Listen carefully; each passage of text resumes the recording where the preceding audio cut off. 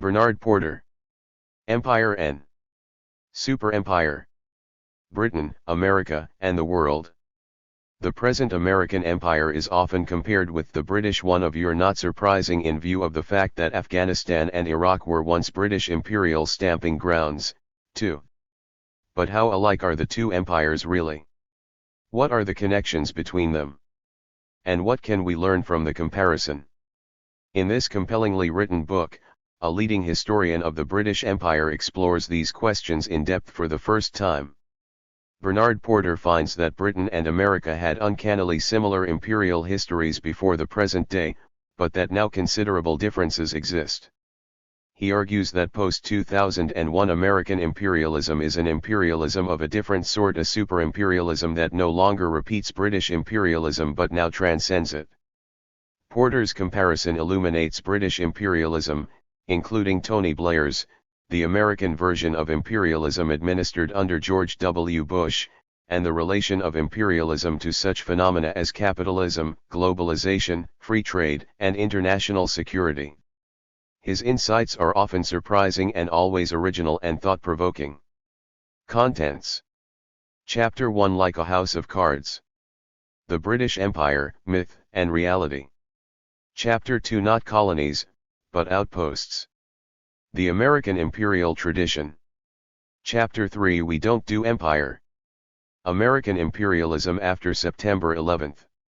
Chapter 4: Still a Global Player. British Post-Imperialism. Conclusion. Sources and references. Index. F. Acknowledgements. I have a few debts to acknowledge. The main libraries I have used in my reading for this book are Kungliga Biblioteket in Stockholm, amazingly well stocked with British and American books, and a delightful place to work, the University Library in Cambridge, and the British Library at St. Pancras. Living in exile as I do, away from British bookshops, Amazon.co.uk, abebooks.co.uk, and Google.com have also helped. It was Heather McCallum at Yale University Press who suggested I write this book.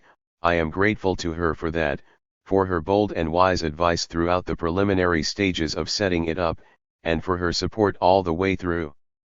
Philip Harling, one of her readers, also contributed critically and very helpfully. My current Swedish surroundings have given me a new perspective on Anglo-American history, and Kajsa has been a wonderful critical sounding board. My thanks to them all.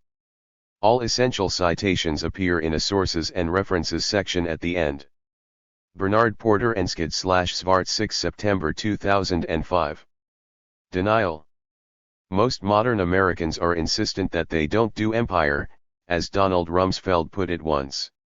This is while they are doing all kinds of things that to other people look uncommonly like empire, such as invading countries, changing their governments and dominating them in various ways. What Rumsfeld and co mean, of course, is that they have no hankering after formal empire, don't particularly want to conquer or annex territories, or to rule their peoples directly. Some Americans would claim that what they are doing is the very opposite of imperialism, liberating people, usually from tyrannies, and making the world safer by neutralizing those tyrannies' capacities to imperialize others. It is this, they say, that marks America off from all previous empires. One of the empires it is supposed to mark them off from is the British, which they know all about, of course, from historical experience. The United States, after all, owes its origin to a rebellion against this tyrannical empire. This is one of the reasons why it is unlikely to resort to an imperialism of its own today. Personally, am not one of those who would automatically dismiss Rumsfeld's and other Americans' rejection of the imperial tag for themselves on these grounds. The modern American empire is different from all others in history, including the British, and, in its rhetoric at any rate, can claim to be more benevolent than most. It may even be wrong to call it an empire, though that is more a matter of semantics than anything else. Empire and imperialism are contentious terms, as every student of history and politics knows. Their meanings have shifted over time. Empire used to be defined in terms of clear and overt rule by one nation over others, in late 19th century British terms, for instance, exemplified in the parts that were colored red on those famous world maps. Later this came to seem an inadequate way of characterizing imperialism, as it left out all kinds of control across national boundaries that were every bit as confining as this formal kind of empire, even though they were only indirect. Rumsfeld and co. don't seem to have reached this stage of thinking yet. But there are genuine problems with it. Once you leave the clearly fenced-off field of formal rule to go into the more open and disputed territory of informal empire, judgments come into play. The word empire, from its etymology, must surely imply power by one people over another, but the amount and kind of power in any of these situations can be controversial. This has led to an enormous proliferation of the ways the term is taken in recent years, some of which are at the very least less than useful. It is fairly common today, for example, to talk of American cultural influence as imperialism. Unless all these things have been forced on people, that seems to me to be ridiculous. But that is only my view. Imperialism is only a word. You can use it any way you like. Personally, I prefer a definition that goes beyond Rumsfeld's implied one, but his is as valid as any. It has the advantage for him, of course, of automatically letting America off the imperialist hook for most of her history. I don't object to that, so long as he will do the same for some of the characteristics of British imperialism, which were similar to what he denies is imperialism in the modern American case. This is what has impressed me, and many of my fellow British imperial historians, about recent events in Afghanistan, Iraq, and elsewhere. The parallels with certain aspects of British imperial history are just too glaring to ignore. Afghanistan and Iraq, of course, were both famous sites of British imperialism, the first as one of the main arenas of the 19th century Great Game between Britain and Russia over the control of Central and South Asia, the second as a territory that was mandated to Britain, virtually a colony after the First World War. You can probably still see British soldiers' boot prints there if you look carefully. That is certainly true metaphorically in the case of Iraq. There are other parallels. Gladstone in Egypt is one that occurred to several of us, as a precedent for Bush in Iraq. It's nearly all there, a great power marching in to rescue a people from tyranny and mismanagement, the commitment to leave as soon as the job is done, suspected economic motives, an assertive Islam, Christian religiosity on the Western side, international difficulties, and a national uprising that eventually keeps Britain bogged down in Egypt, against her original intention. Be warned, George W. Of course these similarities are only superficial. Other parallels, however, are closer. One has to do with the rhetoric used in both cases. America claims she isn't acting imperially, that she intervenes only reluctantly, and under pressure of necessity, and that her motives are of the best, the spread of freedom in the world. It may surprise some people to learn that Britain regarded her foreign policy during most of the 19th century in almost exactly the same way. It is easily possible to imagine Gladstone saying we don't do empire, even. 4. While he was in the process of invading Egypt, if he had had Rumsfeld's talent for the short, direct phrase. If it is fair to describe America as an empire, then she isn't the first one in history to be in denial. The denial thing does not apply to all Americans. Radicals among them, for example, have regarded their country as imperialist for years. This usually refers to her commercial and financial presence in the world, some of which would certainly qualify as imperialism in my book, but which Rumsfeld presumably genuinely could not see as such. This, of course, is using the I word disparagingly, which is the usual way these days. It is a popular way of looking at American foreign policy by its critics in Europe, also. Recently, however, another kind of American has appeared, or rather reappeared, who has also grasped the nettle, but rather likes the feel of it.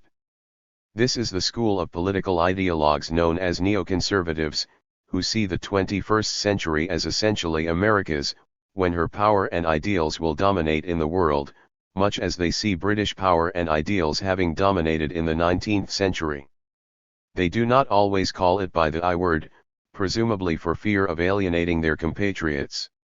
The squeamish, wrote the columnist Mark Stein, could give it some vussified Clinto-Blairite name like global community outreach if they liked, but it was still imperialism, he claimed, and all the better for it. Some, however, are bolder. People are now coming out of the closet on the word empire, noticed right-wing commentator Charles Crothammer early in 2002. Sure enough, I prefer the more forthright if also more controversial term American empire, said former Bush speechwriter David Frum a little later, sort of like the way some gays embrace the queer label. Accepting the word imperial enables 5. them to consider positively other imperial precedents. The two most common ones are the Roman, and the British. The British Empire seems particularly attractive. What Afghanistan and other troubled lands today cry out for, wrote the columnist Max Boot in 2001, was the sort of enlightened foreign administration once provided by self-confident Englishmen in jodhpurs and pith helmets. Broadly speaking, that is also the Harvard historian Niall Ferguson's line, in his fine Colossus, The Rise and Fall of the American Empire, which urges America to follow Britain's example more closely and committedly. Incidentally, most of these commentators were not American-born, which may say something about the continued taboo status of the word in the broader culture of America. Interestingly, this is yet another thing that modern American imperialism shares with its British forerunner. The old British Empire, therefore, has already been used to point useful lessons for present-day America, either as a cautionary warning, or as an example to imitate. This book, generally, will not seek to do that.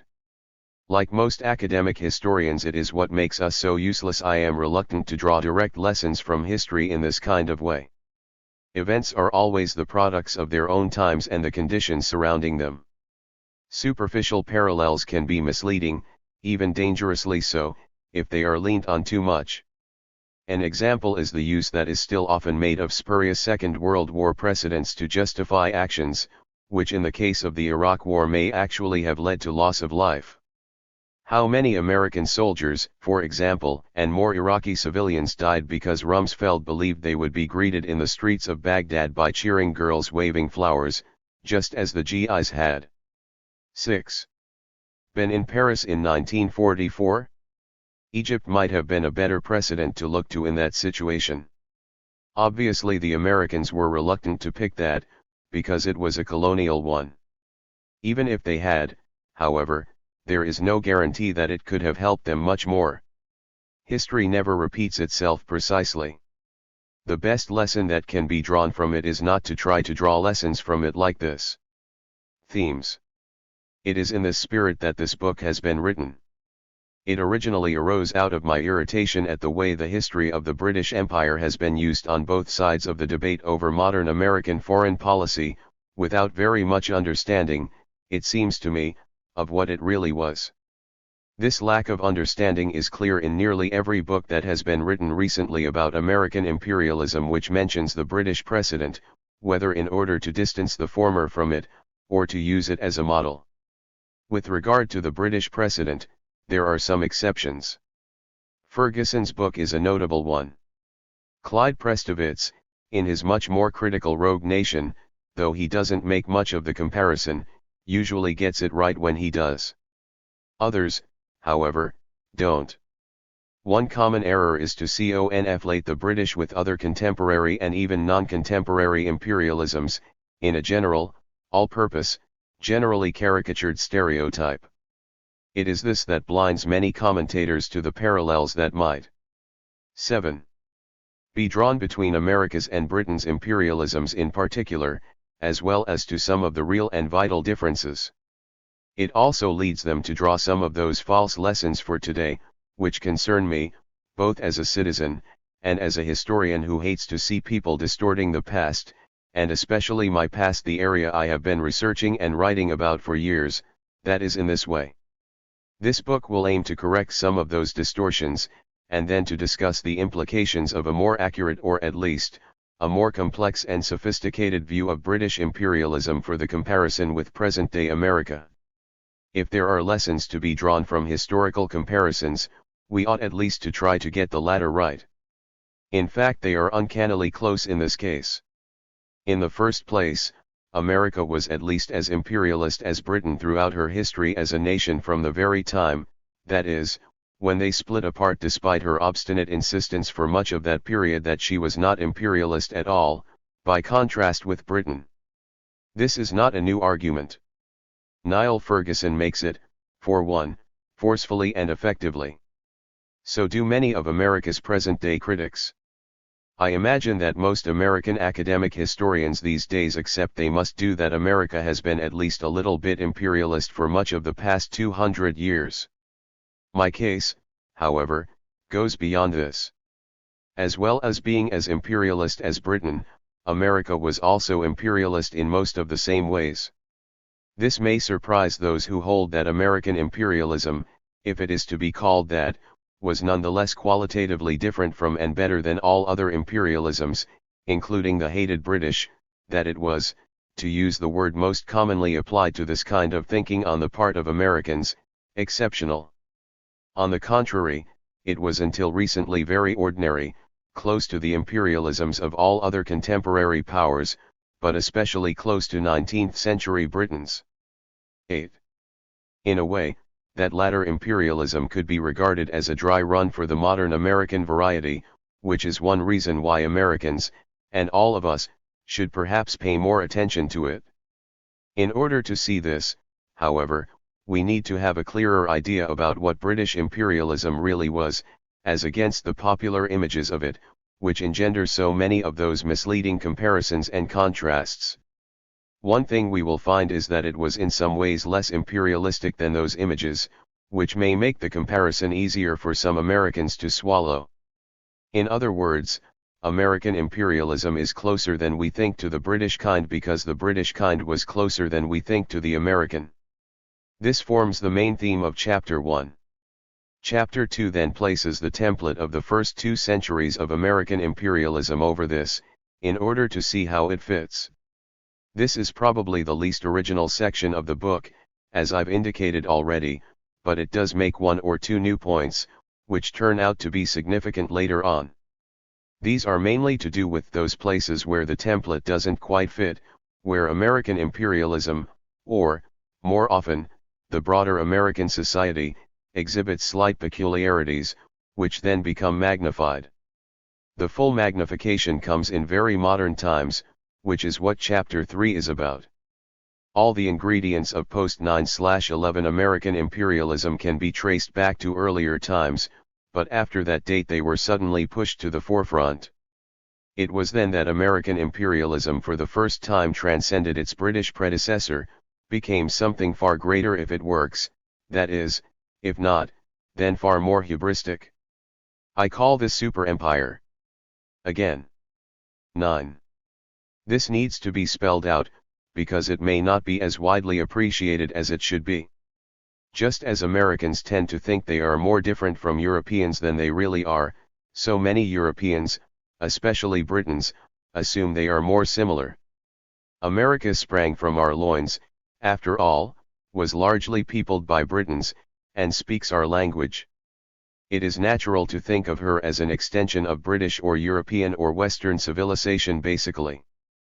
But that hides some crucial differences, as many of us, I think, came to realize after the 2000 and 2004 presidential elections, some of which have affected the recent course of America's empire profoundly. American imperialism today one's different from the old British kind, not in the ways Americans themselves tend to believe, but in other and much more crucial respects. We shall come on to these. Here the contrasts between the two imperialisms may be as suggestive as the parallels I shall also be drawing. Much of this new imperialism, of course, was implemented in close harness with one of the old imperial powers, which raises some interesting questions of its own. Did British imperialism really die when it is supposed to have done? Is there a concrete link between the two forms of imperialism? Or a common Anglo-Saxon, say, set of characteristics? As well as this, however, the link also illustrates some of the differences between the American and British approaches that will have emerged in the first 3 chapters, for, as I shall be showing, Bush and Blair were not in fact the complete soulmates they often portrayed themselves as during their common endeavors in Afghanistan and Iraq. Chapter 4 is devoted to this. After that comes a final chapter pulling all this together, or trying to, and reaching some general conclusions. 10. Among those conclusions there will not be many practical lessons, as I've indicated already, and no firm predictions at all. As a historian, I don't consider myself to be in that business. I don't claim that the outcome in modern Iraq can be foretold from the Egyptian precedent, for example, or want to advise the American government to start buying in supplies of jodhpurs and pith helmets to help it run the place. Nonetheless, I do believe a comparison between these two empires may be enlightening in many ways. It should dispel some myths and misunderstandings which are sometimes used today to bolster political attitudes and decisions, on both sides of the Atlantic. For one, by bringing British and American history closer together, it may help counter the rather worrying, I think, modern American myth of exceptionalism generally, that America is somehow different from and better than anywhere else. She is different, but no more than any nation is different from others, and mainly in her belief in her exceptionalism, not the reality of it, certainly in this field. It may be helpful for Americans to know that other countries, in this case Britain, have trodden this imperial path before them, that in other words, they are just like any nation in this regard. It may also, without giving clear answers to any of the questions and difficulties that are bound to arise in their quest for a new world order, suggest a range of alternatives which won't occur to someone who believes that he or she is alone and first. As well as this, it must be instructive to know which features of modern American imperialism are distinctive, and puzzle and perhaps shock other peoples, that is, the characteristics of it that really do mark the American empire off from others, rather than those that are merely supposed to. For analysts, it clearly raises interesting questions. If two historical phenomena, however far apart, appear so similar, might there not be some common factors behind them both? In the case of British and American imperi. 11. Alism in the 19th century, the broad imperatives behind them both become clearer if we bracket them together, I think, than if we treat each event as sui generis. Lastly, there is a further intriguing possibility. As well as similarities, there are clear connections between the old British Empire and the new American one. One runs into the other. In many ways the Americans, after the Second World War, took up where the British left off. Were these the same phenomenon, essentially? An Anglo-Saxon Celtic empire, perhaps, dominating the whole period from the 19th century to the 21st, albeit in different garbs. There is a superficial allure to this. There is even a conspiracy theory to explain it. It involves a secret society of British imperialists that managed to infiltrate the American political establishment throughout the 20th century. I should warn aficionados of this kind of explanation that I shan't be giving much quarter to this idea in this book, or to the racial Anglo-Saxon Celtic one, but the broader question, of the actual links between the two empires, does deserve some attention. That will be discussed here too. Problems. I wrote this book as a contribution to a current political debate, though I hope its value may outlast the events that inspired it. It is, therefore, the first of my books that has a frankly polemical agenda, albeit, as I have just tried to indicate, a mainly negative one. That is, it seeks to undermine other polemics by showing how wrong or simplistic the historical assumptions behind many of them are. But I do have more positive views on these matters, which I have not sought to repress as 12. Much as in my other writings. They should be quite apparent therefore in the following pages, apart from one, which has a general import, and so may be worth singling out for mention. This is the strong personal aversion I have to the idea and sentiment of patriotism, which is not to say that I cannot understand it. I believe that pride in one's country is irrational, and pride in its history even more so, simply because one's nationality is usually a matter of luck, and no one living today can be credited with or, it follows from this, held to blame for anything that happened in his or her country's more distant past.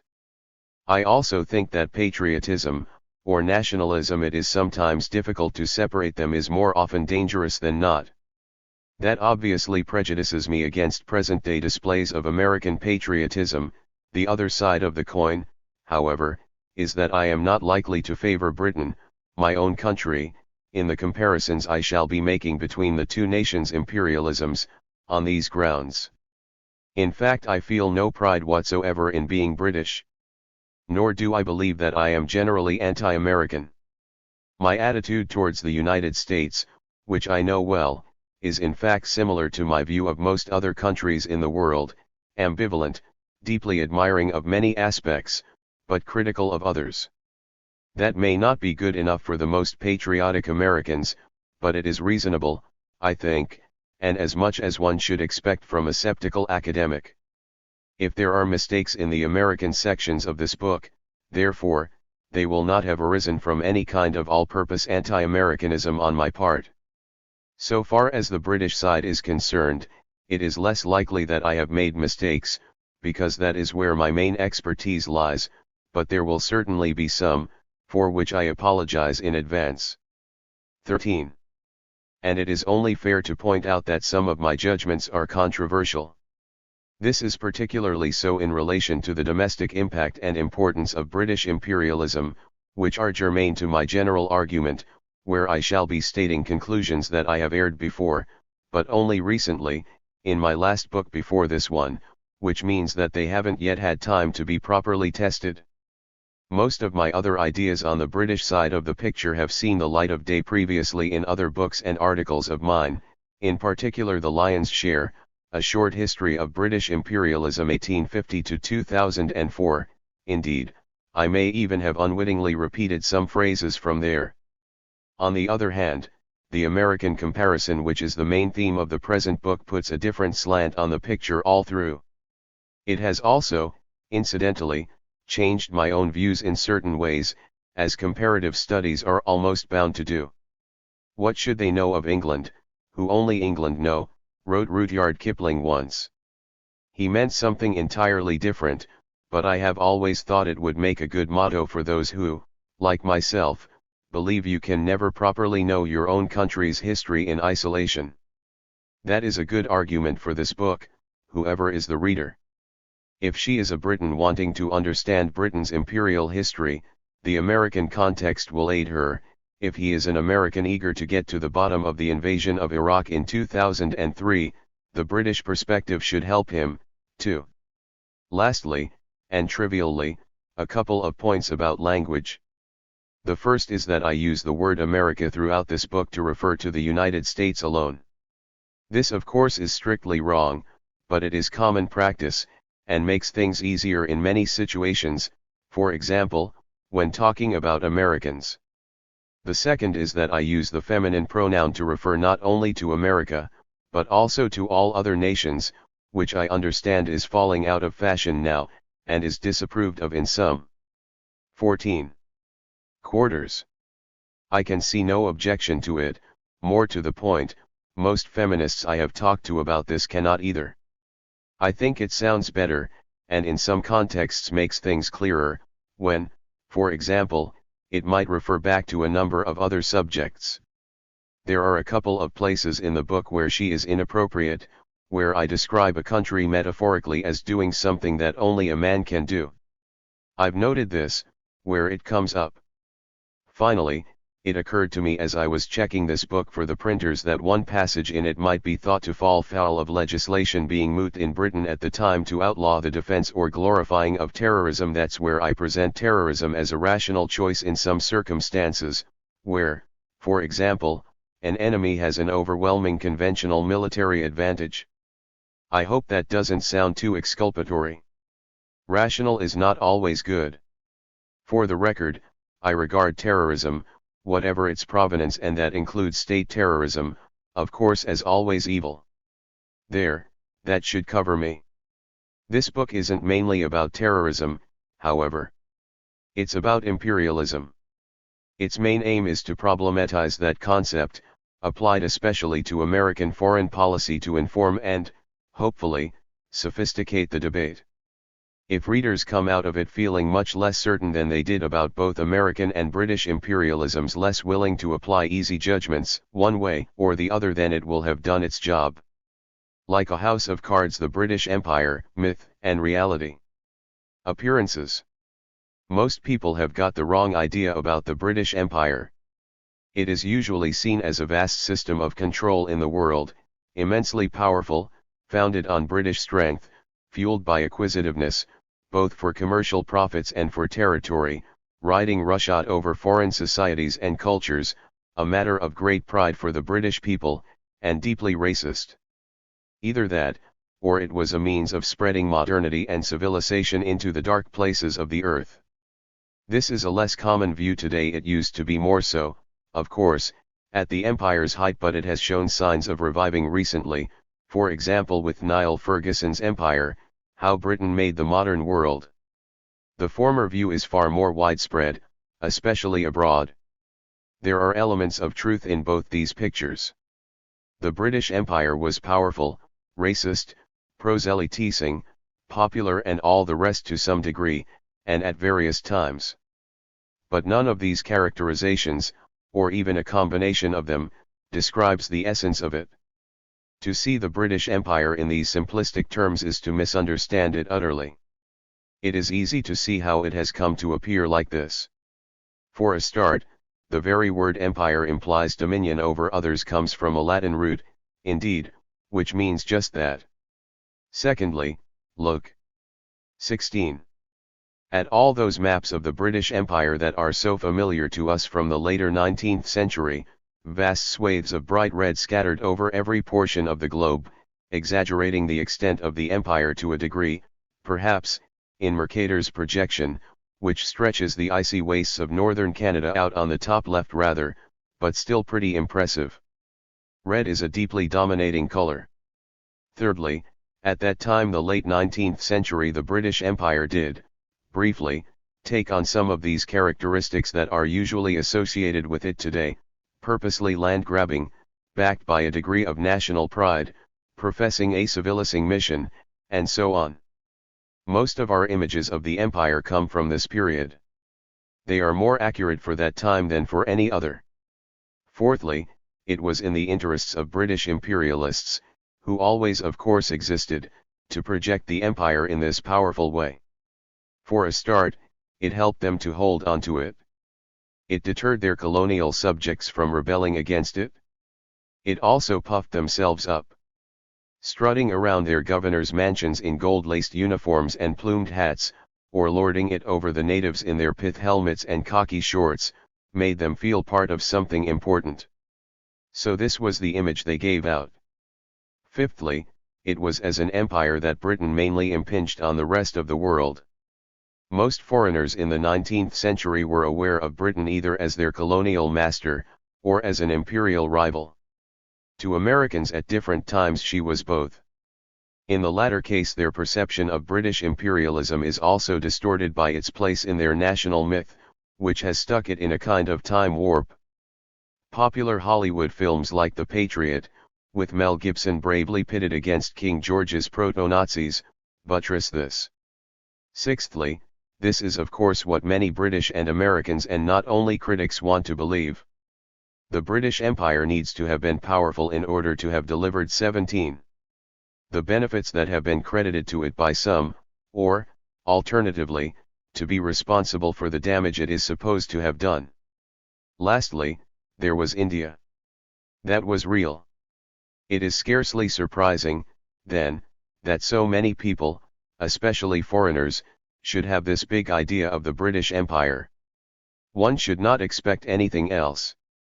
The real picture, however, is subtly different. Appearances were deceptive.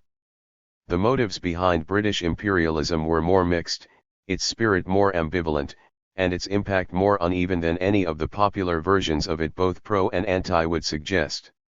This doesn't of course mean that it was either better or worse than those versions have it, only, perhaps, that it may have been good or bad, beneficent or maleficent in its effects for different reasons. This obviously has a relevance for any parallels or lessons we wish to draw from it for the present day. Some will be less close or apposite than is often assumed. Others may turn out to be more so. Varieties of empire. It was only towards the end of the 19th century that the idea began to be widely propagated that the Victorian Empire was something remarkable or great. That's when those red bespattered world maps first came onto the scene. Before then, few people had ever thought of color-coding the empire in this way. In fact, a majority of Britons probably hardly noticed it. This is not a fashionable view today, especially among a certain kind of scholar that over the past few years has tried to show that Britain was thoroughly soaked in imperialism throughout the 19th century, but that is not so. It may also seem counterintuitive. How could such a huge enterprise as the British Empire as revealed by those later maps not have been obvious to all Britons, and indeed supported by them? The answer is simple. It did not need to impact on them. 18. At least in any direct and straightforward way. This was because of how it was won, and the way it was ruled. The 19th century empire was made up of four broad kinds of colonies. The first was India. This had been acquired gradually in the 17th and 18th centuries, as a result of British trade in the East. Its origin was the famous British East India Company of 1600, a private enterprise but with a crown monopoly, which began encroaching politically thereafter, mainly to safeguard its trade against both locals and other European rivals. To this end it organized its own army, entirely separate from the British. Even their personnel was not interchangeable, composed very largely of Indian native lower ranks, or sepoys. The greatest triumph of that army came in 1757, when it defeated an Indian force at Plassey in Bengal fairly easily. Obviously the situation a commercial company running more and more of a country was liable to abuse, and so the British government took increasing control of its political functions from 1773 on. In 1858, after the rebellion, which was the first of the two major challenges to British imperial control in this period, the company was abolished entirely. Strictly speaking, India only became a British colony then, though it would be pedantic to insist on this. It also came to impinge on British public consciousness, to a limited extent, almost for the first time. It is interesting, however, that the new British Raj never called itself a colony, but always insisted it was an empire in its own right, which is why it had a separate office in London running it, that the separation of the Indian Army from the British Army continued even after 1858, and that many Britons considered Britain's autocratic rule there to be somehow anomalous, out of character. A common way of looking at India in this period was as the unfortunate issue of a liaison entered into in less enlightened or moral times, which Britain would 19. Certainly not have mothered if she had been in the same situation today. Again, we should not make too much of this. Britain ruled India, no doubt about it. But it was not a straightforward kind of rule. Nor was it one that impacted on stay-at-home Britons very greatly. Even at the end of the 19th century, for example, only about 2,000 men were required to administer it. They generally formed a caste of their own, who kept apart from other Britons even when they returned home. Nor did India cost the British people. One strict rule for all of the British colonies, not just India, was that they had to support themselves. So the British did not need to be aware of it. The second kind of British colony was also a legacy from less enlightened times. This was the plantation colonies of the Caribbean, acquired from the 17th century onwards, or else as booty from the recent French wars. The southern states of America had once come into this category too, but now, of course, they were free. A characteristic of both was that they used slave labor from Africa, which was another reason why the more enlightened 19th century Britons generally disapproved of them too. In 1833 enlightenment prevailed, in Britain if not in free America, when slavery was abolished empire-wide. Thereafter there was no real rationale for Britain to keep the West Indies, but keep them she felt she had to. Again, the mother analogy fits well here. Britain could not just abandon her unfortunate progeny while they still needed her care and protection. They meant both the blacks and the whites there, who were felt to be 20. In danger from one another. The fear of race war was a prime one at the time, and with reason. There were racial conflicts, not only in the British West Indies, but also in neighboring countries. This, however, made their possession of these old plantation colonies a burdensome responsibility in the eyes of most Britons, rather than a matter of pride. It was also a responsibility that was addressed minimally, as in India, with a tiny number of administrators. If anything, the West Indies impinged even less on metropolitan Britain than did India. As well as this, and this is important for British people's perceptions of themselves as an imperial nation, neither represented the imperialism of the present day. That was represented by two other kinds of empire. The first was empire by settlement. That was the sort of empire that had produced the northernmost of the British American colonies in the 17th and 18th centuries, of course, as well as parts of the South, and which in the 19th century gave rise to British Australia, New Zealand, the Cape in South Africa, and the further expansion of those North American colonies that remained loyal to Britain. Most of this settlement, too, was what today we would call private enterprise. Very little of it involved any kind of initiative or plan hatched by the British state. Indeed, hardly any colonial office staff were employed here. When the colonial office was brought in, it was usually to defend its nationals if they got into trouble, either by force or by diplomacy, or, occasionally, to rein them back. This was supposed to make a difference at the time. Settlement was not regarded as the same as imperialism, rather, it was natural, the spread of enterprising individuals into the waste places of the earth, and of the principles of British freedom, because the Britons who settled in Australia and elsewhere effectively 21 governed themselves. In a way, settlement, or colonization, seemed the opposite of empire, certainly if you regarded the latter word as implying some kind of dominance. Many Victorians were aware of that emigration was constantly being urged on the working classes, for example, to solve social problems at home, and might even be proud of it, if they didn't resent being forced to emigrate there just to stay alive. Those that were usually just as proud of the United States as of the colonies as extensions of this kind of British freedom and enterprise in the world. They also accepted that Australia and the rest would probably go America's way ultimately. In other words, they did not feel they still had to own it in order to take pride in it. The last characteristic sort of British colony before the later 19th century was the trading posts and naval stations that were found scattered nearly all over the world, then almost as numerous as U.S. Air Force bases today. These two were not thought to represent imperialism really. They were the outcome of Britain's expanding commerce in the 18th and 19th centuries, a process which was rather like settlement, not considered to be imperialistic at all. This was especially so after her enactment of free trade in the second quarter of the 19th century, which was supposed to remove any imperialist stigma from her commerce entirely. The reason for that was that in the past colonialism had been intimately associated with mercantilism, also often called the colonial system, which was the opposite of this, from which it followed that if that aspect of trade were taken away, the colonialism must disappear too. Colonialism meant coercion. Free trade was what its name said: free. I sell, you buy openly and willingly. Where could be the imperialism in that? Of course, you couldn't have free trade or trade of any sort without certain basic political and economic conditions being met. Your traders needed security. 22. For example, both bodily and financial, and also safe harbors, entrepts, and coaling stations for their vessels. This was the origin of most of this fourth kind of colony in the 19th century. Most of them started off simply as coastal bases, leased perhaps from local rulers.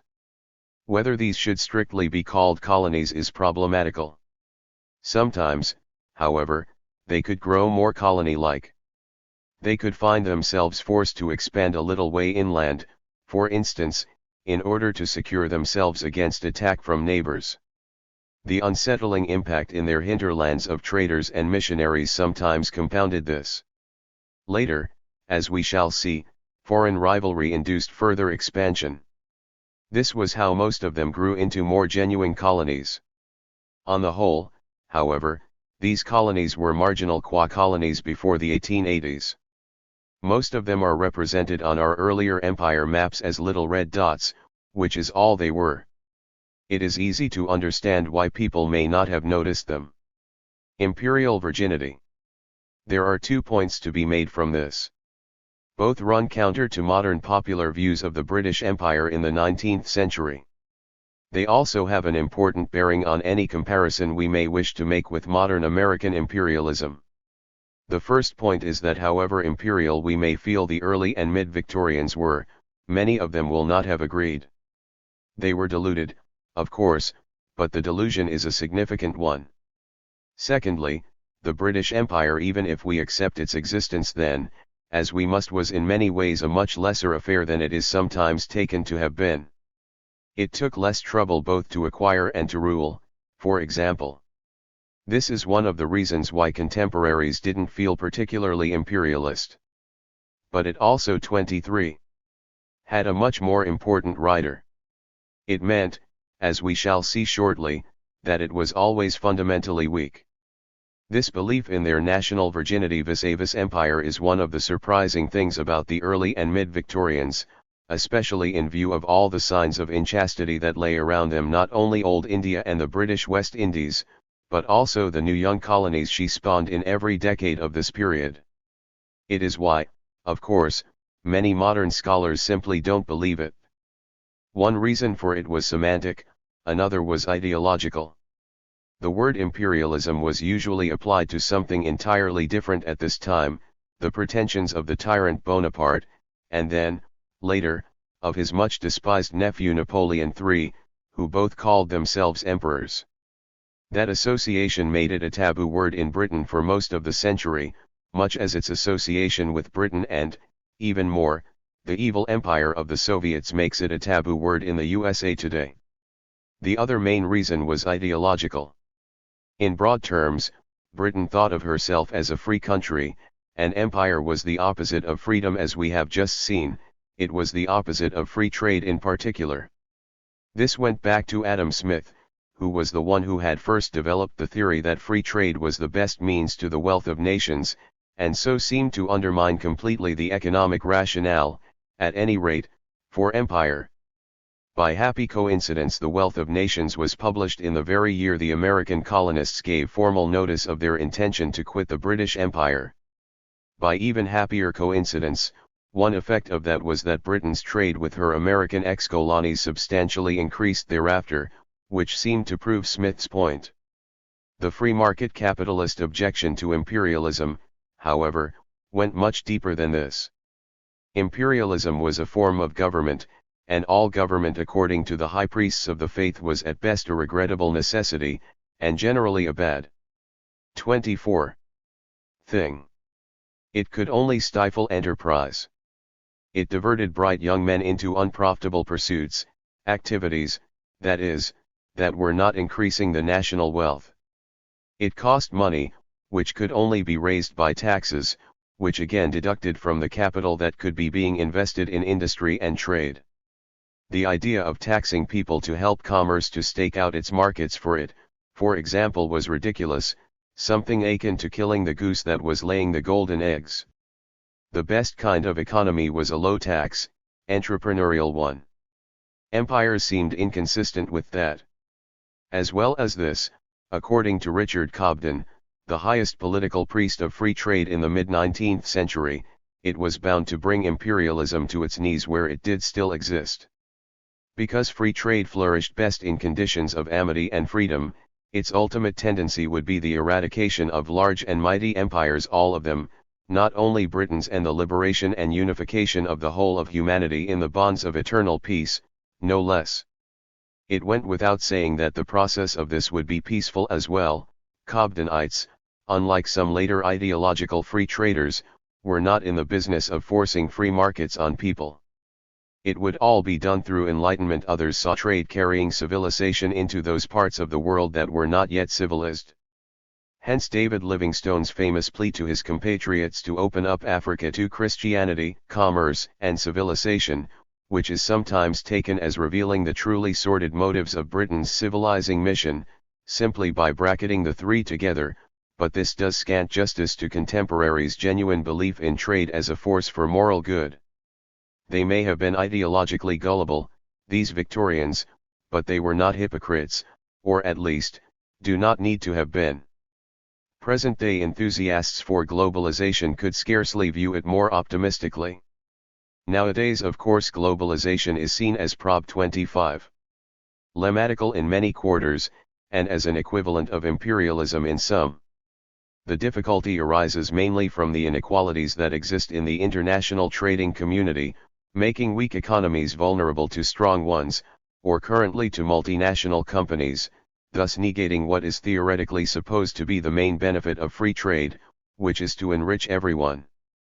The market can also be rigged to the advantage of its stronger participants. All this creates a situation of domination and exploitation which is similar to the imperial one. We can see that today. In mid-19th century Britain, however, they generally could not.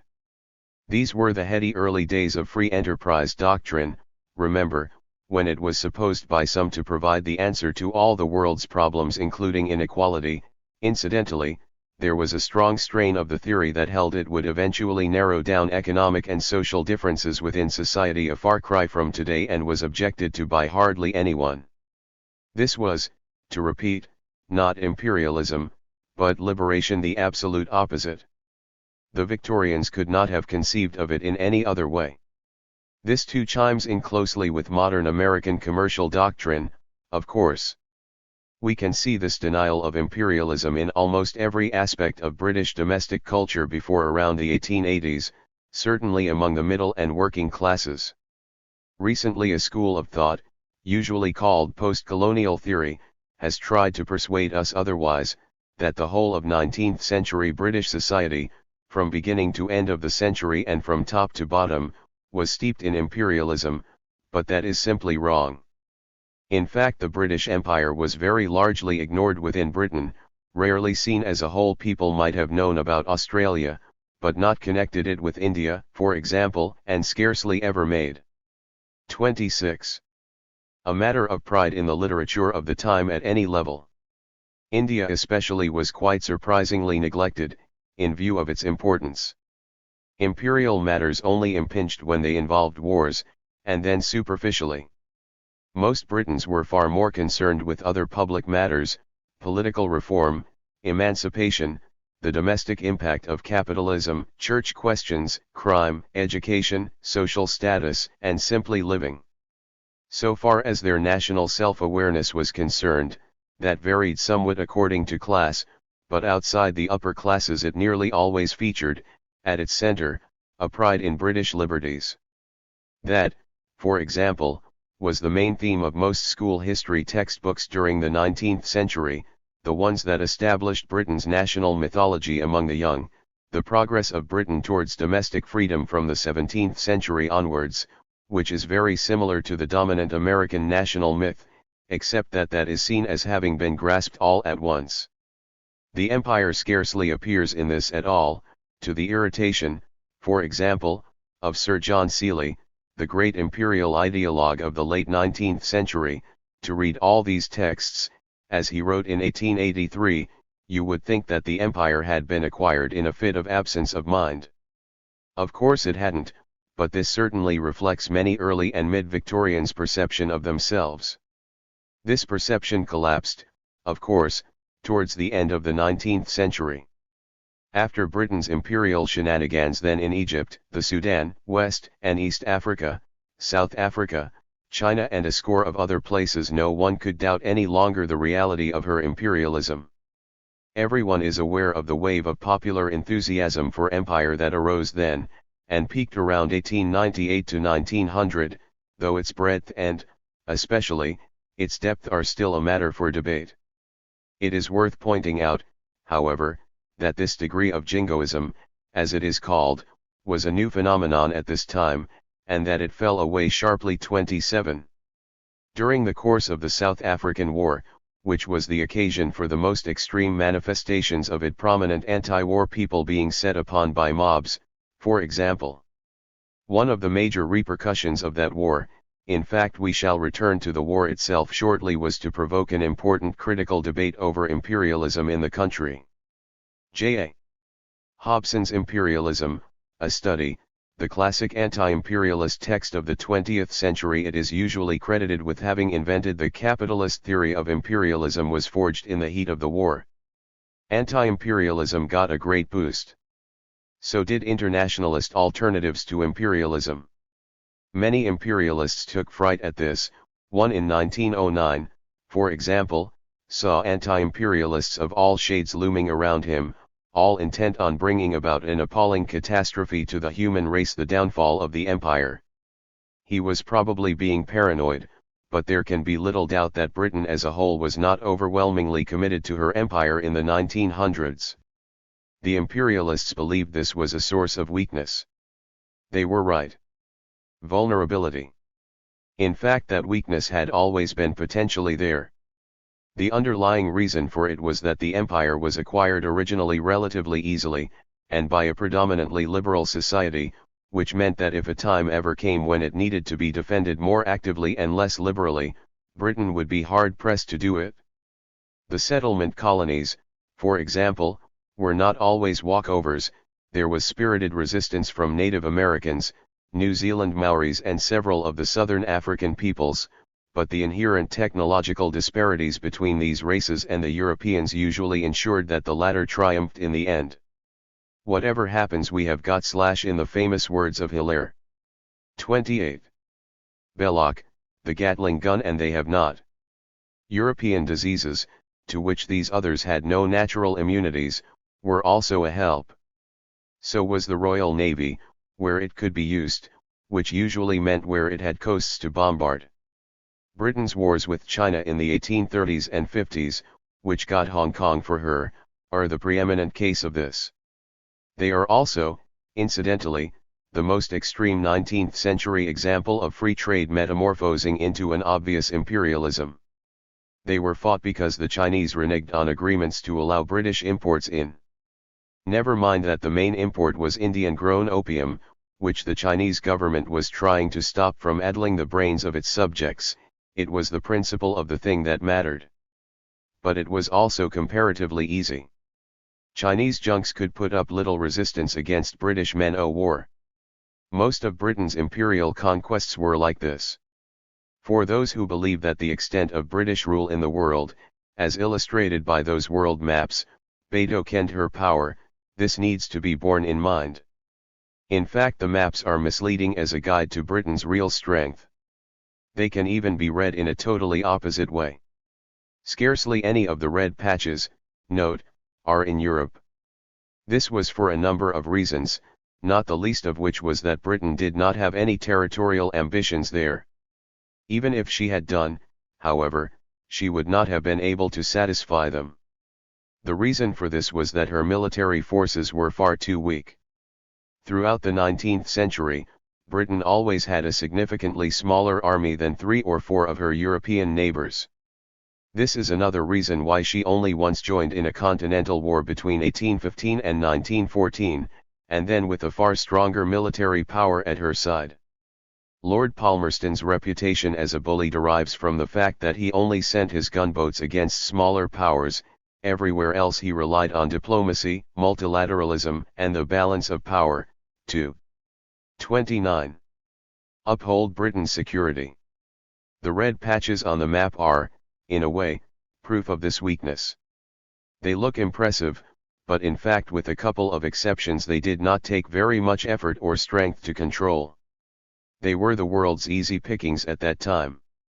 What Britain was practicing during most of the 19th century was what Emmanuel Todd calls, in relation to modern America, micromilitarism, little wars against much weaker enemies. This was not necessarily a sign of power. The bully who picks on the smallest boys in the playground to tyrannize is not displaying his strength thereby, however many bloodied noses he leaves in his wake. It would be different if he squared up to another member of the school football team. But between Napoleon and the Kaiser, Britain never did that. If she was a great power, she was a very specialist extra-European one. Even in the extra-European field she often found herself in trouble. It is important to be aware of her struggles and setbacks in this area and period, as well as her successes. The American War of Independence was obviously won, though it can be argued that she only fought that half-heartedly. Certainly the American Revolutionary cause had as many supporters in contemporary Britain as it had enemies. The Indian Mutiny of 1857-8 called that, rather than a rebellion, which is what it really was. In order to diminish it came as a shock, and took the might of the British Empire 18 months to put down.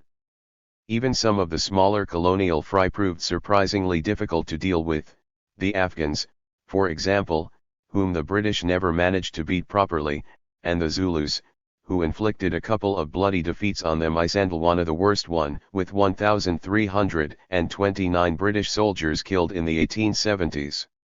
There were a number of reasons for this. The first was that British technical superiority over Africans and Asians was never as great as it is sometimes assumed to have been, nothing like as overwhelming, for example, as America's military dominance over weak enemies like Iraq and Afghanistan today. The Gatling gun, which only 30 came in the later 1870s, was not always sufficient to compensate for other disadvantages.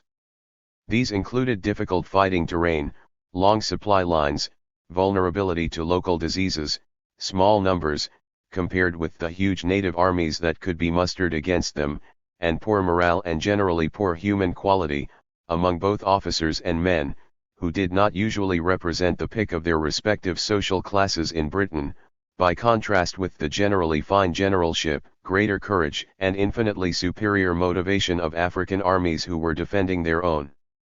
Even at its height, which most imperial historians place in the mid to late 19th century, no later the empire was vulnerable. One coordinated push, from within or without, and it could have collapsed. It wasn't pushed, or at least not then, but the auguries at the turn of the 20th century genuinely didn't look good. Before about the 1880s, two circumstances had run in Britain's favor. Firstly, the lack of interest shown by most other European powers in competing with Britain for overseas colonies, apart from France, and secondly, the ready availability of empty territory for any potential rivals to expand into, should they so wish, without rubbing up against Britain. That was one of the joys of the wider world, there was so much of it. This meant that before the later 19th century a weak Britain really only had the Africans and Asians to cope with. Then, however, came an important shift. From the 1880s onwards, other European powers suddenly changed their stance on colonies, and began competing with Britain and France for territory that was now beginning to run short. This coincided with the perception, at any rate, that European industry was running short of markets, which therefore needed 31. To be secured abroad in the form of new colonies. A British Royal Commission report of 1886 into the Great Depression of the period made just this point, though this should not necessarily be taken as authoritative, as liberal capitalists boycotted it. Clearly this whole situation was worrying for Britain. It was highlighted by the next major conflict featuring the Empire, the South African War of 1899-1902, which Britain won in the end, but only after making a terrible pig's ear of it, with 120,000 British soldiers taking 2.5 years to subdue two small republics of Afrikaner peasants whose total white populations were less than this, raising widespread concerns over how Britain was likely to fare in any future war against a really serious enemy. It was this above everything more than the anti-imperialism that we have seen the war also provoked that halted Britain's territorial expansion after 1902. She had reached, or come very near, what Paul Kennedy has called a state of imperial overstretch that kept many turn-of-the-century imperialists awake at night. Not a lot of people know this. Here for example is William Pfaff, in his book Barbarian Sentiments, America in the New Century. Responsible political and economic scholars in 1900 would undoubtedly have described the 20th century prospect as continuing imperial rivalries within a Europe-dominated world, lasting paternalistic tutelage by Europeans of their Asian and African colonies, etc. All would have been wrong. Well, it so happens that many turn-of-the-century political and economic scholars did address this question, did not, in general, predict the continuance of European imperialisms, and so were not, in fact, wrong. Most warned of 32. The possibility, even likelihood, that the British Empire would collapse. Several believed European imperialism generally was living on borrowed time, threatened by the rise of Russia and America, for example, of Islam and of China in the slightly longer run. No one was complacent. Many were highly pessimistic. It was this that motivated the massive propaganda campaign that was set in motion in Britain then to make the empire more popular among people they felt were careless of it, even if our post-colonial theorists can't see this, and was responsible for a number of other quite drastic proposed changes to strengthen the empire on its home base. These included protectionism, with a vigorous new tariff reform movement starting up in the 1880s, rejecting the old free trade shibboleth utterly, and with half the ruling Conservative Party taking it up in the early 1900s, linking it directly to imperialism through the notion of an imperial Zollverein. There was a great right-wing moral panic at this time over what was called national deterioration, a catch-all phrase that took in physical and mental deficiencies, the enervating effects of peace and ease, certain sexual preferences, the degeneration of the racial stock through Jewish immigration, and football crowds, all of which were supposed to be on the increase around the turn of the 20th century, ominously for the future of the empire. New laws against homosexuality and alien immigration were two results of this. Many imperialists also turned against democracy, which they felt was weakening the empire, and just about all of them opposed women's suffrage, which would feminize it. Military conscription was another suggestion. This was the sort of thing, they felt, that was needed to preserve the empire in these new, perilous times. Although 33. This is a clearly anachronistic reference, there are signs of a kind of proto-fascism in all this. That, incidentally, was one of Hobson's main arguments against imperialism, its possible repercussions on liberalism at home, what we might call the Empire Strikes Back effect. The trouble, from the imperialists' point of view, the good news from Hobson's was that these proposed measures all offended against more powerful national prejudices than the pro-empire one. It wasn't just a question of showing more wool, as some right-wingers opined. To adopt all or any of these measures, liberal Britain would have had to fundamentally alter her DNA. As a result, with the possible exception of the opposition to women's suffrage, they mostly failed. Britain never turned into a genuinely imperialist society. As a result, the empire remained fragile from then on. As things turned out initially, the imperialists probably needn't have worried too much. There was much huffing and puffing from her new rivals, but never any serious threat. All colonial disputes between them were settled peacefully. The Berlin Conference of 1884-5, called in order to settle European boundaries in West Central Africa, which is often seen as a desperate diplomatic struggle on the part of the powers to grab as much of Africa as they could, was in fact conducted perfectly amicably, partly because no one wanted to provoke a serious war over what to most of them seemed a relatively trivial matter. Gladstone was happy for Bismarck to have as many colonies as he wanted, so long as they did not encroach on Britain's.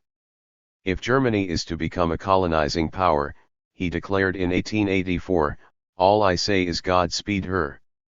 She becomes our ally and partner in the execution of the great purposes of Providence for the advantage of mankind. Bismarck actually encouraged France's imperial ambitions, in order to take her mind off her defeat by Germany in 1871. At Berlin, the pick of the region, the West 34. Congo Basin, was meekly surrendered to King Leopold of the Belgians, in order to avoid any sort of a squabble over it among his seniors. A little later Britain actively helped Germany grab a great chunk of East Africa. Thereafter, whenever there seemed a likelihood of a clash when the frontiers of two expanding European empires bumped into each other, for example, it was always settled easily. Wilhelm II's threat in 1896 to challenge Britain in southern Africa turned out to be a bluff.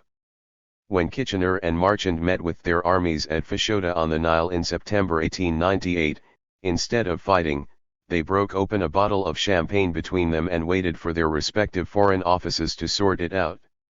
Later Britain and France settled all remaining colonial differences between them in their famous Entente of 1904. A similar agreement followed with Russia 3 years later. There were no clashes over China. Some historians think that colonial rivalries lay at the bottom of the outbreak of the First World War in 1914, but it is unlikely that this was so in any obvious and direct way. On the eve of war, Britain was quite prepared to satisfy the Germans colonially, albeit at the expense of the Portuguese, whose grip over their colonies was supposed to be slipping, rather than of herself. This was still a relatively cheapskate empire. It did not require very much power to lie behind it, and was not itself a sign of British power, in most senses of the word, for example, militarily. The rot set in a little later. After the First World War, the illusion of British political power almost collapsed. Indeed, this had been widely predicted before the war, which is why it is ludicrous to think that Britain could possibly have sought war with Germany in 1914. She had far more to lose colonially than to gain. There was already growing trouble in parts of the empire in the years immediately preceding 1914, especially in Ireland, India, and Egypt. Obviously, the main danger of a European war came from the possibility of Britain's defeat by Germany, when presumably many if not all of her colonies would pass to the latter. That didn't happen. But the war gave rise to more crises in the empire nonetheless. In the upshot, Britain did not lose a single colony as a direct result of the fighting, and indeed gained a number, as spoils of her victory. These included most of the old German possessions in Africa and the Pacific, and a great swathe of the Middle East, connecting Egypt with India, taken from Germany's ally the Ottoman Empire. These weren't officially called colonies, but mandates looked after by Britain on behalf of the new League of Nations, but there was little difference in reality. This is what made it look as if the British Empire was still on the up in the later 1910s. But that was an entirely false impression. For a start, the war had clearly weakened it. India had been especially troublesome, leading to concessions to her nationalists in 1918, extended later in response to Mahatma Gandhi's brave and skillful campaign. In Ireland, the famous Easter Rising of 1916 led to the granting of Home Rule to most of the island in 1921. That was Britain's earliest and nearest colony by some ways of looking at it gone. Egypt had to be given a form of self-government in 1922, albeit with Britain keeping control of the Suez Canal. The mainly loyal white dominions gained a new sense of self-confident independence, resulting in their being conceded. 36. Control of their own foreign policies after the war. Never again would they be herded into a war simply on the King of England's say-so, as had happened in 1914. For native troops employed in the war, it gave them a new sense of their master's vulnerability, which could be ominous. At home, Britain was close to being impoverished by the war, with her national debt increasing tenfold, for example, which weakened her abroad too. Worse, the war, and the Russian Revolution that happened under cover of it, greatly stimulated socialism in Britain, leading to all kinds of industrial trouble, like the general strike, and the election of her first ever albeit a minority Labour government in 1924. That was particularly worrying for imperialists, imperialism being regarded as a mainly conservative cause at this time. Britain's new gains hardly compensated for this. Mesopotamia and Palestine in particular were always more trouble than they were worth. In Palestine, the problems largely arose from the fact that Britain had promised it to two different sets of people simultaneously, to secure their help in the war, the Arabs who lived there, and Jews from elsewhere who wanted to return. It was a thankless, draining and in the end hopeless task trying to keep them both apart.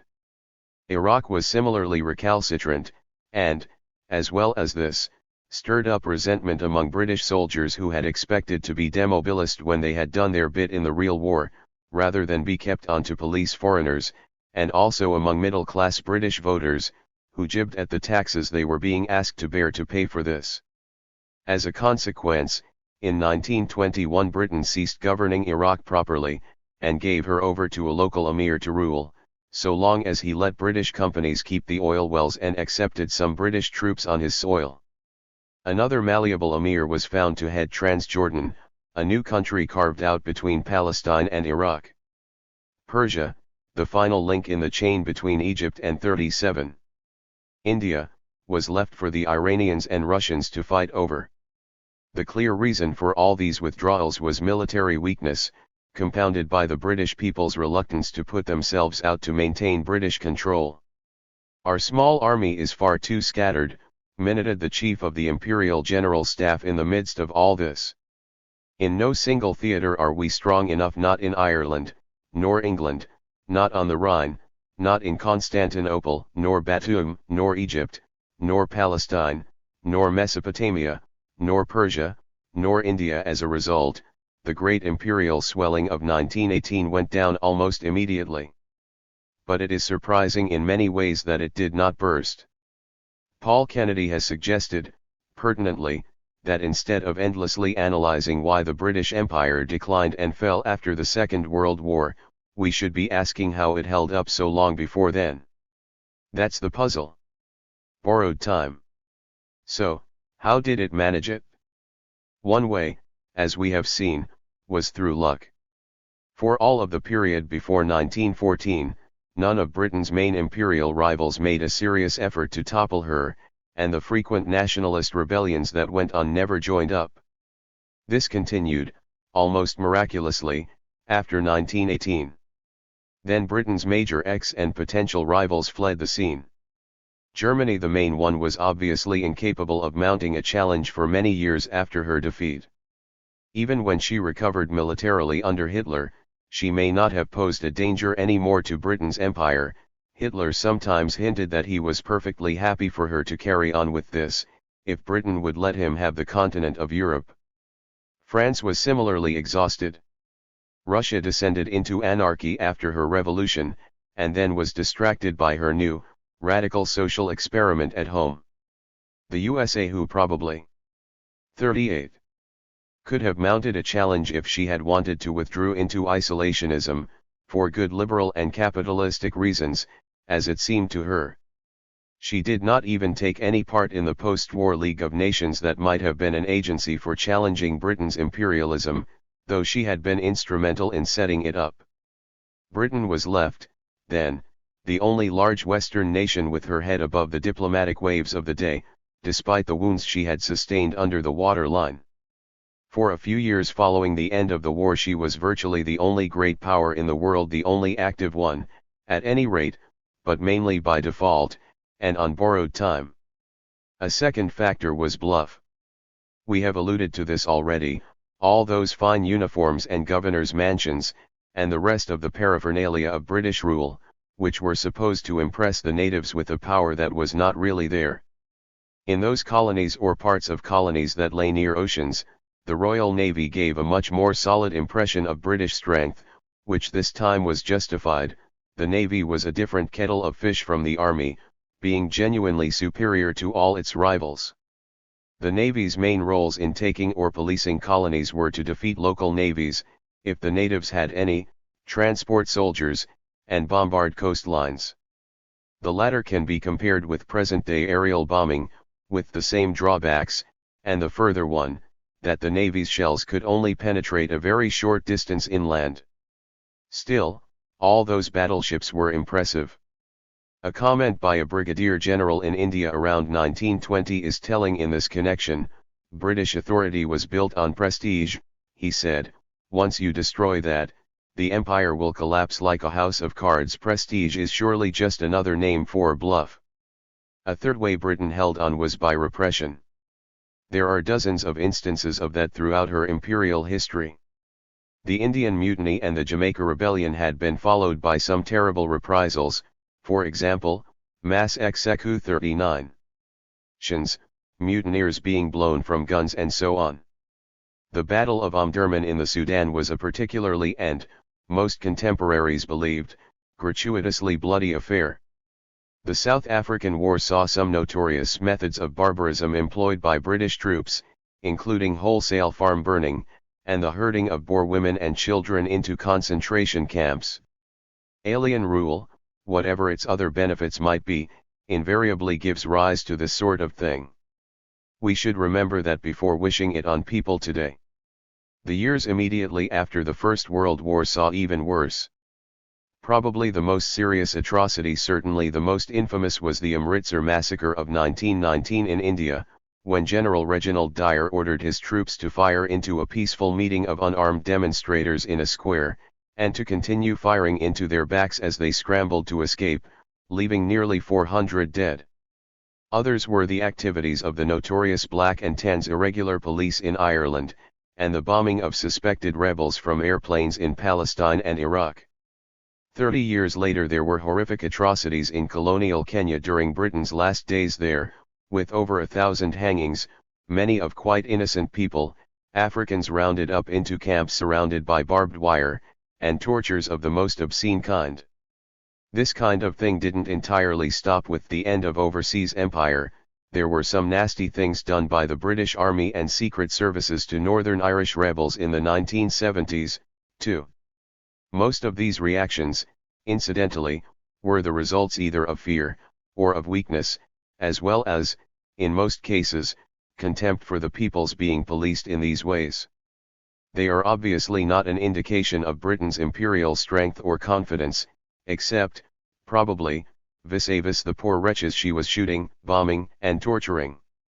It is arguable that if she had been more powerful, Britain would not have needed to do these atrocious things. On the other hand, she might have found other excuses.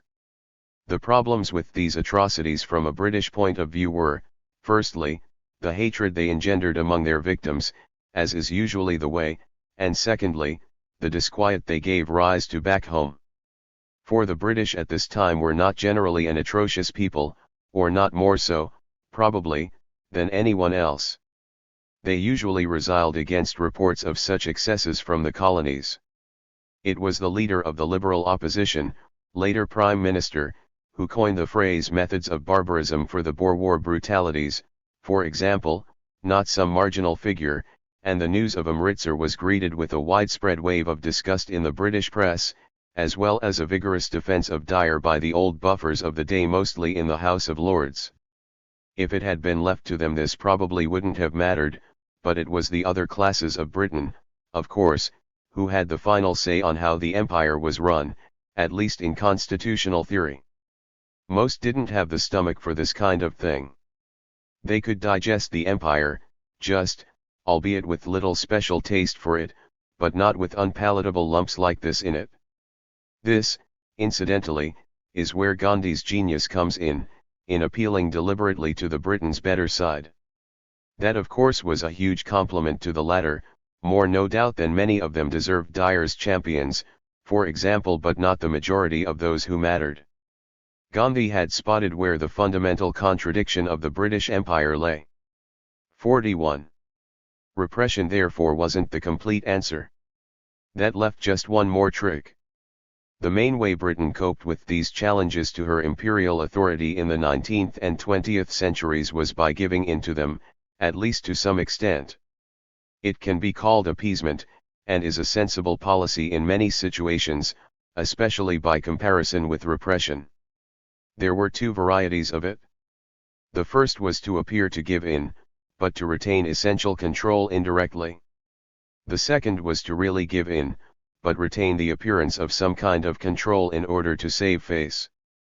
There are dozens of examples of both kinds in British imperial history. Gladstone was a master of it.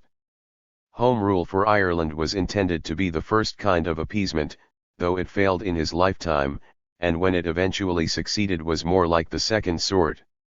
The limited independence he granted to the Transvaal Republic after the First Boer War was another.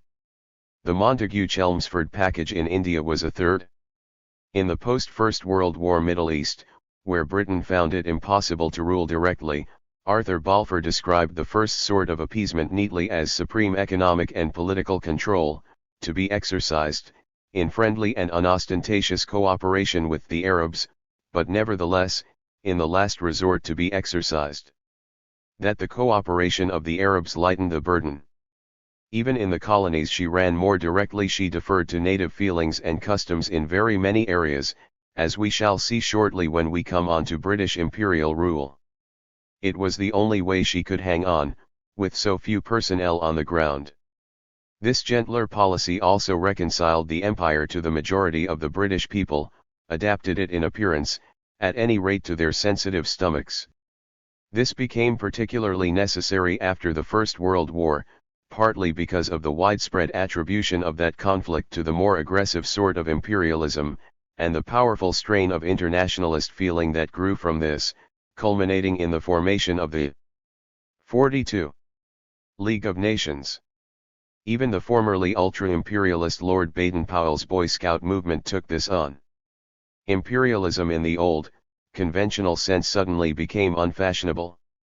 We can tell this from the books about the empire that were published in this period, most of the older-fashioned of which seemed to be on the defensive, while the more modern ones took an entirely different line on it from before, hugely downplaying the glorious military aspects of it, almost giving the impression that most colonies had asked to join the empire, stressing Britain's supposed civilizing mission, and presenting the whole thing as simply a happy federation of countries at different stages of development.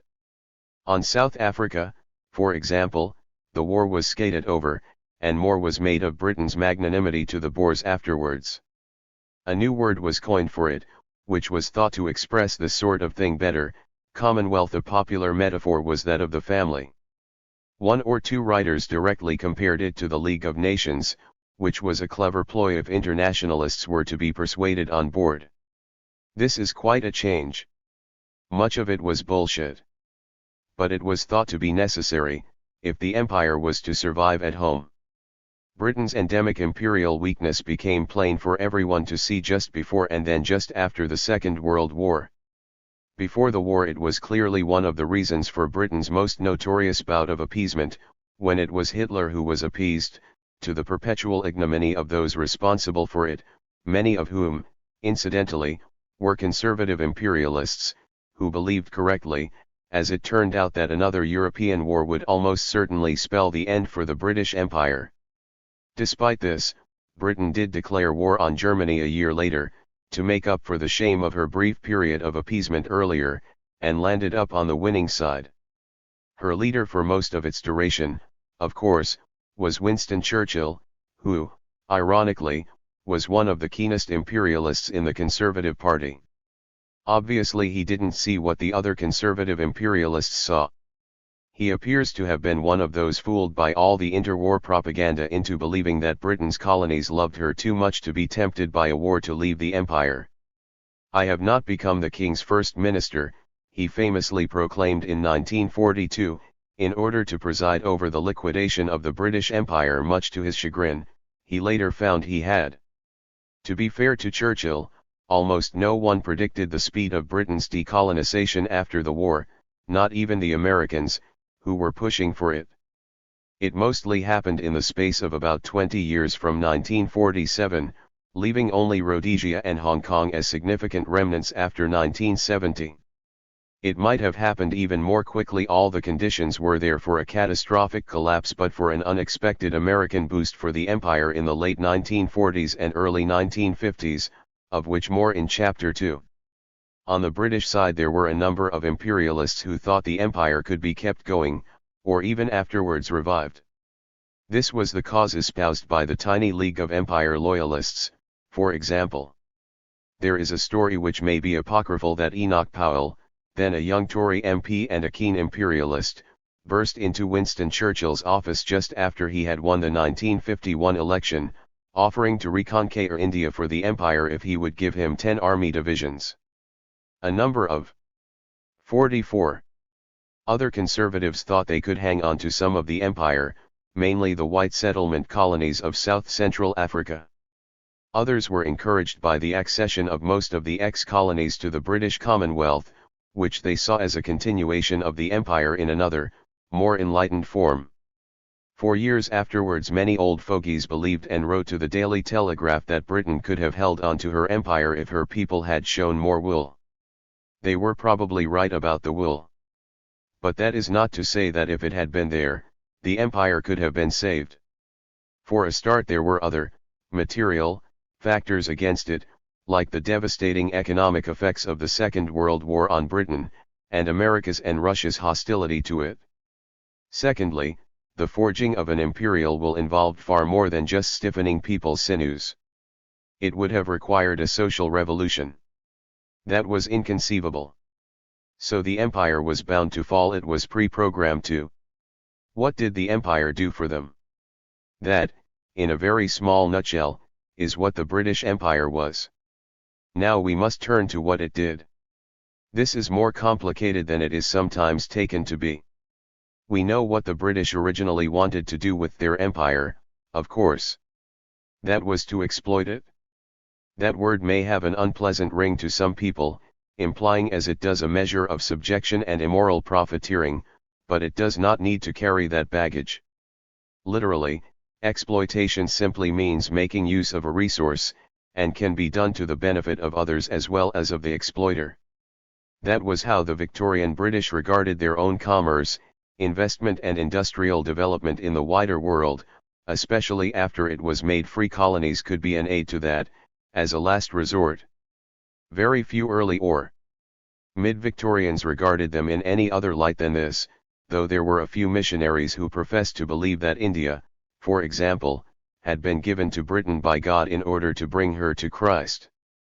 The main modification to this exploitation motive came when Britons went out to actually govern these possessions that their compatriots' commercial enterprise had acquired for them. These men had subtly different notions about what was good for other peoples than either the capitalists or the missionaries, which was what mainly complicates our picture of the effects of the empire on its subjects. Beyond that, however, there is also the consideration that these people, the governors, weren't allowed to have the effect on their wards they would have liked, due to the paucity of their numbers, the more general weakness of the empire's authority, and official lethargy. That, in fact, was the major factor determining Britain's imperial legacy to her ex-colonies in the 20th century, insofar as we can disentangle that legacy from what would have happened anyway, which is always a problem, of course, with this kind of historical issue. Some forms of capitalist exploitation are obviously not good for the exploitees. Slavery is the prime example, as most free traders acknowledged, even though some of them may have been a little too sanguine about the benefits that would automatically flow to ex-British slaves when they were liberated into the market after 1834. After then, forms of indentured labor were practiced in certain parts of the empire that came close to formal slavery. That is more problematical, of course. After all, most of the laborers will have signed their own indentures, presumably freely. There were constant rows about this sort of thing in Britain, most famously over the issue of Chinese slavery in South Africa after the Boer War. The most damaging kind of capitalist enterprise in the empire, however, was the settler kind. We have mentioned settlers already, mainly in an idealistic 46 kind of way, as brave, enterprising, individualistic pioneers. This is why they have founded many of the world's most prosperous and vibrant democracies. But there was also another side to them. In fact, settlers are well known to be some of the most problematical of colonists, the most avaricious, and, in particular, the most careless of other people's human and economic rights. The traces of their crimes can be seen all over. It was Australian settlers who perpetrated the worst massacres of their aborigines, for example. The same is true of both colonial and post-colonial North America. It is settlers who, generally speaking, are the most racist of imperialists, usually arising from their need for land and labor, which predisposes them to believe that the people that have the land and labor they covet are inferior. Settlers were the bane of the empire, at every stage of its history. Churchill once called the settlers of Natal the hooligans of the British Empire. Kenya, of course, where some of the worst British atrocities took place in the 1950s, was a settler colony. This seems to be a feature of human settlement generally, in areas where there are other less advanced humans living. It is not only a British trait. This raises an interesting question about the impact and the morality of imperialism more generally. Most of these phenomena were not the direct responsibility of the British government, which usually professed a duty of trusteeship towards natives, and in some cases tried to hold the settlers back. An example of this may be America in the later 18th century, where it can be argued that one of the motives for local settler resentment against the British connection was their desire to continue their expropriation and elimination of the native peoples to the west of the original 13 colonies, against the wishes of the imperial government, the latter objecting on both practical and moral grounds. Both these positions can be seen as imperialistic, but pulling in opposite directions. The settlers were certainly behaving imperialistically in most senses, despite their paper status as Britain's imperial subjects. Another example is the struggle at the beginning of the 19th century between plantation owners and humanitarians in the West Indies over the issue of slavery. Both these groups were also imperialist, of course, but their imperialism meant very different things to them. In the case of the plantation owners, it gave them the right to keep slaves. For the humanitarians, it conferred on them the duty to liberate them. In this case, the latter kind of imperialist won out eventually. In most cases of settlement, however, they didn't. They can be criticized for that, of course, for not trying harder. What these horrors cannot be blamed on, however, is imperialism per se. Indeed, it is arguable that the best corrective to them, at that time in history, would have been more imperialism. That might have saved many of the Indians of the Great American Plains, for example, as well as we have seen, giving Afro-Americans another 30 years of liberty. On the other hand, Britain might not have bothered. She was short of resources, after all. And the fact that Australia still had colonial status throughout the 19th century didn't do her Aborigines much good. The theoretical issue, however, is a genuine one. Later on, it lay behind some socialists' preference for imperialism of a sort, over what they regarded as the potentially more tyrannous effective imperialism of the free market. Even J. A. Hobson, the doyen of 20th century anti-imperialists, agreed that it was possible to envision situations in which imperialism was preferable to freedom, on libertarian grounds. Theoretically. 48. That was also the position taken by most British imperialists in the 19th and early 20th centuries practically. Certain peoples were self-evidently freer under British rule than left to their own devices. Free, of course, did not mean democratic then. For most of this period Britain did not have that for her own people, though she considered herself a free country. Rather it signified things like individual rights, security against arbitrary government, liberty of conscience, peace, the right to regulate your own affairs generally, and the right to buy and sell goods, land, labor, whatever. These were what British government was supposed to bring with it, and what were thought to make British imperialism distinctive from other kinds.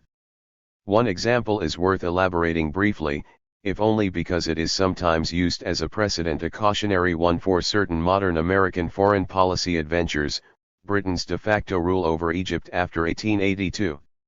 Egypt had been invaded originally by the self-styled anti-imperialist Gladstone in order to liberate the country from the corrupt and tyrannical administration of a local Khedive who had plunged the place into ruinous debt. He was replaced effectively.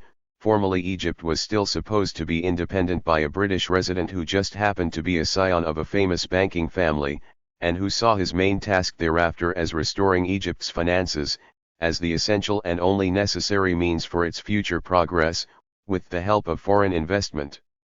The reasons this is often compared to the Iraq invasion of 2003 are Gladstone's continued protests that it did not count as imperialism, his insistence that he intended to withdraw his troops from Egypt as soon as she could stand on her own feet, the nationalist reaction the British invasion nonetheless provoked, which rendered this impossible, and suspicions of more nefarious motives underneath. There was also a Muslim fundamentalist leader hovering in the background, the Mahdi, who gave much trouble over the next 15 years. Superficially the resemblances do seem rather startling. The main point, however, is that the British government certainly felt that its intervention here, as almost everywhere, was liberating. It would not have been able to face its constituency otherwise. The ruling class. Egypt, however, was exceptional among British colonies in many ways, not least in having a capitalist put in control of her. This wasn't usually how things were done. One reason was that capitalists are, as a general rule, not all that keen on ruling. It doesn't come naturally to them. They tend to be hostile to government generally, which they see mainly as a restraint on enterprise, and, on a personal level, don't find ruling half as worthwhile or satisfying as making money. This is why a terrifically capitalistic power like the USA today is not at all keen on governing newly conquered countries like Afghanistan and Iraq, and is not, it has to be said, very good at it. Capitalists prefer to leave countries free, or, by a more cynical way of looking at it, to dominate or control them in less direct and obvious ways. The positive side of this, and one clear difference between the old British and the new American empires, is the latter's willingness, indeed, almost desperation, to devolve the government of its conquests to democratically elected governments as soon as possible. One negative aspect is that if this cannot be done, if democracy seems not to be an option, the Americans do not have much to offer in its stead. Britain did. This was because she was not as terrifically capitalist as America is.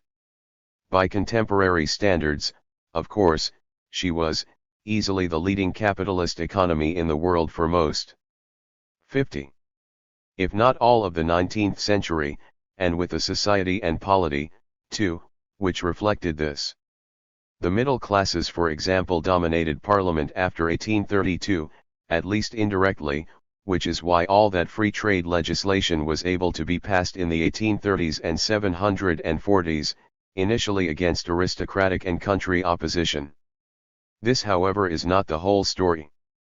The middle classes never displaced the upper classes in British society, and least of all in government, which continued to be dominated by upper-class personnel. The reason they were there is quite straightforward. They liked governing, indeed felt that they were specially born to it, and were groomed for it in their public schools, which saved the middle classes the trouble. So long as the upper classes did as the middle classes asked, like enacting free trade, that was okay. And by and large they did, generally out of conviction. Lord Palmerston, for example, arguably the greatest foreign secretary of the 19th century and prime minister for 9 years, had had political economy knocked into him in his teens by a disciple of Adam Smith, no less. Upper-class government was also supposed to be less prone to corruption than middle-class government, which was probably the case. There was a strong convention that ministers should not profit in any material way from their positions. That was carried over into the colonial field. British administrators abroad were not allowed to own property or have business interests there. That was probably another factor putting the capitalists off. It was to these other men, therefore, that Britain turned when she needed governors, district officers, and the like to rule the territories that her material interests had accrued for her. This immediately introduced a certain incongruity into the situation, even a contradiction, for these men did not by and large share the values of the capitalist classes. Indeed, like a house of cards, the British Empire, myth and reality 51, were usually taught to despise them in their schools, and consequently were unlikely in the colonies, far from the immediate control of their British middle-class masters, to rule their new subjects in an entirely capitalist way. Sometimes they actively obstructed the capitalists, who often complained of this, for example in India. More often their priorities were simply different. The British ruling classes were generally conservative, less zealous about liberalism or free trade or Christianity or anything else than the British middle classes tended to be, more respectful of the age-old customs they met in many of the colonies they came to run, partly because they reminded them of their own, and from a strictly practical point of view nervous of the sorts of liberal reforms that the middle classes favored, but which were likely to unsettle their natives, and consequently make them more difficult to control. For these men were, it will be recalled, it is almost the most important thing we need to remember about them, a very small number, relative to the hundreds of millions of people they were supposed to rule, around 2,000 in India in the 1890s, and not many more in the whole of the remainder of the empire. The reason for this was that their middle-class masters in Britain demanded that the colonies had to be ruled cheaply, if they were to be ruled at all, ideally from their own resources. That did not allow for much administration, if they were poor. A consequence of all this was that Britain's colonial rulers were never really in a position to force radical change, capitalist or otherwise, on anyone. This is one of the reasons, though not the only one, for the general ineffectiveness which is the main overall characteristic of British imperial rule, judged in terms of political development, during most of the 19th and early 20th centuries, despite claims to the contrary from both ends of the 52. Imperialist/anti-imperial spectrum, claims that it civilized its subjects, for example, or ruined them. Not that the attempt wasn't ever made. The early 19th century in particular was a time of great hope for the improvement and progress of native peoples all over the world, when it was felt that basically all one needed to do was to show the natives the self-evident superiority of the British way of doing things, in economics, religion, law, politics, and just about every other area, for them to quickly and gratefully fall in line. It should have been easy. It was tried in India, with fundamental land reforms along British lines, increased trade, the abolition of barbaric practices, new forms of justice, English-style education for an elite, and the encouragement of Christian proselytism, all designed, as William Wilberforce, the great anti-slavery leader, put it, to strike our roots into the soil by the gradual introduction of our own principles and opinion, of our laws, institutions, and manners, above all, as the source of every other improvement, of our religion, and consequently of our morals, in order to raise the Indians in what was often called the scale of civilization. Thomas Macaulay, the historian who was also on India's Supreme Council, saw the ultimate outcome of all this as Indian self-government under a parliamentary system, which, when it was achieved, he thought, would be the proudest day in English history. This was nation-building with a vengeance. Some of it worked. Sooty was banned. A generation of elite Indians was brought up as English gentlemen, and liberals to boot. Capitalist trade and land ownership gradually spread through the vast subcontinent. Up to the 1850s, the project looked to be going well. Then, however, came the shock of the mutiny. Instead of showing gratitude for all these blessings, the Indians, or a large 53 number of them, turned and bit the hand that was blessing them. This was a matter of genuine puzzlement to many Britons. It remains mysterious, wrote another liberal historian, J.R. Green, 17 years after the event. This explains the savagery of Britain's initial repression of the rebellion, and the longer-term hardening of race prejudice to which it may have given rise. People began to wonder whether non-Europeans could be civilized. There were also, however, kinder ways of analyzing it. Benjamin Disraeli, for example, blamed the mutiny on British arrogance, in particular, a liberal lack of respect for other cultures. Another imperialist, Alfred Lyell, had a more general explanation. I know of no instance in history, he wrote in 1882, of a nation being educated by another nation into self-government and independence. Every nation has fought its way up the world as the English have done. That knocks nation building right on the head. And of course it is what happened with India ultimately. In the meantime, however, Britain's civilizing mission had had the wind taken out of its sails more than a little. British imperialists never stopped talking about it, and maybe genuinely believing it. It was one of their main justifications for empire, after all, especially for those who did not feel entirely comfortable with its commercial rationale, but they appeared less sanguine. That lack of Indian gratitude hurt. Later, in a famous poem Kipling wrote to persuade the Americans to share what he called the white man's burden with Britain, this appeared as one of the burden's inevitable corollaries for those who took it up, the blame of those ye better / the hate of those ye guard. For him, this was one of its heroic aspects, how much nobler to do good to people without their thanking you. But it made civilizing a somewhat grim, stoical task. It also looked like taking longer than had been hoped originally. As the 19th century wore on, the timeline stretched out. One common way, 54, of measuring it was by looking at how long it had taken the Europeans to progress from, say, barbarity to civilization, or feudalism to liberalism, and apply that to the Africans, Indians, or whomever. It took us 500 years, was a frequent argument. Why should we expect these others to do it in less?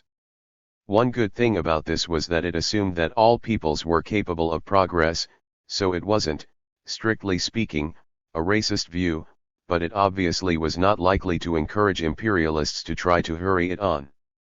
This was another dampener on the civilizing mission aspect of British imperialism, together with the simple problem of resources that has already been mentioned. For many this was probably just an excuse.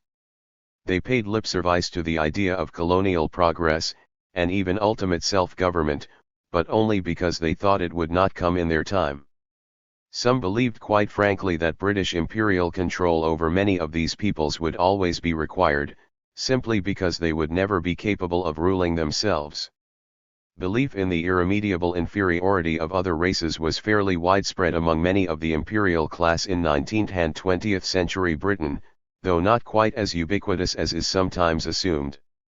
It was undoubtedly boosted by the excesses of the Indian Mutiny, and certain other bloody colonial events that came soon afterwards, Maori atrocities in New Zealand, for example, and black barbarities during the Jamaica Rebellion of 1865, or, rather, by the selection of these events for opprobrium by newspapers and others, in preference to the equally atrocious actions of Europeans, in a way that implied as it was meant to that atrocity was a uniquely non-European trait. If colonial subjects were biologically inferior, then trying to civilize them was obviously pointless. Policing and caring for them was about all 155 could do. There was, however, yet another approach to native policy, as it was invariably called in Britain, which rested on a quite distinct assumption from either of these. This was that the native was neither improvable on Western lines, nor inferior, but was simply different, with customs and cultures which were neither better nor worse than the European, and which deserved to be nurtured, therefore, in their own right. This may surprise those whose image of British imperial rule, even at its best, is of a dominant culture arrogantly trying to force its own ways on everyone else, but it ties in with the values of the class that was actually ruling these places in this period, which were, as we have seen, not necessarily the same as those of the classes in whose interests the colonies were originally taken, not so ideological, for example. There is evidence to show that throughout the history of Britain's colonial empire the people she sent out to run it often appreciated what they found there rather more than did the middle classes back home. David Cannadine, for example, has made much of this perceived affinity between feudal Britons and the traditional cultures of Asia and Africa, which may be one of the things the degree of empathy between them that enabled the former, despite their small numbers, to maintain their authority for so long. They didn't rub the local hierarchies up as much as the bourgeois would have done. At the beginning of the 20th century this approach became formalist in a new and distinctively British philosophy of colonial government, called indirect rule, or rule the native on native lines, the idea being that instead of modernizing whole societies, or even their elites, the British colonial authorities should simply help them to progress in their own, different, ways. One aspect of this was the deliberate preservation of peasant proprietorship in certain colonies, against 56. The tide of capitalist land ownership that was threatening to engulf them, to the annoyance, of course, of the capitalists. We must not exaggerate or over-idealize this tendency. It was only implemented in a very few colonies. Where it was implemented, it was as much for practical as for philosophical reasons. There are problems with it in any case. Was it realistic to try to cushion old ways of doing things from the inevitable impact of the modern world in this fashion? Some of these old ways were only dubiously authentic in any case. The policy was greatly resented by many Africans themselves, especially those who had already undergone some European acculturation, and who read it as an attempt by the Europeans to keep them down, which in many ways it undoubtedly was. In any event, however, it was another factor militating against the civilizing mission side of British imperialism, which, in truth, was only a very small part of its agenda overall. Non-officials. This is especially so if one considers all the agencies that were involved in it, of which the official colonial authorities, the Colonial and India offices and their servants were only one. Others included traders, capitalists, settlers, missionaries, even perhaps explorers and travelers. This in fact was a characteristic feature of British imperialism, marking it out from other empires that have been more tightly in the grips of their metropoles.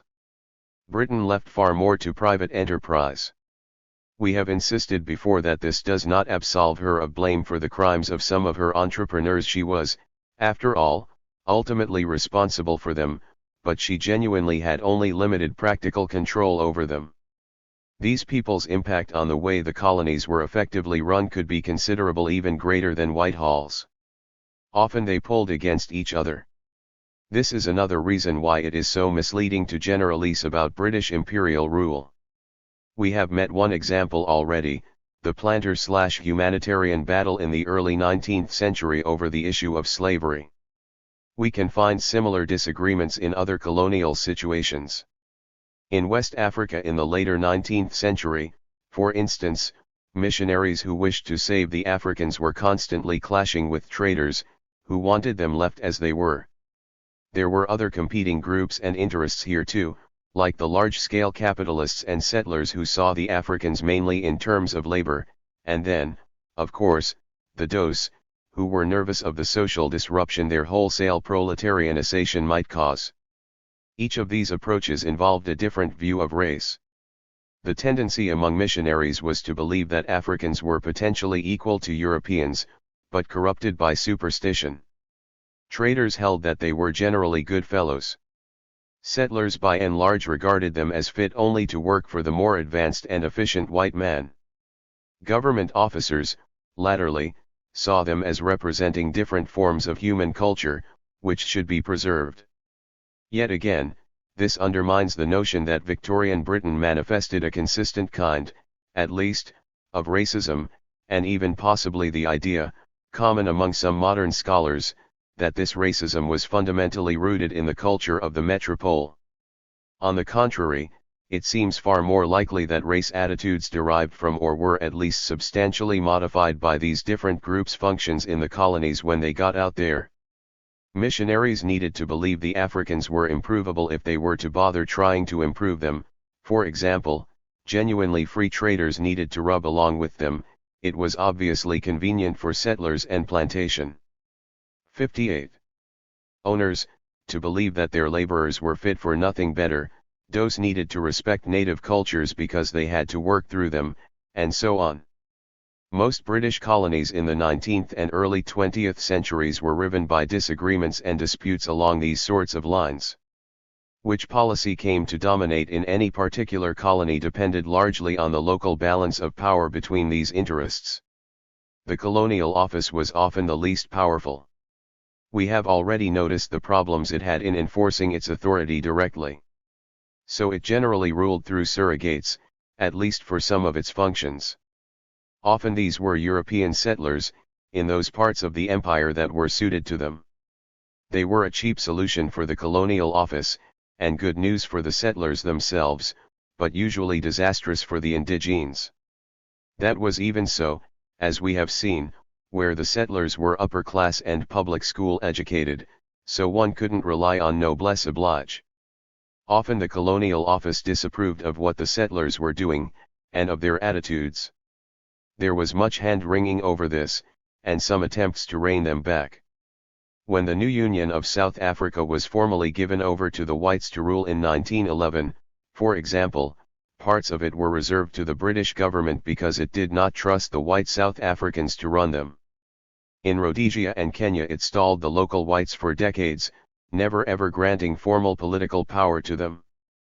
But it still allowed them considerable leeway, and defended the Kenyan settlers militarily, mainly to make up for its own small numbers of administrative personnel. That was a blatant and culpable dereliction of duty, for a government that always 59 professed to be holding these colonies in trust for their native inhabitants. Elsewhere the people with power, much of it, at any rate, were European missionaries, doctors, teachers, those capitalists who were still allowed to operate in the colonies, and local native partners, or collaborators. Collaboration, in fact, was one of the basic building bricks of the British Empire. It can be seen most clearly in British India, about a half of which was ruled by native princes. This is usually colored a lighter shade of pink on contemporary maps. The princes were not entirely free agents, of course, they had to govern in ways the British regarded as responsible, but they could still be, for example, as conservative as they liked. Again, this did not exactly conduce to progress. In vaguer ways the same pattern was followed in nearly all of Britain's non-settler colonies, even the deepest dyed red ones. Chiefs, emirs, sultans, maharajas, local educated elites, all became effectively Britain's clients there, allowed to retain their positions and privileges, and to block any real political change, in return for saving Britain the trouble of ruling their countries directly.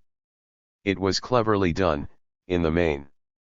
This is what the British upper classes, those that didn't go bad in the tropics, were good at, not emphatically nation building. That's why so few viable nations were built under the British. When colonial independence came, in the 1950s and 60s, many imperialists claimed that it was premature, that they needed another 20 or 50 years to prepare their colonies for self-government properly, forgetting that they had already been given those 20 or 50 years, 20 or 50 years earlier. They had done little with them. The interwar years in particular were a period of stagnation in most parts of the empire, with minimal economic development, and only a miserly amount of government money granted for it, by a labor government in 1929, and almost no moves towards any kind of indigenous political progress, except in the case of India, where it was forced on the government by the much more advanced, powerful, and angry nationalist movement that was active there. This is not to criticize the men in the field in the colonies necessarily, those famous dos in their khaki shorts and pith helmets, sweating in the tropical heat, most of whom seem to have been decent enough chaps, and genuinely concerned to do good according to their lights for their natives, albeit also rather unimaginative, perhaps even stupid. We don't need to demonize them in order to be critical of British colonial policy in this period generally, which of course was the government's and Whitehall's doing, not theirs. Their excuses were that they didn't have the men in the field, that money was tight, after the Great War and then into the Great Depression, and that they thought they had more time for the job than they had. But that does not seem adequate. About the only positive and successful imperial initiative carried out at this time was the achievement at last, in the 1930s, of the earlier generation of imperialists' dream of an imperial tariff union. And that had the negative effect of hugely irritating the Americans when Britain, because of her imperial weakness, needed them most, as we shall see. For those who are fond of historical precedents, this sets out the British one for modern American imperialism. It may be different from what some readers expected. It will almost certainly be more complex and ambivalent, certainly than most popular versions of the story tell it.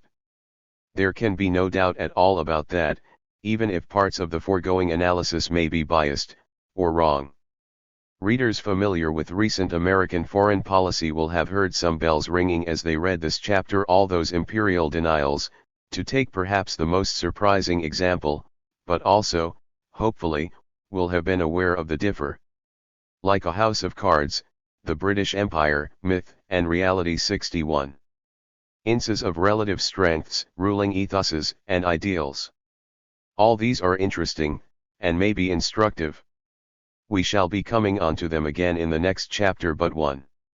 Before this, however, we need to examine some of the indigenous historical roots of American imperialism. That is what Chapter 2 will be about. 2. Not colonies, but outposts. The American imperial tradition. Common roots. Imperialism has never been one of the things that have differentiated Britain from America. During the 20th century the myth arose that this was one of the essential contrasts between them. Britain was an old-fashioned conquering and annexing power, America the first continental, outward-looking, non-imperialist power in history, in the words of Lawrence Summers. But it is not true. Throughout the 19th century, and for some way into the 20th, Britain and America pursued almost identical imperial paths, or, at any rate, paths that can be regarded as imperial in some lights. We shouldn't be surprised at this. America and Britain were similar countries at the time of their separation, with most of the former's liberties, of course, deriving from the latter, and they developed thereafter in rough parallel. In both countries the general trend was towards a broadening out of freedom. This is obvious in America's case, with the abolition of slavery in 1865, for example, the widening of the political franchise both at state and federal levels, to include women nationwide in 1920, and similar advances in religious and economic freedom. But Britain, 63, did not stay still either. Much of her development took a similar path, albeit with slight deviations from the American line.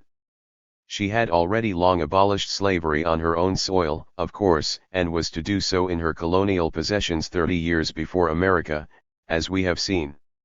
On the political front she was slower, but soon caught up with America in male democracy, and gave women the vote nationally a couple of years ahead of her. The persistence of her monarchy gave the impression of reactionism, but that is easily explained. Britain simply solved the overmighty king problem, which had been common to both of them, in a different way, not by replacing him with an elective one, as in America, but by progressively and drastically whittling down his powers. These were different means to the same basic end. Neither system is obviously more democratic than the other, each has its democratic drawbacks and advantages. Later on both countries flirted with more social forms of freedom, but with Britain taking to them slightly more enthusiastically, at least for a time. Nonetheless, the latter's relatively individualist ethos is one of the things that pushes her closer to America today, than for example to her European neighbors. Economically she was, if anything, freer than the US for most of the time. She invented the Industrial Revolution, of course. There were some important differences, to be sure. One was Britain's retention of her aristocracy, which America did not have in quite the same form. This, as we have already seen, was crucial in the context of the subject matter of this book. There were others, too. But these and superficial appearances, like the flummery surrounding Britain's ridiculous monarchy, should not blind us to the two countries' continuing similarities in most respects. So they were not likely to differ when it came to imperialism. 64. Only three things obscure this obvious fact.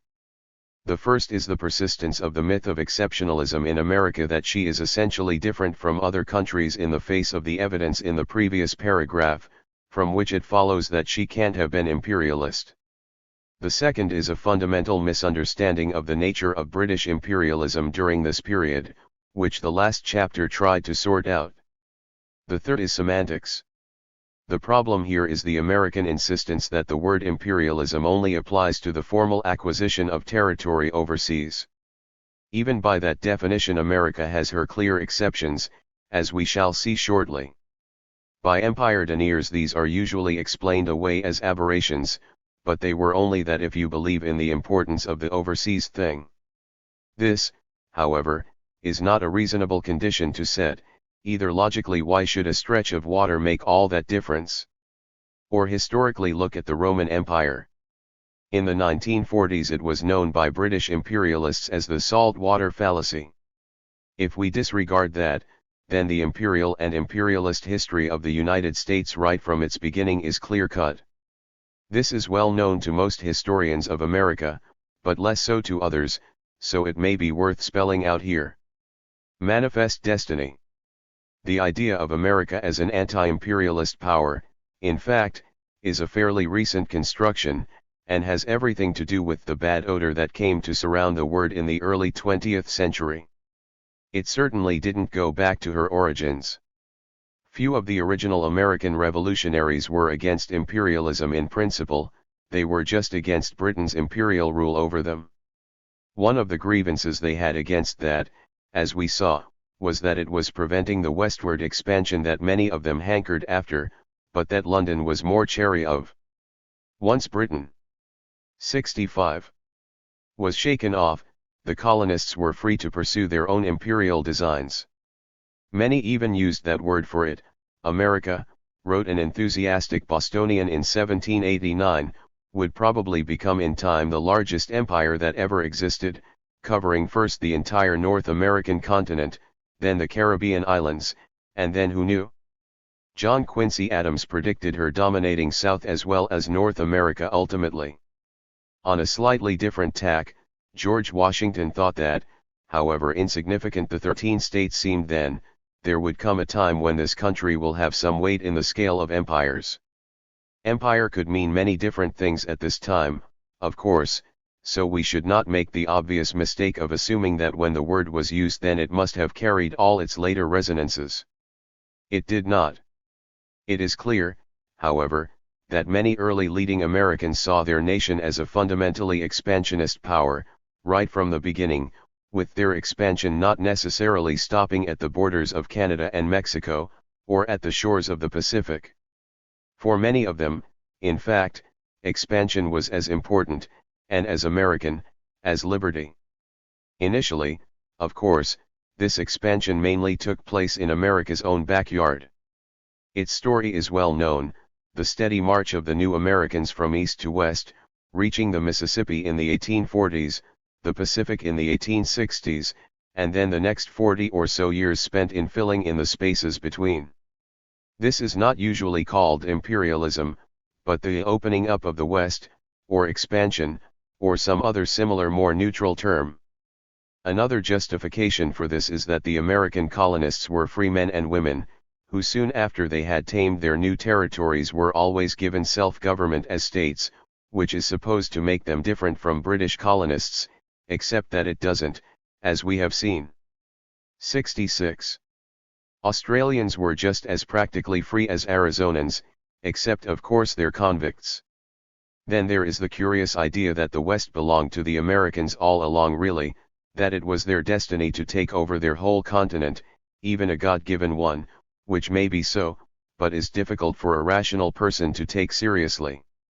One or two religious Britons thought the same of India and Africa, that God had given them to Britain to save their souls, except that in these cases this wasn't meant to deny Britain's imperialism there, but rather to justify it. Otherwise America's westward expansion displayed many common imperialist features.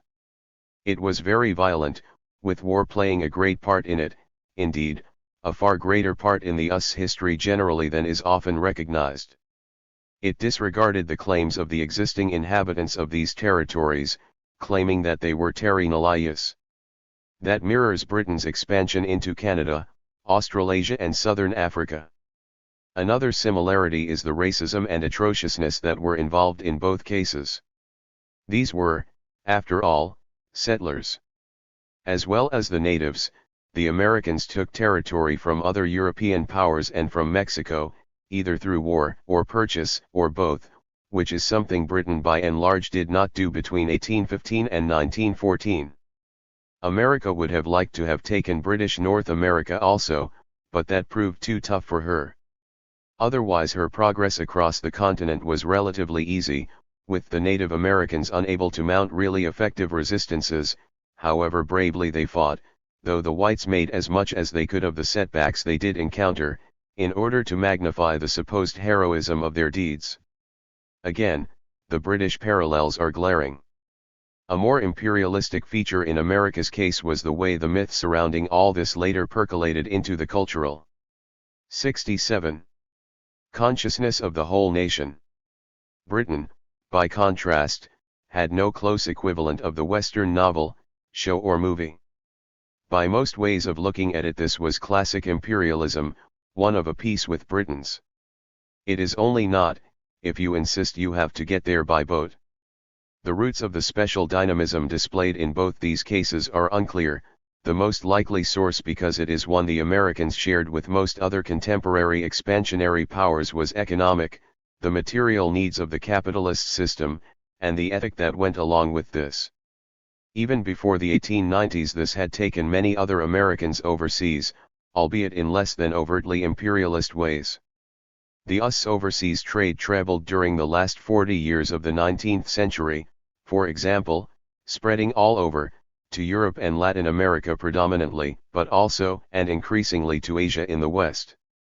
Trade is not intrinsically imperialist, and indeed in some circles is regarded, as we saw in the last chapter, as its antithesis or antidote.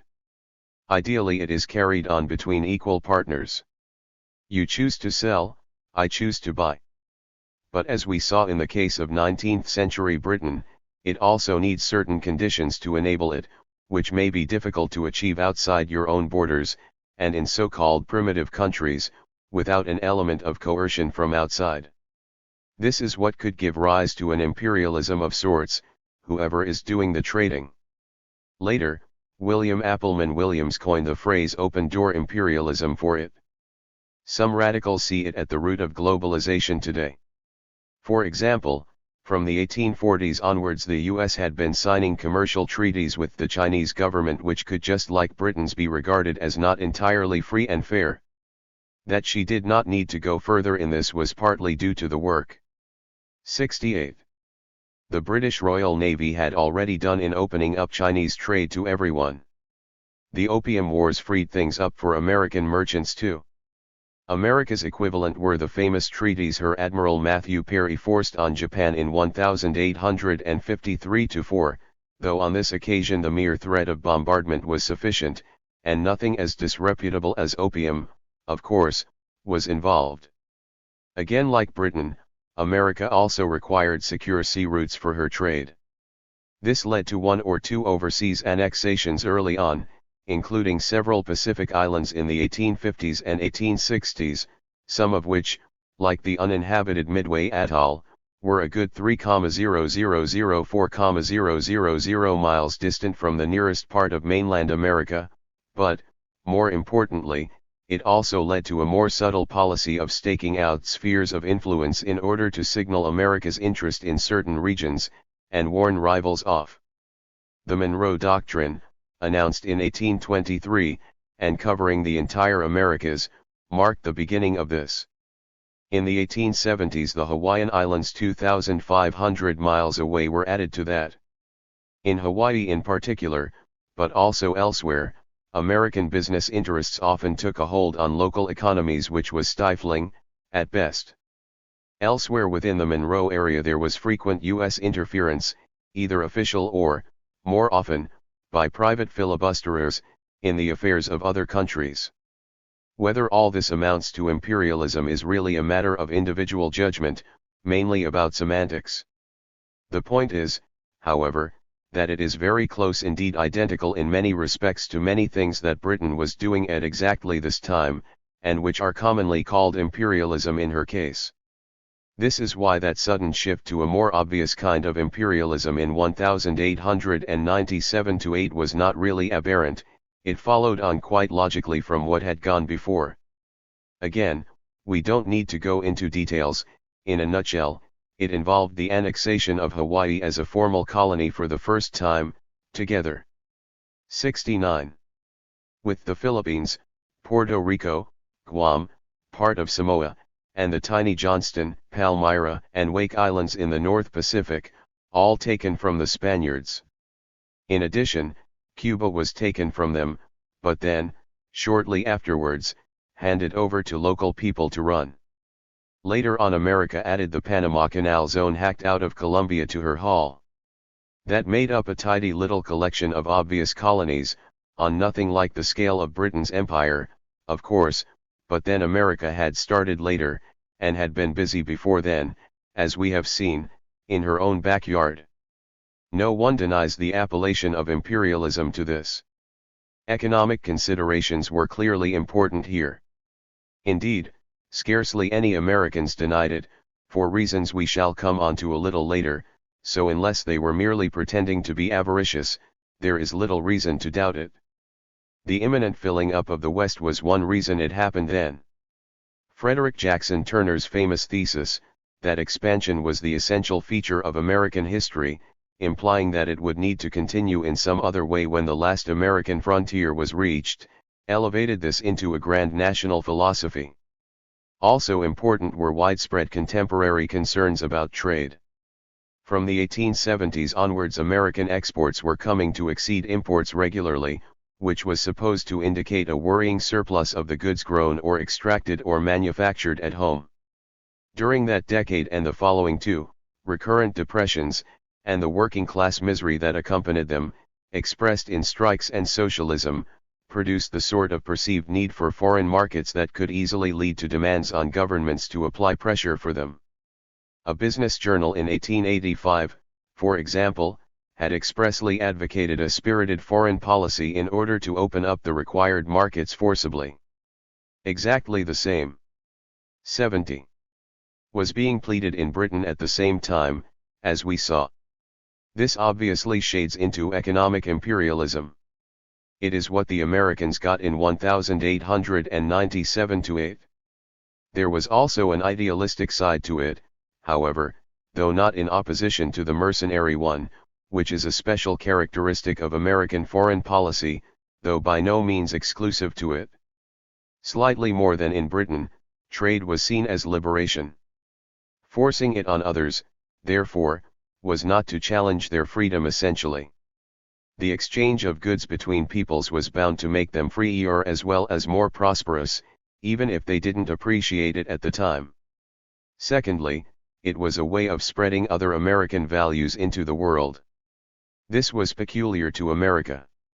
Because of the special nature of the USA's origins, the nature of her patriotism, the parochialism of her culture, and possibly because it is true, those values were supposed to be universal, valid for everyone, expressed in the rhetoric of liberty and freedom that Americans employed ubiquitously, without, in most cases, any sense of the intrinsically problematical aspects of these ideas.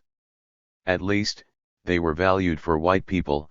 America's widespread domestic racism at this time, Jim Crow and so on, compromised her idealism here, more so than in Britain's case, where equality was less central even to the rhetoric of her imperial enterprise. In the case of the Philippines, the argument for liberation seemed the more convincing because the US was seizing the islands not from the natives, but from another empire, the Spanish. If this was imperialism, then it was of a special, anti-imperialist sort. Thereafter she liberated the Filipinos by ruling them, in American ways. Unfortunately, some of the gloss was knocked off this when many native Filipinos turned out to be no more enamored of America's new rule than they had been of Spain's, and fought a characteristically brutal war against it for 14 years. This was one of the 71 things that made America stop in her tracks, and held her back from much more formal imperialism after the Spanish War. It was a similar experience to Britain's after the Boer War. There is a famous remark of Theodore Roosevelt's, when he was offered the possibility of taking the Dominican Republic in 1904, that he had about the same desire to annex it as gorged boa constrictor might have to swallow a porcupine wrong end to. The Spanish War had also provoked much anti-imperial sentiment in the country, especially in New England, interestingly, because Old England manifested the same phenomenon, and in a very similar form. It cannot be entirely coincidental that the theory of economic imperialism was dreamt up by a Briton and an American, J. A. Hobson and Charles Conant, entirely independently of each other, so far as we can gather, and in precisely the same year, 1898. By some historians this anti-imperial tradition is supposed to express the true spirit of America, better than its brief imperialist fling. That may be so. More likely, however, is that both features are equally characteristic of what was, in fact, a complex and ambivalent society and culture, exactly as they were in Britain's case. Whether all that makes America an imperialist power in the 19th century is debatable. It probably doesn't matter. What does seem clear is that there are certain tendencies in American history, going right back to the nation's beginning, however significant they may or may not be compared with other trends, which can be regarded as imperialistic, have an imperialistic potential about them, and are very similar to features of certain other nations' histories at the same time, especially Britain's, which are generally accepted as imperialistic in these cases. The idea that America was entirely 72. Virginal in this regard is self-evidently ridiculous. She may still have been more chaste relative to others. Another possibility is that when she did sleep around, she usually did it with better motives than other nations, out of pure love and affection, for example, or to do her partners some good. One may be right to be cynical of this. Personal gratification is a much likelier motive, at least some of the time. Rape seems a good term to use in many cases. And it is possible to argue that some imperialist characteristics were even more pronounced in her case than in others. But that does not matter to the general argument here. The point that needs to be made is not that the United States was particularly imperialistic in the 19th century, but that she was not much less imperialistic than the countries she is often contrasted with. That is so, even if we take these protestations about chastity, kind motives, and the like at face value. Britain in particular, as we saw, made almost precisely the same claims, both about her non-imperialism during most of the 19th century, surprising as that might seem, and about the peculiar and unprecedented benevolence of her imperialism, by comparison with others, towards the end of the century, when that imperialism could no longer be denied. If you don't insist on getting in boats, and disregard God's word that He gave America to the Americans, it is easier to see the similarities between American expansio and British imperialism in the 19th century, than the differences. Isolation. British imperialists saw them too. This was at the turn of the 20th century, when Britain's imperial weakness drew some of them to the idea that America might be persuaded to share her 73. Imperial burden with her, thus inspiring Kipling's famous poem, directed at President McKinley, the Spanish warrior. Later his successor, Theodore Roosevelt, showed great interest in the British Empire, and indeed many affinities with a certain kind of British imperialist. Cecil Rhodes, the great millionaire empire builder of the 1890s, often expressed the hope that Britain and the USA might someday be united again, this time with both in the imperial driving seat. That was why 32 of the Rhodes scholarships to Oxford he endowed in his will were reserved for Americans. After the First World War, Lord Milner, Britain's ultra-imperialist British colonial secretary, still apparently thought that something like this was possible. The notion of making the defeated powers' colonial possessions into what were called mandated territories, under the general supervision of the League of Nations, was largely the current U.S. President Wilson's idea, and had been implemented at his insistence. Britain had no problem with that. As Colonial Under-Secretary Leopold Amery told the House of Commons in 1920, none of the conditions set by the mandates differed in the slightest from those which we would impose upon ourselves, or which we have been in the habit of imposing upon ourselves whenever we dealt with subject peoples. British imperial rule had always had the best interests of the latter at heart. For his part, Wilson did not appear to be an out-and-out anti-imperialist. For example, he had enthusiastically supported American annexation of the Philippines.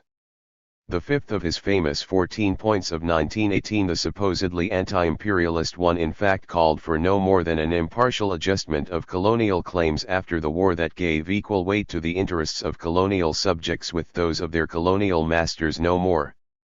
That seemed compatible with a liberal kind of imperialism. It was natural to infer from all this that America was prepared. 74. to shoulder at least some of the practical responsibility for administering these places, at least.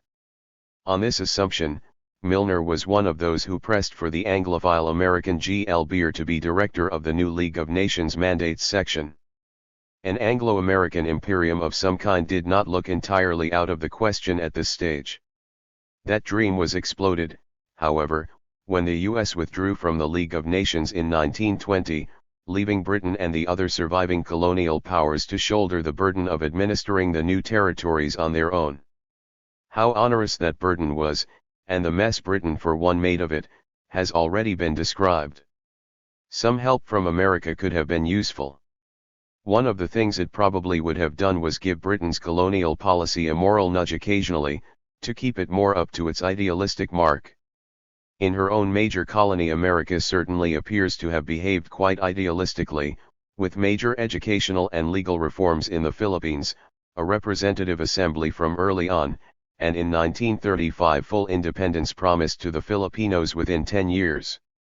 America's administration of the Philippines can be criticized on many grounds, not least for its economic exploitation of the islands, and its perpetuation of old ruling oligarchies, but it was generally libertarian according to America's lights. The same cannot be said for British colonial rule anywhere, unless libertarianism was forced on it. This is partly because America refused to get involved with the British Empire, though it would be mean, of course, to blame her for this, especially after her own experiences with it 150 years before. Instead, she stood on the sidelines and carped. It was at this time that the anti-imperialist part of her national history and ideology really kicked in. The First World War was mainly responsible for this, seen as it was and not only in America as the outcome of European competitive imperialisms. It had a very similar impact in Britain, as we saw, emphasizing yet again the 75. Two countries' parallel paths. But the manifestations of this impact were different. Because Britain already had an extensive empire, her revulsion was expressed through a kinder, more consensual kind of imperialism, or Commonwealthism in British propaganda, that is. In America it led to high-minded rejection, again, propagandistically. She became overtly anti-imperialist for almost the first time. This might have been helpful, if America had carped at the right things. There was, as we have seen, a lot to be critical of in British interwar colonial policy, from the atrocity of Amritsar in 1919, to the general lethargy that informed most British development policy in the more peaceful parts of the empire for the next 20 years. Obviously there were individuals and organizations in America that took these themes up, though it has to be said that there was not much general American interest in European imperialism during this period, or, for that matter, in America's own colonial possessions mirroring the situation in Britain at her earlier imperial peak.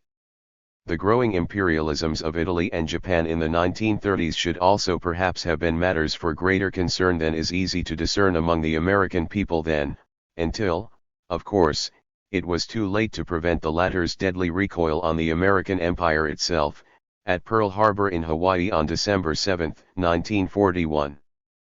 But American isolation then really meant isolation.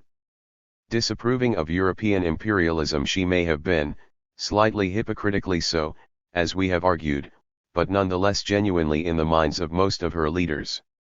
But she was not going to do anything to put European imperialism to rights. This was not the crusading America of later years. Instead, she concentrated on her own economic life and development. When her administrators did attack the British Empire, it was usually in connection with that. What really got up the Americans' noses about the British Empire, it is clear from the statements and policies of the time, was its new post-1931 protectionism. 76. Some officials got themselves into quite a lather about this. Cordell Hull, for example, Secretary of State from 1933 to 1944, called Britain's new imperial tariff structure the greatest injury, in a commercial sense, that has been inflicted on since I have been in public life. That the harm done to American business interests was obvious. What is interesting, however, especially to students of British imperialism, is that Hull also argued against it from general principle. Tariffs were the king of evils, and the root cause, he believed, of all wars. The president he served, Franklin D. Roosevelt, largely shared this view. Attentive readers of this book will recognize it immediately. It is pure Richard Cobden, and the basic idea, of course, that had lain behind British anti-imperialism in the early and mid-19th century. For Britain the solution was free trade, for America the open door, which means roughly the same thing. That became a prime imperative of American foreign policy during the 1930s. British imperial preference was a direct challenge to that. This is what the US mainly meant by anti-imperialism. In both cases, Britain's in the 19th century, America's in the 20th. This ideology clearly arose from their contemporary material circumstances. In Victorian Britain, capitalists were one of the dominant interests in society, though not the only one. In 20th century America they were more dominant. Capitalism gives the clue as to why they both took this identical line over free trade and the open door. The different degrees of capitalist penetration in the two societies, on the other hand, explain some of the differences between them.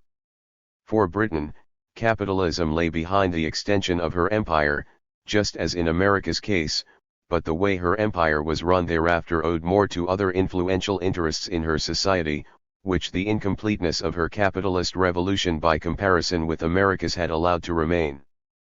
This was partly why Britain ruled more overseas people directly and physics. 77. Equally than America did she had the class of men to do it, and also why she ruled them in ways that sometimes offended against the values associated with individualistic capitalism, because those values were alien to that class too. It also helps explain another difference, why the possibility of free trade capitalist imperialism occurred to some Britons before it occurred to Americans. If you are trapped within a free market discourse, convinced that the spread of trade is inevitably beneficent, and that the only true form of imperialism is that which restricts trade, then it is difficult to see the possible imperialist potential of a non-restrictive trade. Cobden and Hull clearly could not see it, for example, had no conception that free commerce or capitalism, or business, or whatever could have as controlling and oppressive an effect on other peoples as more conventional forms of empire. Britain's paternalists, with their snobbish distaste for capitalist enterprise of all kinds, always did have an inkling of this. Later socialists built on that. They did so in the US, too, with several attacks on American capitalist imperialism being published there from the 1930s on. This kind of critique had a far shallower material base there, however, than in more hybrid Britain. Hence the idea that most Americans had at this time, very like British mid-Victorian liberals, that their country was intrinsically, systemically, anti-imperialist. Washing their hands of all new colonial responsibilities in 1920, and their general aloofness thereafter, probably helped confirm that anti-imperialism. That did not matter much to Britain while the US remained aloof. After December 1941, however, it mattered a lot. America was at last in the Second World War, drawn into it by that Japanese attack on her territory. That was a lifeline for Britain, who had originally declared war on Germany, of course. 78. Without being directly attacked. It always looked a hopeless task for her alone, against the far superior Nazi war machine. Her empire certainly wouldn't save her. So she needed the US. But the Americans were not at all happy about the British Empire. A famous article in Life magazine in October 1942 put bluntly what was then probably the predominant American view: one thing we are not fighting for is to hold the British Empire together.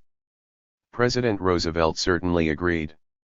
He disliked British imperialism, writes Roger Lewis, pure and simple, as it seemed to him. Many in his administration attributed the war itself to imperialism and thought as a consequence that the ending of all imperialism should be one of the Allies' war aims.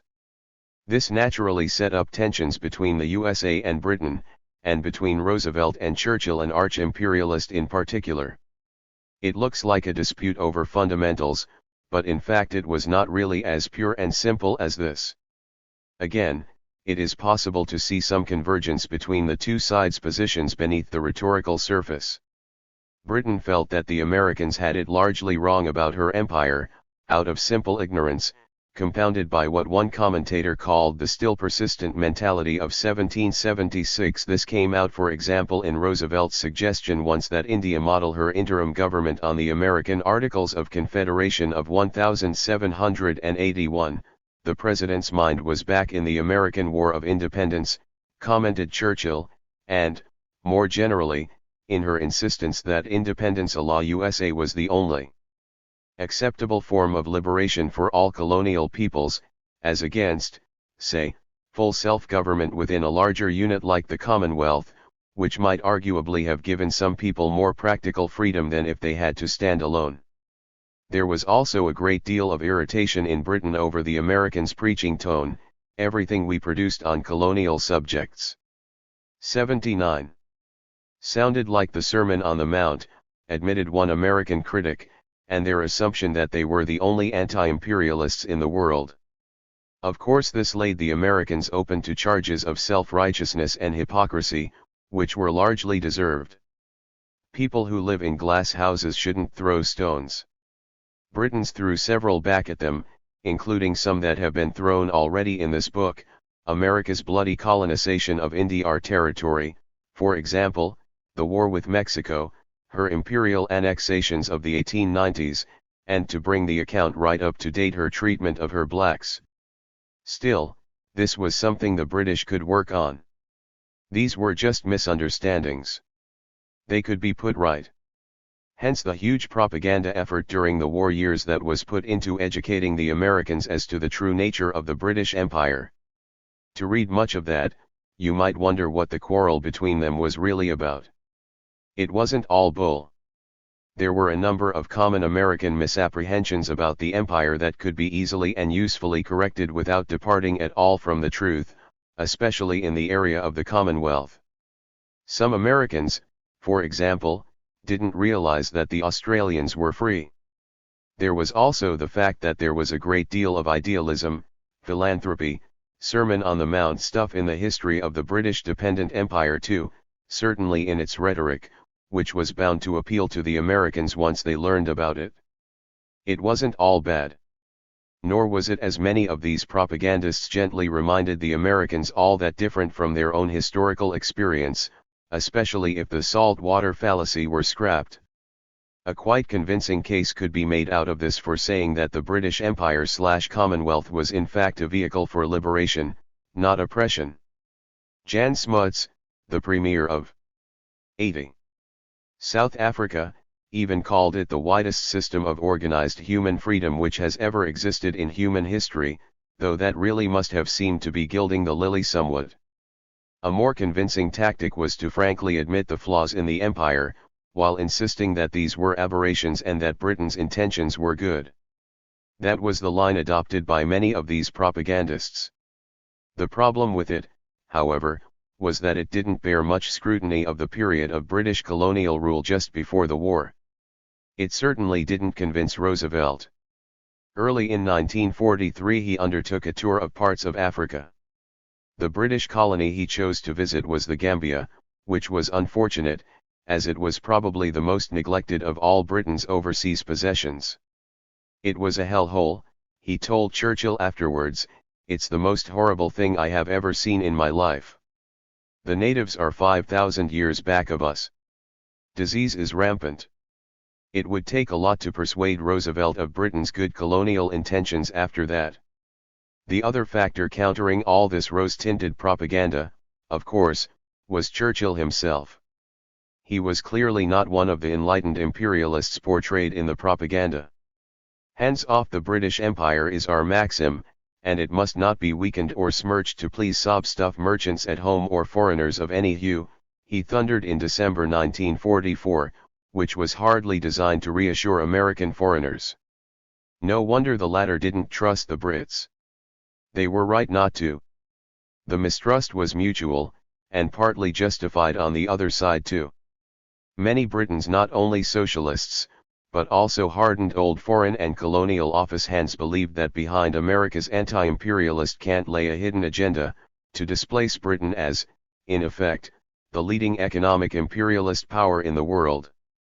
It was this, they thought, that explained her hostility to Commonwealth alternatives to complete colonial independence. Even a free and voluntary Commonwealth might rival the 81 U.S. commercially. It was the size of the British Empire that offended her. All that talk of liberation and international trusteeship for colonies was a cloak or cover for her own ambitions of de facto empire.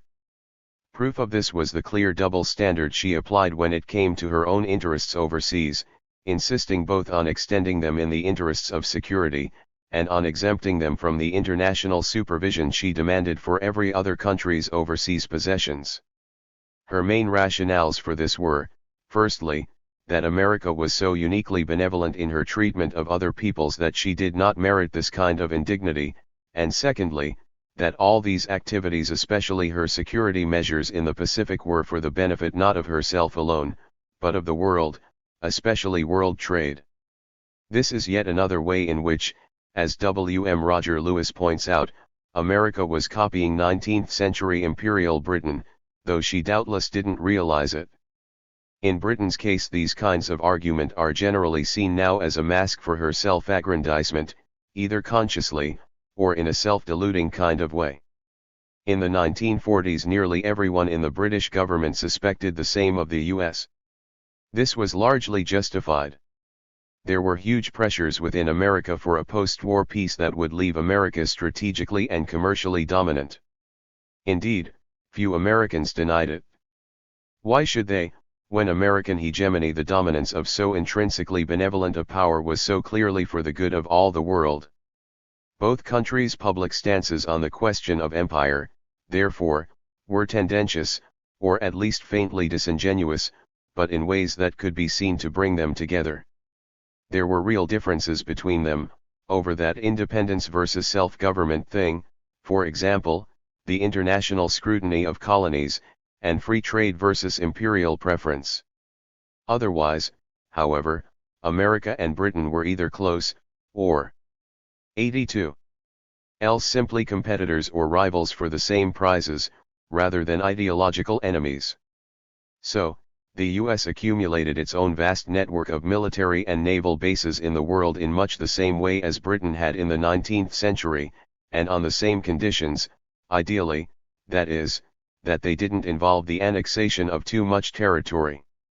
Likewise, she did not object on principle to advanced nations continuing to rule backward ones, so long as it was on the clear understanding that it was with the ultimate self-rule of most of them in mind, apart, that is, from very primitive peoples, and those who happened to inhabit places felt to be of strategic value to America. She accepted that this would take some time. After all, the Philippines, which she now held up as a model for other responsible colonial nations to follow, had needed more than 40 years of tutelage to set them on the right path. Britain's public stance was very similar. She differed from the Americans over whether the Atlantic Charter, signed by Roosevelt and Churchill in August 1941, was intended to include the colonies in its general commitment to the right of all peoples to choose the form of government under which they will live. She also resisted U.S. calls for her colonies to be subjected to international supervision, on much the same grounds as the Americans had refused it for theirs, namely, that she was too decent to require it. Both these positions became modified during the course of the war, however, with the colonial secretary giving a public pledge in July 1943 that self-government was the ultimate aim for all the British colonies, albeit within the British Empire. That narrowed the distance between the two powers. 83. Obviously that pledge had been forced on Britain or on Churchill. At any rate, Clement Attlee, his deputy, stood firmly in the Labour anti-imperial tradition, and was more genuinely in sympathy with the American line. But for whatever reason, America and Britain were converging fast. America was about to hugely extend her own empire of influence, Britain to let go more quickly than anybody anticipated, as it happened, including the Americans, of her more formal one. Some saw this as the US stepping into Britain's old imperial shoes, albeit surreptitiously.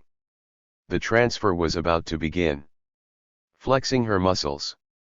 First, however, there was a curious transitional stage, when America actually gave succor to the British Empire in many areas of the world, despite her earlier protestations, and in the face of her principles, as it would seem. This bears a slight resemblance to those old British imperial schemes for an Anglo-American white man's burden, though it was more one-sided than men like Kipling and Milner would probably have been happy with, and did not last for long. The main reason for it was the Soviet threat. America took some time to cotton on to that. Roosevelt seems never to have done so. Right up to his death he insisted that the major future danger to America and the world was a revival of old-fashioned Western European imperialisms, especially British. If the analysis of this book is anywhere near correct, that is, of the British Empire's endemic weakness, he was quite seriously misled about that. Presidents Truman and Eisenhower, however, and the latter's Secretary of State John Foster Dulles, seem to have been wiser. The problem with the Soviets in this connection, however, was that they professed anti-imperialism too, and in an ideological form that was appearing more attractive to many discontented colonials than the American version. Unwilling to accept communism as a 84 form of liberation, obviously because of the heavily capitalist bias of their notion of liberty, the Americans saw Soviet propaganda in the colonies mainly as an attempt to extend Russia's or China's own empires by stealth. That of course was the mirror image of the Soviets' perception of American foreign policy. A neutral way of looking at it would be to regard both of them as imperialisms of a kind. Anyhow, this complicated the issue for the Americans. The choice now wasn't a simple one between European colonialism and freedom, but one between European colonialism, freedom, and communist colonialism. In this situation, people like Dulles felt they sometimes had to hold their noses, and go for the first. It wasn't an unqualified backing, by any means. America picked and chose. Her long-term strategy was always to get rid of British imperialism, no doubt about that. Usually where she decided to shore up Britain's imperial defenses, it was in places of particular strategic importance to her, like Southeast Asia and the Middle East, or where she felt the natives weren't yet ready to embrace liberty, or where she didn't care much, as in tropical Africa, but hoped to get a quid pro quo from Britain in return. It was not always an easy call for her. Backing the British or any other empire might be the way to save colonial peoples from the clutches of communism, but there was also the danger that it could alienate them more. They were walking a tightrope, said Dulles in 1956, between backing Europe's empires and trying to win the friendship of countries escaping from colonialism. This was a particular problem in the Arab world, vital of course to both countries for its oil, and where America's support for Israel had already loaded the dice against her. It was their disagreement over this that led to the most spectacular breach between the two countries, in November 1956, when Eisenhower refused to support Britain's invasion of the Suez Canal zone, and 85. Even threatened her with ruin if she did not withdraw, because he calculated that it was better to have the Arabs on his side. It was around then, in fact, that the whole edifice of what W. M. Roger Lewis and Ronald Robinson call Imperial Anglo-Americanism began to crumble. Increasingly America called the shots on her own. The Anglo arrangement had been just a stopgap. This freed America from the trappings of empire. Whether she stayed innocent of the essence of it is a moot point. Of course she wanted to believe so, for all the old reasons. Empire was a dirty word in the American vocabulary. By it, however, Americans generally understood something very specific, a hankering for territory, one country ruling another. Leftists, of course, with their notion of economic imperialism, were always skeptical of this narrow view. So should be historians of the British Empire, who have long been familiar with the similar idea of informal empire, whether they are leftists or not.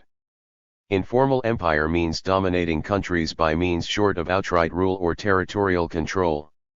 As we saw in the last chapter, it was Britain's preferred way of going about her overseas business in the early and mid-19th century.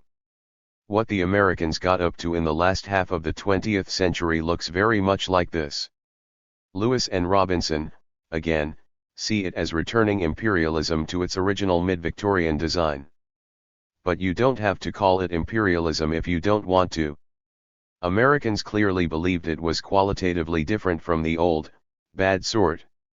Our old mid-Victorian friend Richard Cobden would almost certainly have agreed. Really, that doesn't matter.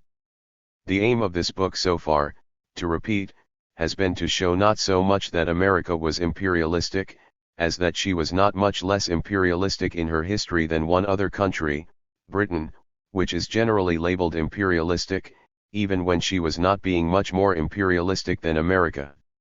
In other words, they are comparable, whether as empires or not. American commercial. 86. And financial * sway in the world in the second half of the 20th century bears an obvious resemblance to Britain's in the 19th, whatever we want to label them. Both were widespread, enterprising, pushy, sometimes unscrupulous, and more successful than most other contemporary nations' investments and trades. Both were sometimes aided by their governments, though this was not supposed to be allowed in strict free trade theory. Each could lead to exploitation in the pejorative sense of the word, that is, the abuse of human labor, especially where local people were needed to grow or extract the things Britain and America needed to import, or latterly to manufacture goods cheaply for them, like Nike shoes. British and American economic enterprise were followed, inevitably, by British and American fashions and cultures, shirts, ties, and even tweeds in 19th century India, jeans and trainers all over the world 100 years later, plus the cuppa, Coke, jazz, the novel, Hollywood films, cricket and football, Christianity, swearing, and so on. In neither case, incidentally, was there as much acculturation in the other direction as one might expect. Eastern ideas and institutions catching on in Britain and America, though there were some exceptions, especially in the area of food. This is clearly a sign of cultural dominance, if not necessarily of cultural imperialism. It suggests a certain arrogance on the part of the dominating nation, which might be labeled imperial, but it could also indicate a degree of receptivity from the Eastern side of the equation which, in my view at least, detracts from this. The same can be said for a great deal, probably the majority of Britain's 19th century and America's 20th century overseas trade, the sort, that is, that relied on the simple sale and purchase of goods. That was free. People bought British and American products because they wanted, even craved them. Even by its least formal definition, imperialism surely requires some degree of force or pressure to be exerted. Pressure, of course, is a slippery concept. There can be 87 arguments over some of the subtle forms of it that certain purely commercial practices involve. Generally, however, these pressures were too weak to justify the term imperialist in most of these cases. We need more than that, for example, an opium war. The US has never had an opium war, exactly. The nearest she got to this was probably when her tobacco industry in 1990 succeeded in forcing the Thai government to lift a ban on the import of American cigarettes that it had imposed for health reasons, not with gunboats, this time, but through threats from the World Trade Organization. That is qualitatively similar, for example, in putting freedom of trade before local wishes, and also, perhaps, in the lethalness of the product involved. The means by which it was done, however, signals a significant divergence between British trade policy in the 19th century and American in the 20th. Britain had a similar free trade agenda, but she didn't try to enforce it worldwide. She embraced free trade herself and in her dependencies, unilaterally. She negotiated bilateral treaties with other independent nations to establish it between her and them. She hoped that other nations would follow her moral example when they saw the benefits it was bringing to Britain, as for a time many of them did. But she did not cajole and threaten, as 20th century America did, retaliate when other nations declined to open their doors to her, for example, or try to enforce the system on the world through her domination of agencies like the WTO, International Monetary Fund and World Bank. In other ways, too, Britain never had modern America's economic clout, though partly, it has been argued, because the latter is more willing to tolerate huge deficits than was Britain. Britain also never had a military as huge as America's, or a secret army as potent and ruthless as the CIA. For all these reasons, the comparison that is sometimes made between British 19th century and American 20th century imperialisms, and the idea that the latter simply stepped into the same-sized shoes of the former, are misleading.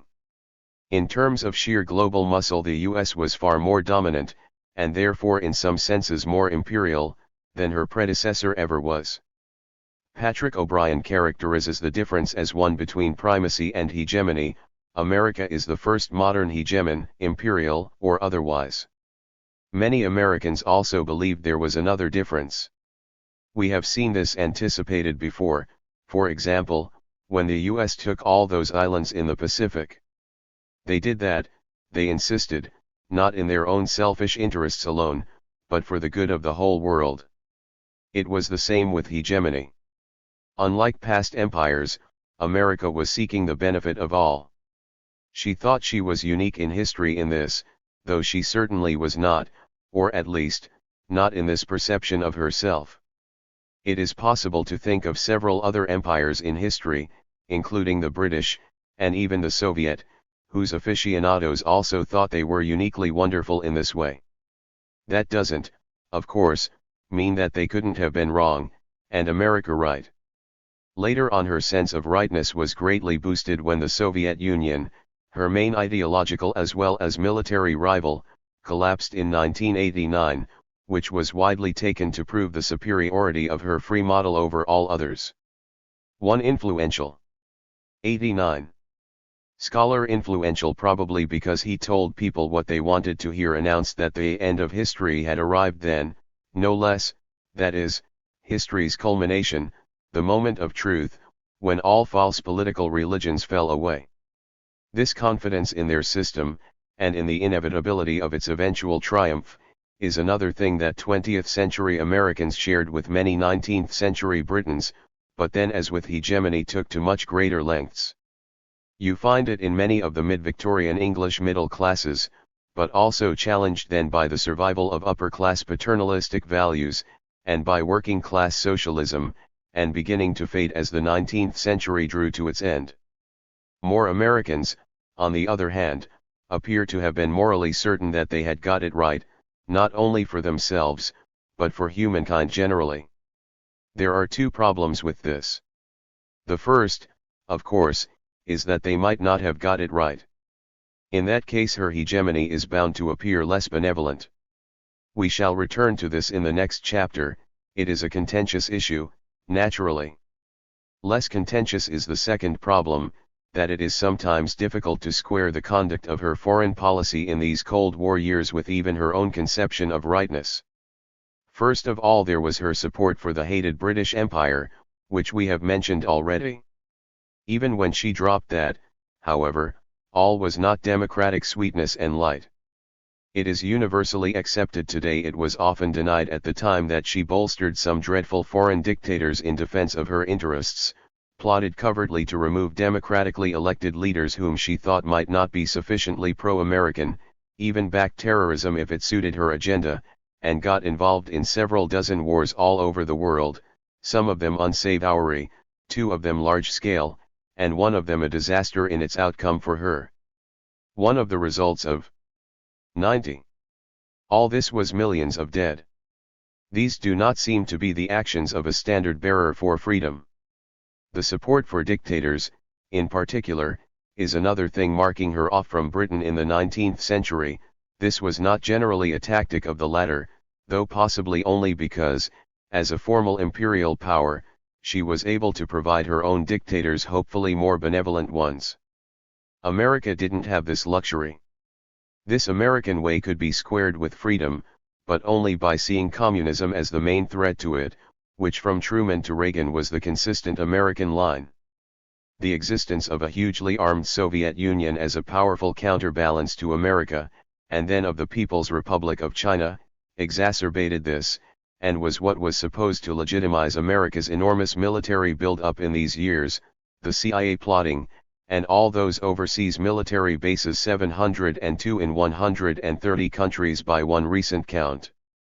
The Sino-Soviet threat was thought to justify almost any means to prevent this kind of democracy spreading. Just as the British Empire had once been, a Saudi prince or Iranian Shah was preferable to communism, even if liberty might have been the best alternative of all. And, naturally, we must not forget the US oil interests. That was why communism was feared in the Middle East, in particular. Oil, of course, a material interest, is what defines US foreign policy as imperialistic for those who believe the crucial factor behind imperialism is mercenary gain. Comparisons and contrasts. The idea that America's history has been significantly less imperialistic than Britain's, therefore, is clearly a myth. This isn't an 91. Original point. I imagine that most serious historians today, on both sides of the Atlantic, acknowledge America's imperialist past, though they might not realize how precisely similar to Britain's many aspects of it were. In the earlier 19th century one can see British and American colonization following the same path almost exactly, so long as one puts out of one's mind the salt water thing. Mid-19th century attitudes to imperialism were surprisingly similar. Both countries experienced assertively imperialistic aberrations at the end of the 19th century. The main difference here is that it came to be regarded as an aberration in America's case, whereas in Britain's it has been taken to be typical. After the First World War the differences between them were mainly rhetorical. Britain acknowledged her empire, America took up the banner of anti-imperialism, but for America this was all words. She did nothing practical to try to end imperialism, and on most practical colonial issues, including the conditions, timing, and so on of self-government for subject peoples, their leaders thought along exactly the same lines. After the Second World War the two powers found themselves in imperial harness for a while. It really is difficult to argue for an absolutely innocent non-imperial America on the basis of all this. There were differences, but they might be thought to be secondary, or even in some cases to strengthen America's imperial credentials. It is true that for most of the past 200 years the USA has been genuinely dead against annexing and ruling countries, though this also allies her, as we have seen, with people who in Britain's case are regarded as informal imperialists, at least. We should expect this. It is a clear characteristic of the liberal capitalism which the Americans tended to go for more enthusiastically, and stay with longer, than Britain's. It is also an outcome of America's different social system, which had much less room in it for the ruling class and its ethos that Britain relied on so 92. Much to actually run her colonies, and also incidentally to protect them, in so far as they could, from liberal capitalist predators. There is of course a good principled reason for it, too, that it is simply wrong for one nation to rule another. On the other hand, it could be said to have a downside. If you want to force your will on other countries for whatever reason, bad or good, it doesn't leave many options open to you. War is one, but that is a somewhat crude instrument, and damaging in some very obvious ways. In America's case, it may also have encouraged a masculinist, macho ethic, further boosted by all that popular imperialist literature, which differed at least marginally from Britain's more paternalist imperial ethos. Soldiers are only required to bash people, fathers are supposed to understand and look after them. Surrogates are another less than satisfactory alternative to rule. If you have a foreign interest you feel you need to secure, don't trust local democracies to do it for you, and if you have repudiated annexation, then the only thing left to you may be bolstering local tyrants, who might not have the same scruples as you. You can't control a Shah like you can a viceroy. That may be problematical. This is why America's informal methods of exerting control were not necessarily less tyrannical than a more formal imperialism might have been. We have touched on other differences between her imperialism and Britain's in this chapter also, America's greater hegemony, for example, her very special understanding of the notion of freedom, her sense of national uniqueness and destiny, and so on. All this colored her imperialism in a different way from Britain's. Whether it made her more or less imperialistic is debatable. It's not really important. There was certainly plenty of imperialist potential here. 3. No desire to dominate. The big argument over American imperialism broke out after 9/113, the Al-Qaeda attacks on New York and Washington in 2001, to which the U.S. responded by invading two foreign countries, Afghanistan in October 2001 and Iraq in March 2003. On the surface this bore many resemblances to the imperialism of the 19th century, especially the British, which is one reason why the charge was made. America's leaders rejected it, of course, as they were bound to in view of their national mythology. We have quoted Rumsfeld on this already, in the.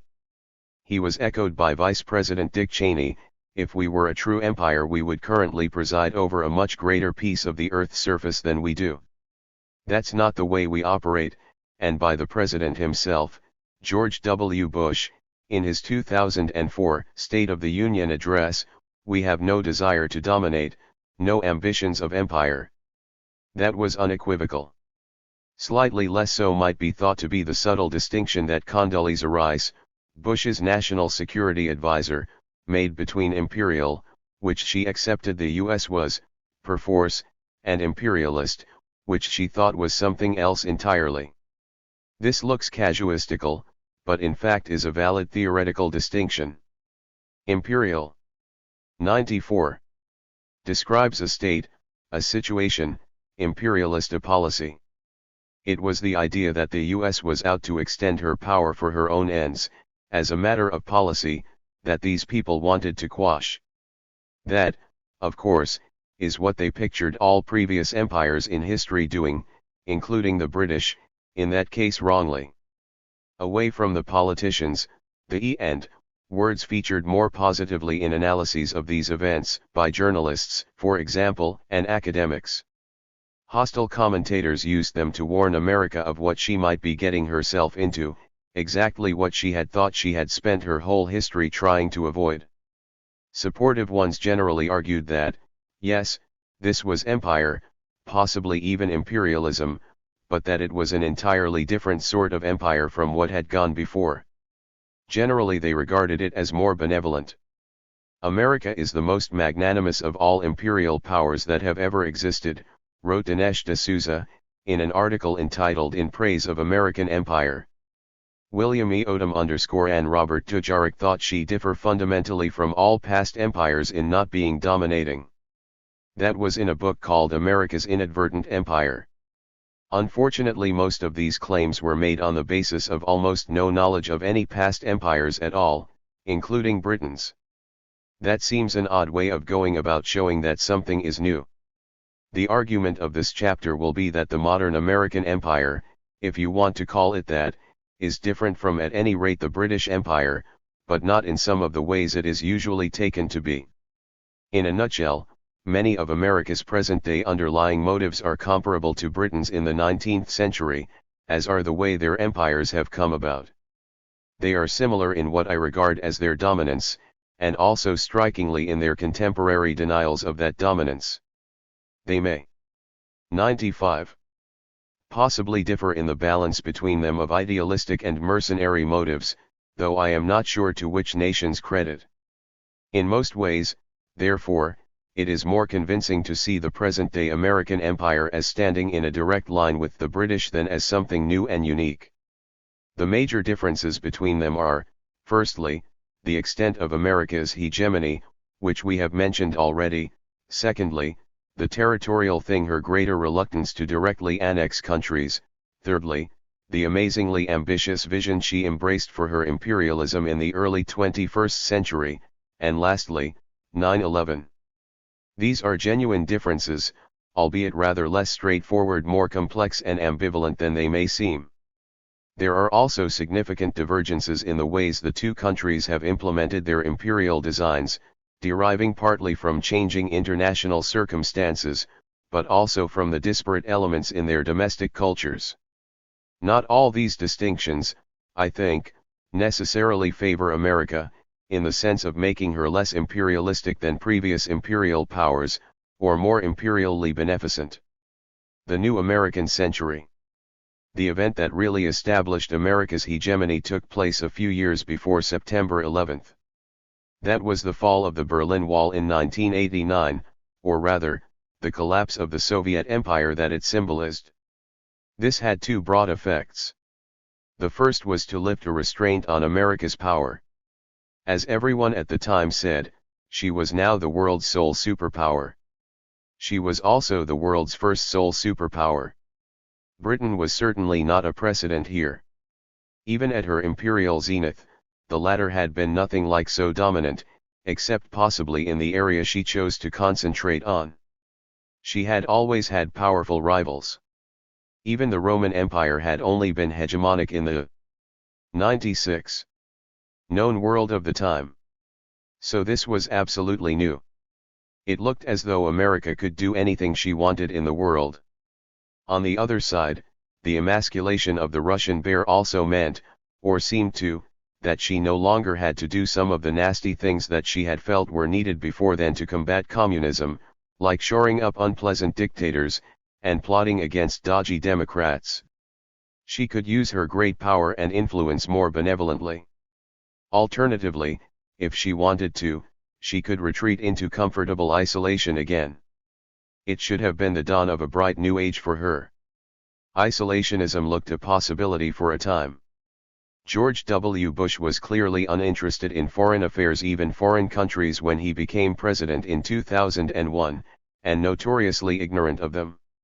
He was also publicly critical of his predecessor Clinton's humanitarian foreign interventions, as was his close advisor Condoleezza Rice, who let it be known that she thought America's foreign policy in the future should be limited to the defense of her national interest, narrowly defined. That included pushing for trade liberalization, but little more. It sounded like a return to the 1920s. This put the wind-up Britain's Tony Blair an imperialist before Bush ever was, as we shall see.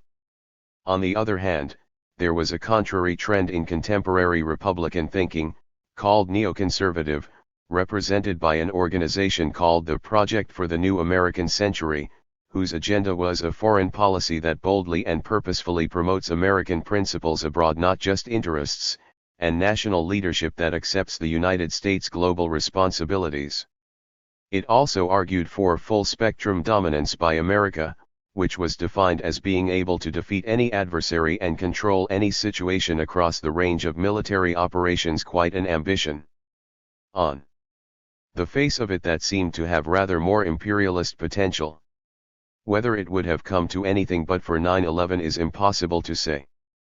This is one of the problems with assessing the degree of America's imperialism after then, that she had 9/11 to hide it behind.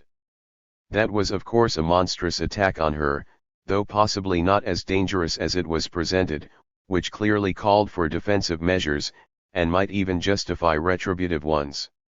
Self-defense is usually considered to be not the same as imperialism. The first of America's post-9/11 wars, the invasion of Afghanistan, could plausibly be justified as a defensive action, on the grounds that the Afghan government of the time had harbored and was still harboring the perpetrators of the atrocity. That, however, doesn't mean that the Americans might not have had an imperialist agenda in Afghanistan as well. The second invasion, of Iraq, seemed less justifiable on grounds of self-defense, simply because Saddam Hussein, the Iraqi dictator, almost certainly had not aided al-Qaeda, and, as it turned out, posed no military threat to the US in any other way. On the other hand, the US might have thought otherwise, which could be considered to acquit it of imperialist motives over this too. There can be no doubt it is proved by opinion polls that the majority of the American people believed that by going to war against Saddam Hussein they were hitting back at the perpetrators of 9/11. That was foolish, but for this the distortions and pusillanimity of their news media were largely to blame.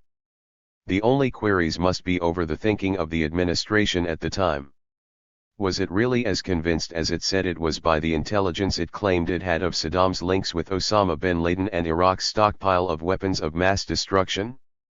Or was this just an attempt to jumpstart the plans for regime change in the Middle East that had lain on the drawing board of the project for the new American century for some years now?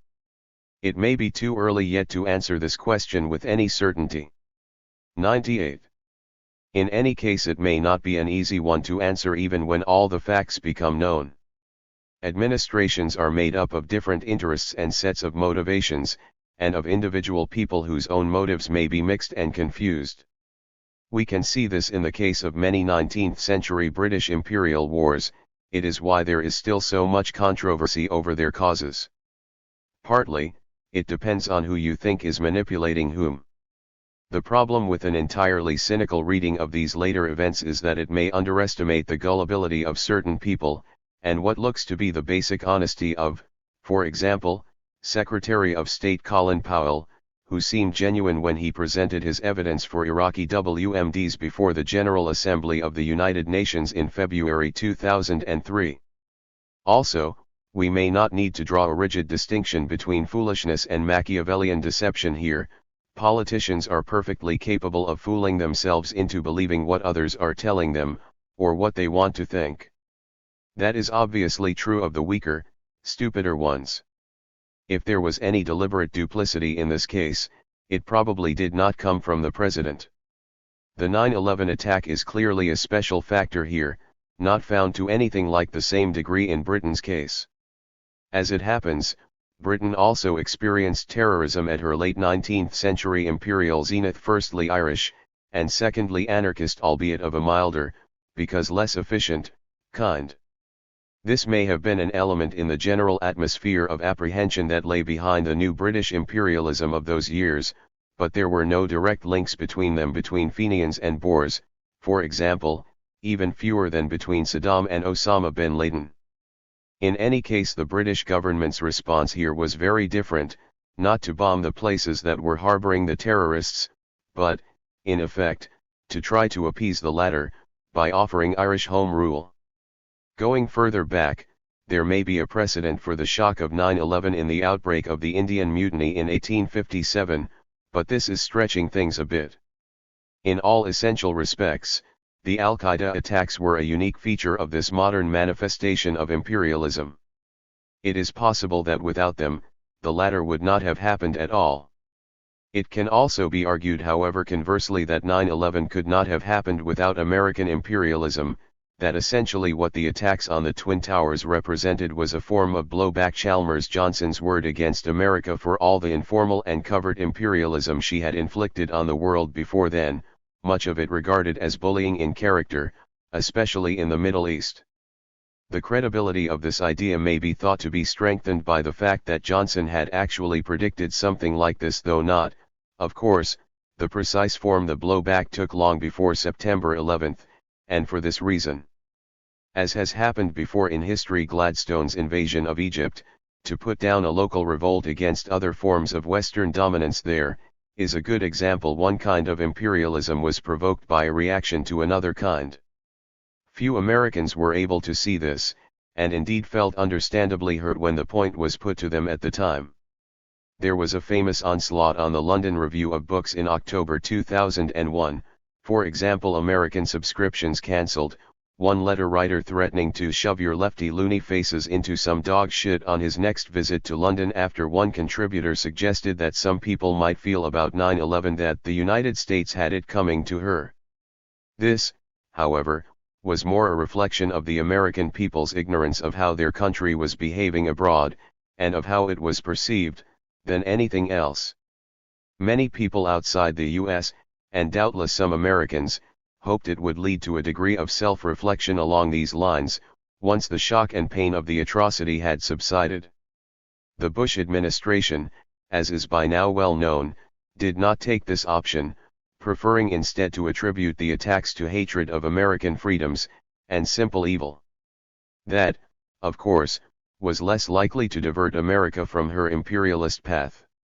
In any case, even when every allowance is made for American shock, poor intelligence, the desire for blind revenge, and simple misjudgment, it is difficult to see the Iraq War as just a response to 9/11. In fact, few people pretended it was. At least 3 other motives clearly came into it, for all of which British imperial antecedents can be found. The first was the unfinished business factor. George Bush Jr. was finishing off what his father had started when he had invaded Iraq in 1991, to free Kuwait from Saddam's aggression. On that occasion Bush Sr. had not gone on to remove Saddam from power, leaving the latter crowing. Jr. completed the job. That seems petty, but it may have had some influence. The best British imperial precedent for it is probably the invasion of the Sudan in 1898 to make up for Gladstone's pusillanimity in surrendering it to the Mahdi in 1885. A second widely suspected motive, a bigger one, was oil. Iraq had masses of that, of course, and gas-guzzling America was thought to need it. That was a very imperialist factor, if it really was crucial. Bush and Cheney's own American oil industry backgrounds and connections fueled this suspicion, inevitably, especially when Cheney's old company Halliburton was awarded some of the juiciest contracts in post-invasion Iraq. For British precedents for that we do not need to go beyond mid-20th century Iraq itself. The third general motive was the liberal one. This was the main one. 101. Brooded by the administration, especially when those WMDs didn't turn up. Iraq had been invaded to free it from a murderous tyrant, and to establish democracy in the region. Aficionados of the oil conspiracy theory didn't generally go along with that, but there is no reason to doubt the genuineness of this motive in the minds of many of those in positions of influence in Washington in 2003. Nor is it necessarily incompatible with the oil one. In the old British Empire, commerce and civilization often traveled in harness, as we have seen. Oil and democracy could be similarly linked. For America before 2001 they generally hadn't been, even rhetorically. But the case could be made. Beyond and behind this, however, there was something more, a new, broader vision of America's general foreign policy objectives, which the attacks of 9/11 had triggered, or enabled. No one denied this, or tried to keep it secret. It was out there in the open on the Project for the New American Century's website, for example, for all to see. Indeed, this was supposed to be one of the distinguishing features of the new administration's foreign policy, by contrast with what were presented by the Republicans as Clinton's aimless, short-sighted, and humanitarian, a word they much derided, thrashing about. The Republicans by contrast would be focused, clear-sighted, consistent, decisive and strong. To a certain right-wing mentality, of course, these characteristics are virtues in themselves. More important, however, was the specific content of this philosophy, which, it should be emphasized at the start, was not an ignoble one. Those who took it to be a mere cloak for lower or more mercenary motives were probably preventing themselves from understanding it fully. This does not necessarily make it any the less imperialistic, however, by any but the most hostile or pedantic definitions of the word. It envisioned America. 102. Remolding the world. That would count as imperialism in most people's books. The city on a hill. It was an extraordinary ambition, but it should not have been entirely unexpected. The idea of America as an example to the rest of the world, or even the example, goes back a very long way. John Winthrop famously saw the Puritan settlements of New England as a city upon a hill, with the eyes of all people upon us in 1630. That, incidentally, was originally intended as a warning to those same settlers not to stray from God's laws, lest we shall open the mouths of enemies to speak evil of the ways of God. The same notion can be found running through her history thereafter, albeit unevenly expressed, for example, in Thomas Jefferson's belief that eventually the American system would spread everywhere, to some parts sooner, to others later, but finally to all, because it was the expression of universal rationality. Benjamin Franklin called America's cause the cause of all mankind. Woodrow Wilson was another who believed that American principles, American policies were also the principles and policies of forward-looking men and women everywhere, of every modern nation, of every enlightened community. They are the principles of mankind and must prevail? And so on. Sometimes, in reading such statements, one gets the impression that Americans believed and perhaps still do that they had invented democracy, quite alone, and were solely responsible for its spread in the world, either through example or by intervention. Then, coming into the later 20th century, the city upon a hill phrase was revived again, this time much more arrogantly than in Winthrop's cautionary version, and often with a shining in front of it, to describe this essential place of America's in the world. In the 1940 war film The Fighting 69th, for example, starring James Cagney, it appears in the final 103. Patriotic epilogue.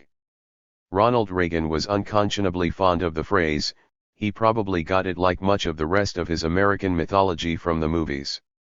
It was also Reagan who once described America as the last best hope of man on earth. Such rhetoric was not confined to Republicans, it was, after all, Madeleine Albright, President Clinton's Secretary of State, who characterized America as the indispensable nation. We stand tall, and we see further into the future.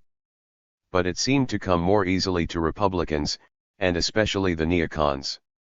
Condoleezza Rice, for example, described the United States as on the right side of history and claimed that American values are universal.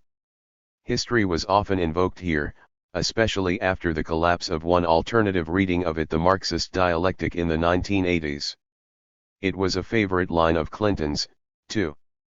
Then, in the early 21st century, religion made a comeback, with America being seen as God's chosen nation, no less, very like Israel in olden times. George W. Bush combined the two lines in 2000 when he claimed, remarkably, that the USA had been chosen by God and commissioned by history to be a model to the world. That is one hell of a claim to make for any nation. But so far it is not a threatening one. A model is just that, a template, or a plan to follow. Shining cities should attract by their own light. You would expect that to happen, naturally, if the light really was so bright and seductive. This bears similarities with 19th century liberal thought in Britain, though with rather more God than was common there, unless this was just because the Victorian British wore their religion less on their sleeves. It is arguable that the latter were better Christians underneath, at least of the Gospel's kind, and also, probably, more national self-confidence. Britons also liked to believe that they were in the van of what they called progress, but they were not so sure that they had achieved perfection yet, or even knew for certain what it was. The analogy they preferred, rather than the city. 104. Was a path. Britain was further along the freedom road that every people would follow eventually, but certainly not at its end. This probably had much to do with their national mythology, which saw British freedom as a process, being steadily worked out historically, rather than as something established all at one go, at a single moment in the past. In both cases, however, the clear implication was that there was no need to force this on other people. They would follow, initially as individuals and then as entire nations, when they saw how free, prosperous, and happy Britons were along their road, or Americans in their city. All that was needed was the example. Human rationality would do the rest. There was another similarity. Both creeds put great weight on free trade, not only as a good in itself, producing and diffusing material prosperity, for example, but also as a trigger for the achievement of other kinds of public good. Richard Cobden had believed that other freedoms would follow the spread of free trade, almost inevitably, that this simple idea was the key to the salvation of the world in almost every way. So did the later American neocons. Most of these invariably bracketed markets and democracy together when they spoke and wrote of their hopes for the future. In many cases these two words were placed in this order, with markets coming first, because that was seen as crucially enabling the second, rather than vice versa. Condoleezza Rice, in an influential foreign affairs article of early 2000, wrote of her faith in the power of markets and economic freedom to drive political change, a faith, she claimed, that was confirmed by experiences around the globe. This reads like pure Cobden. It was clearly the ideological justification. There will have been more practical and perhaps less savory reasons also for the haste with which the U.S., whenever she conquered countries in this post-9/11 105 period, set about instituting free markets, privatization, and so on there, usually to the benefit of American companies, long before establishing democracies, which might have taken another line over these questions. This appeared curious, even anti-democratic to other kinds of Democrats. Surely people should be allowed to choose their own economic arrangements, as well as everything else? But it was not, of course, if you assumed that markets and other sorts of freedom were inextricably linked, as in a capitalist-dominated democracy you were likely to. For 19th-century British liberals this was not so much of a problem, because democracy was less of a priority, even propagandistically. This was not unreasonable, by their lights. There is no necessary connection between democracy and other kinds of political liberalism, at least in logic. You can have democratically elected tyrannies, for example, and non-elective autocracies that are nonetheless more sensitive to most human freedoms than those. In the mid-19th century they also feared democracies being hijacked by uneducated rabbles, as during the French Revolutionary Terror, and this was the objection some of them had to the American system by rich and powerful interest groups. For Cobden and his ilk the freedoms that were supposed to come in the wake of trade liberalization were subtly different, or given a different emphasis: freedom from want for everyone, which implied a degree of egalitarianism, freedom from being killed in war. There were strong elements of pacifism and anti-militarism in mid-Victorian liberal thought, and freedom from the state, which was often taken to mean the end of states as such, or true internationalism, for Cobdenism tended to be antipathetic to nationalism and even patriotism, too. This was liberal imperialism as it was understood during the mid-19th century, by those, that is, who accepted that it was imperialism at all. 106. Just to list these characteristics is to point up some of the differences between then and later, for American neoconservative free marketeers were not egalitarian or pacifist or anti-patriotic in the least. In fact, it had been a very long time since economic liberals generally were.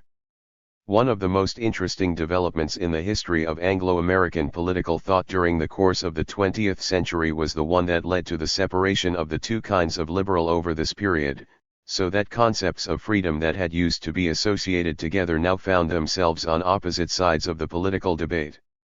In Britain this culminated in Margaret Thatcher's philosophy of a free economy in a strong state, which would have been incomprehensible to her mid-Victorian predecessors.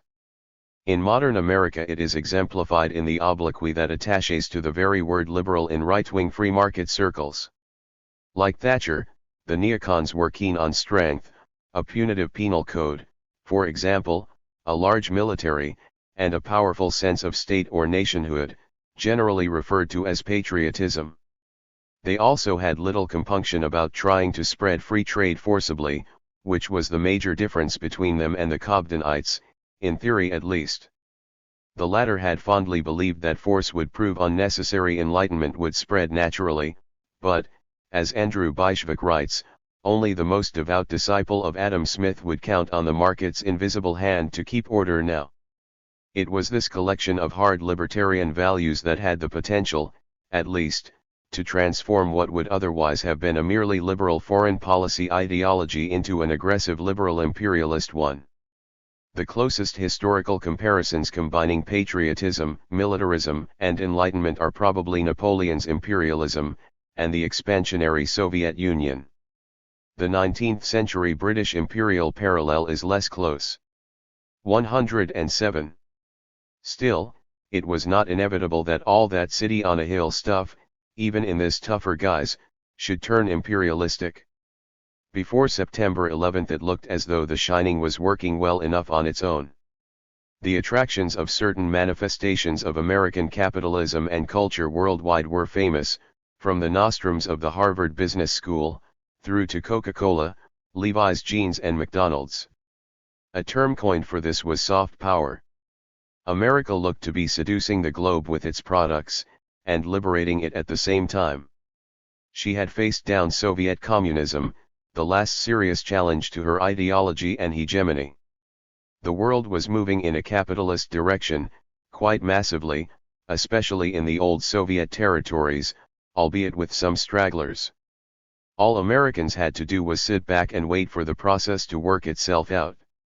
Very few of them, even Republicans, especially Republicans, perhaps, for they tended to be more literally conservative than Democrats, believed that it was America's role to spread freedom in any more active and forcible ways. That after all was not supposedly how the Cold War had been won. It should have been unnecessary. What suddenly made it seem necessary was a combination of 9/11 and the new administration and new sorts of Republicans that came to power in America in 2001. The events of 9/11 had the effect of pushing America's lines of defense outwards. The homeland could no longer be shielded from terrible dangers merely parochially and passively, even with the help of the hugest armed forces and the most sophisticated missile defense systems, for example, but required proactive, or preemptive as it was called at the time, actions abroad. Actual and potential enemies had to be pursued to their homelands, which was of course the main public rationale for the US onslaughts on Afghanistan and Iraq. But that was just a 108 short-term solution. As well as this, the neocons believed, and Bush came to accept, that the world needed to be changed fundamentally politically, in order to do away with the conditions that were supposed to breed what Bush characterized as resentment and hatred, or another favorite word of his evil, which were, according to him, tyranny and non-freedom abroad, starting with the Middle East, where most of the evil had its origin. So, the survival of liberty in our land increasingly depends on the success of liberty in other lands, as he put it in his 2005 inaugural address, which was the defensive argument for trying to change other nations, by military means if all others failed, it was implied, or even if not. Needless to say, it was also bound to be to those other nations' benefit, which squared it with the Americans' idealism too. But it was probably the appeal to their domestic fears that persuaded the latter to accept it.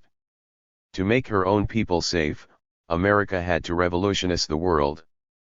This was not an entirely new ambition, any more than the more static shining city one was, though it is probably oversimplifying things to say, as Robert Kagan does, that in taking it up now America was not really changing, but only became more itself.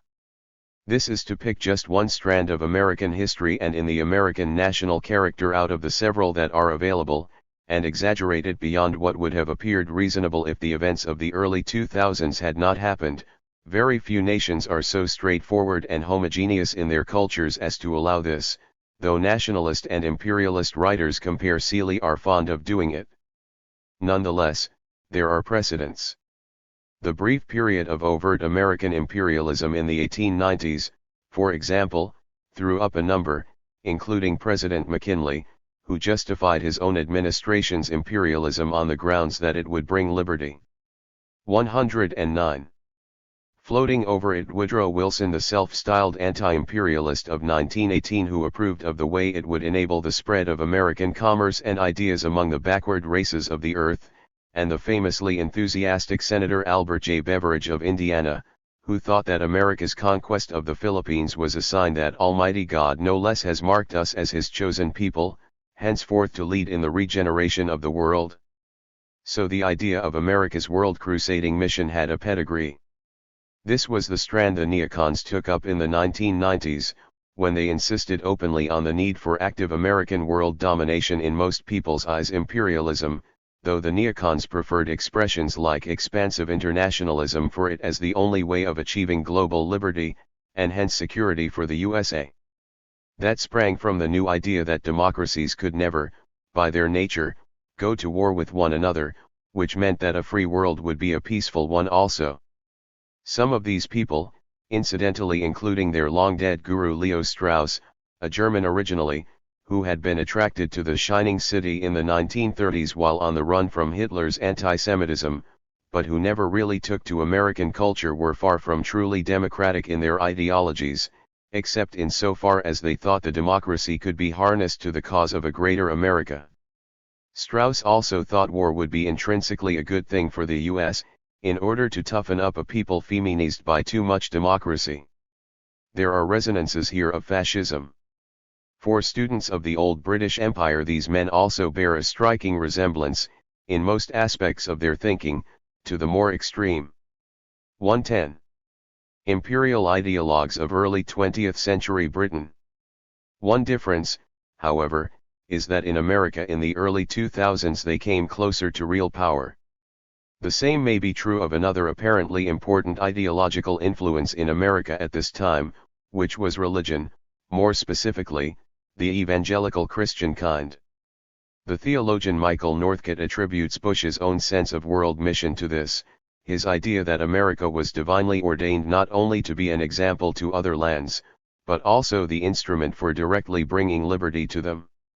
Thus, writes Northcott, instead of a refuge from the storm, America becomes the storm, threatening to visit its military might, and its unchallenged supremacy as the sole remaining superpower, on those who would resist its influence, the enemies of freedom. The struggle to achieve this vision at home and overseas will require courage and perseverance, but ultimately it will be successful because it is the angel of God who directs the storm. That, of course, fitted in with Bush's easy Manichaean talk of good and evil in the world, and of crusades, an unfortunate choice of a word in the context of a struggle with a part of Islam. And, according to Northcott, there was more.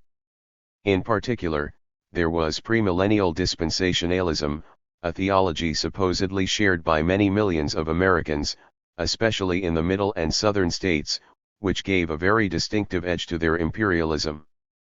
Premillennial dispensationalists believed that they were God's chosen people, that He was directing them to save the whole world, that this was all predicted in the Bible, especially the sinfulness, wars, and natural disasters of the present time, but not 111. To worry about any of this, because it was just the prologue to the last dispensation, the seventh and last stage of human history foretold in the book of Revelations, dominated by the Antichrist ruling through either the United Nations or the European Union, during which however the whole of Palestine would be returned to the Israelites, Solomon's temple would be rebuilt in Jerusalem, the Jews would convert to Christianity, and a thing called a rapture would magically pluck the faithful up to heaven to escape this time of great tribulation, to be plonked down again when the 1,000-year reign of the saints was inaugurated, and all quite soon. So that was something to look forward to. Much followed from this. There was no point in trying to make things better for people here on earth, for example social reform, environmental protection, because that would take the edge off the tribulation, and so slow things down. Peace between Israel and Palestine ditto. Internationalism was just a cunning disguise for the reign of the Prince of Darkness. American imperialism was the agency of God's salvation. George W. Bush himself was the angel of the Lord. Gosh! How seriously was all this to be taken? It is of course the aspect of modern American life and politics that is most difficult for non-Americans even to comprehend. For a non-believer, reading Hal Lindsey's The Late Great Planet Earth, a prime source for all this stuff, can be a disorientating experience. It is often dismissed for that reason. Yet we know that the Christian right was a crucial constituency for Bush. 112.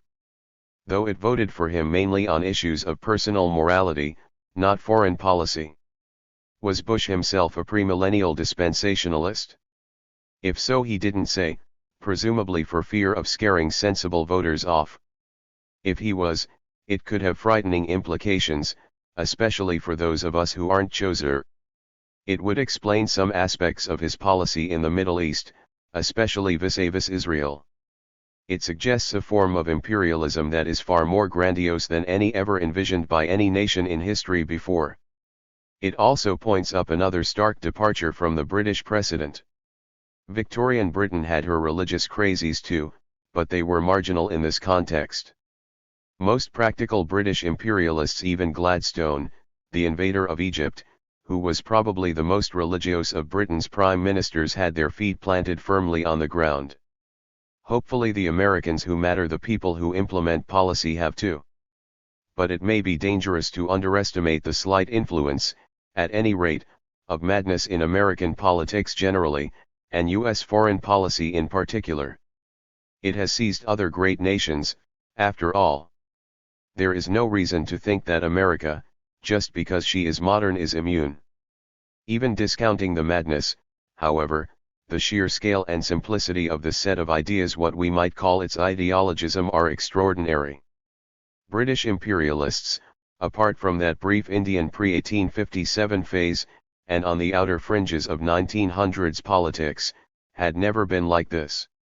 British foreign policy makers had generally been more pragmatic men, usually aristocratic, of course, wise in the ways of the world, overwise, the ideologists might say, and antipathetic, even allergic to what at that time was widely stigmatized as enthusiasm, burning faith, simple-minded conviction, the crusading impulse.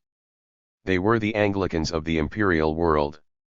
In more modern times, this kind 113 of ideologism was usually associated in Britain with extreme left-wing causes, especially communism, which was why the Soviet Union was so feared. Modern American historicism in particular recalls this powerfully, the astounding idea, not confined to the neocons, but shared, as we have seen, by Albright and Clinton, that you knew for certain where history was inevitably headed, that you had unlocked this mystery, at any rate, of the universe, and, more than this, that you represented this tendency yourself, which is what of course qualified you to impose it on others. This had always been the great Marxist idea before then. This is the major difference between British and American imperialisms, the shot of electricity that broke the latter free from the ordinary earthly trammels that had bound the former, and even in practical terms the latter, until this point. We need to be fully aware of this, as well as of the parallels. The neocon form of imperialism was not just a continuation or repeat of the British. It transcended it. Exceptionalism. The reasons for this incredible confidence, or hubris, have been much debated, by its critics, that is, for those who share it, they are obvious. We have alluded to one briefly already, America's sense of exceptionalism, or uniqueness, and superiority compared with all other nations, which was, of course, one of the factors making it difficult for her to take on board any precedents for her current foreign policy at all. This is a fairly well-known attribute of many Americans at all times, an essential boost to their patriotism, or nationalism as Anatole Levin for example prefers to call it, based partly on the truly distinctive ideals on which they were formally founded as a nation, and partly on their widespread ignorance of other countries. It is taught explicitly in many, perhaps most, American schools. 114. Usually as part of a national history that is fully as nationalistic, and, to outside observers, biased, as the histories taught in many totalitarian countries, and far more so than ever in Imperial Britain. The idea itself of course goes back to the Puritans, and is one of a number of direct British contributions to the phenomenon. John Winthrop, of City Upon a Hill fame, was born in Suffolk. Most American ideas of liberty also originated in Britain, and in fact continued there, as we saw, though Americans sometimes lost touch with this. This is the crucial factor, the one establishing the exceptionalist myth. It's easy to see how it arose. The first white Americans were a long way from Europe, which when they had left it had been in a pretty tyrannous state. They had no need of Europe thereafter, except to replenish them with immigrants, and they had their time to cut out cultivating their own great new continent to be able to keep a check on the way the rest of the world was going. This was aggravated by their deliberate diplomatic isolationism later on. Hence America's sense of difference today. It is certainly not peculiar to her, but may have more serious repercussions in the case of a democratic hegemon. Every curled-lipped European, at any rate, knows the evidence for this supposed insularity. One of course is the minimal coverage of foreign affairs in the American press and on TV, unless U.S. troops are fighting there. Others cite the small proportion of Americans who even have passports, though that is obviously unfair. North America is a big and varied enough place to satisfy most travelers, for many. 115. Europeans' foreign countries are only a short hop away, and how many of them would have passports if they only needed them to travel beyond their own continent? Slightly more worrying may have been George W. Bush's parochialism, if the widespread rumor was true that he had only traveled abroad twice before he became president, both times to Mexico. Most Europeans who have lived in the USA can add to the stock of accounts of American parochialism. With this kind of attitude, it is clearly difficult for some Americans to credit that anyone else might have anything at all to teach them, or even that there might be societies and systems out there that are different from theirs, but equally worthy of respect. This is a matter for concern. It does nobody good to think he's better than everyone else, whether or not he really is, which is always, of course, arguable. This is especially so when he is strong. It is likely to make him arrogant, cut him off from the experience of others, deprive him of empathy and even wisdom, and make him unwilling to cooperate with others, all characteristics that its critics believe they can discern in the attitudes and policies of the American administration today. It is this mindset that produces dicta like the one we have already quoted from Condoleezza Rice, that American values are universal. Imagine that being said about 116. Any other country. British values are universal. It just doesn't work. Of course, all this professed idealism may have been merely a cover for lower and more comprehensible levels of motivation, such as capitalist exploitation. Oil is the obvious suspect here.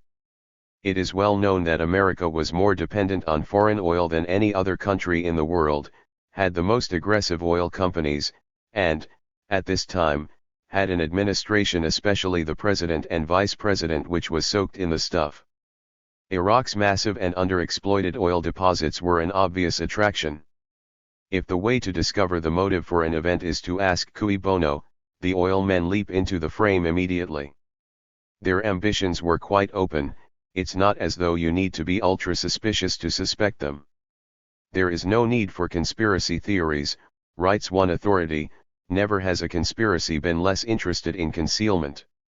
Oil was a more rational reason for invading Iraq than speeding up the Second Coming. It is also a more normal kind of motive for imperialism, one that those of us schooled in other imperialisms are able to recognize easily. It is certainly something that American imperialism has in common with British. After all that religious craziness and ideologism, simple greed like this comes almost as a relief. Admired in Iraq. It is never easy being a liberal imperialist, which is probably the phrase from the old British imperial vocabulary that best approximates to what the Americans had become by the early 2000s, by their own best lights. It is especially difficult if you have had little practical experience of this kind of thing before, and have no real stomach for the ruling part of it. That, of course, was America's situation after 2001. It was not of her choosing, though she had only herself to blame. There can be little doubt that she genuinely did not hanker after a territorial empire in the Middle East, just as her leaders claimed. It was what in their view made them not imperialists. Some new American military bases, yes, and hopefully some compliant rulers, but then they were likely to be compliant in any case, in gratitude for America's liberation of their countries. This seems to have been the general idea. The US would go in and liberate Afghanistan and Iraq, and then after a brief hiatus those countries would start ruling themselves. You open it to the people and you begin a dialogue with the people. Jay Garner, the first American administrator in Iraq, told a BBC interviewer shortly after his appointment. As you do that, the leaders will emerge and I think they'll take charge. That, believed many American strategists, would then trigger off a general movement of democratization in the Middle East, as others, ordinary Syrians, Egyptians, Iranians, and so on, saw what it was doing for their neighbors. It was as easy as this. By all accounts, there was almost no pre-war U.S. planning beyond that for the administration of Afghanistan and Iraq after the wars. There didn't need to be. Iraqi exiles advising the administration told it that the American tanks that rolled into Baghdad after the end of the war there would be met by happy girls throwing sweets and flowers. "We will be greeted as liberators," the vice president assured a television audience 4 days before the invasion began. Democracy would automatically follow. That was the plan. Again, notoriously, that didn't happen, or at any rate not immediately. America and her allies were forced to stay behind in Afghanistan and Iraq longer than they had planned originally, coping with the resistance that theoretically should have melted away. Their agenda was clear: to establish democracies, the liberal imperialist project, but it was proving more difficult to implement than almost anyone had anticipated. It was 118. Here that America's real troubles started. The invasions had gone swimmingly. U.S. military power was such that it overwhelmed both the Afghan and the Iraqi conventional forces in weeks, and with very little loss of American lives, mainly because most of it was carried out through bombing from a safe height, the method pioneered by Britain in her colonies. On May 1, 2003, President Bush famously announced victory in Iraq on the deck of the USS Abraham Lincoln, under a banner inscribed "Mission Accomplished." But that was clearly premature. America's problems were only just beginning. Sensibly, from their point of view, wickedly from most others, the Afghan and Iraqi resistances, with no chance against the Americans' military hardware, turned to other methods of attacking them and those they saw as their collaborators, police recruits, for example, which bypassed it. Some of these were taken from the familiar techniques of guerrilla warfare, but with suicide bombings, kidnappings, and executions now added to them, with deadly and terrifying effect. All this was ostensibly to liberate Afghanistan and Iraq from what the resistors, at any rate, regarded as U.S. imperialism. These campaigns certainly bore a very close resemblance to many anti-imperialist movements of the past, for example in Ireland, Algeria, Kenya, and Vietnam.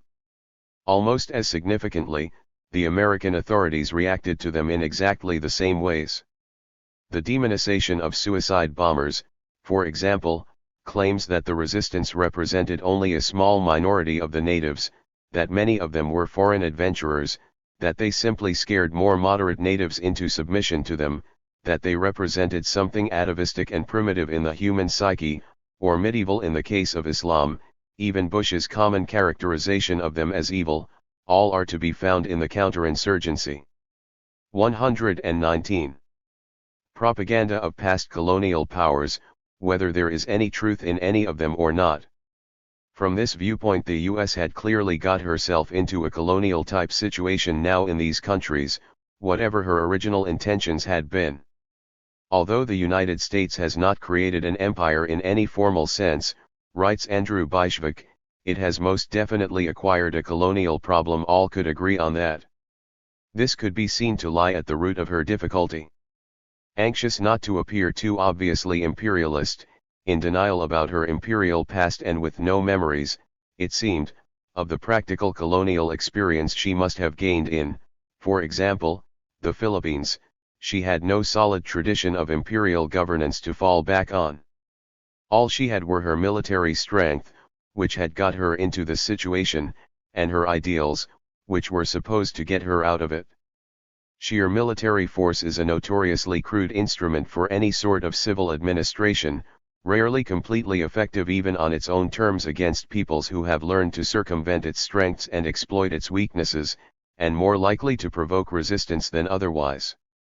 The American military at this time appeared particularly crude, over-reliant on bombing, trigger-happy, and seemingly unconcerned about innocent Iraqi victims, who were never, for example, officially counted. Then, of course, there were the notorious and appalling scandals that emerged from the prisons in which she detained suspected terrorists, administered by the U.S. Army, in Guantanamo Bay, Abu Ghraib, and elsewhere. Much of this was clearly counterproductive, intensifying local hostility to the occupation and, in the eyes of many commentators, even breeding exactly those conditions, favorable to anti-American jihadism, it had ostensibly been supposed to neutralize Al-Qaeda, for example, previously excluded from Iraq. 120. By its secular dictator, now had a new fertile field in which to recruit. In other words, America was making the problem worse. There were three broad reasons for this. The first is an obvious one: armies and air forces tend to behave like this anyway. Violence is after all their main function, and one of their attractions for recruits. Beyond that, however, there may have been special cultural factors at work in the American case.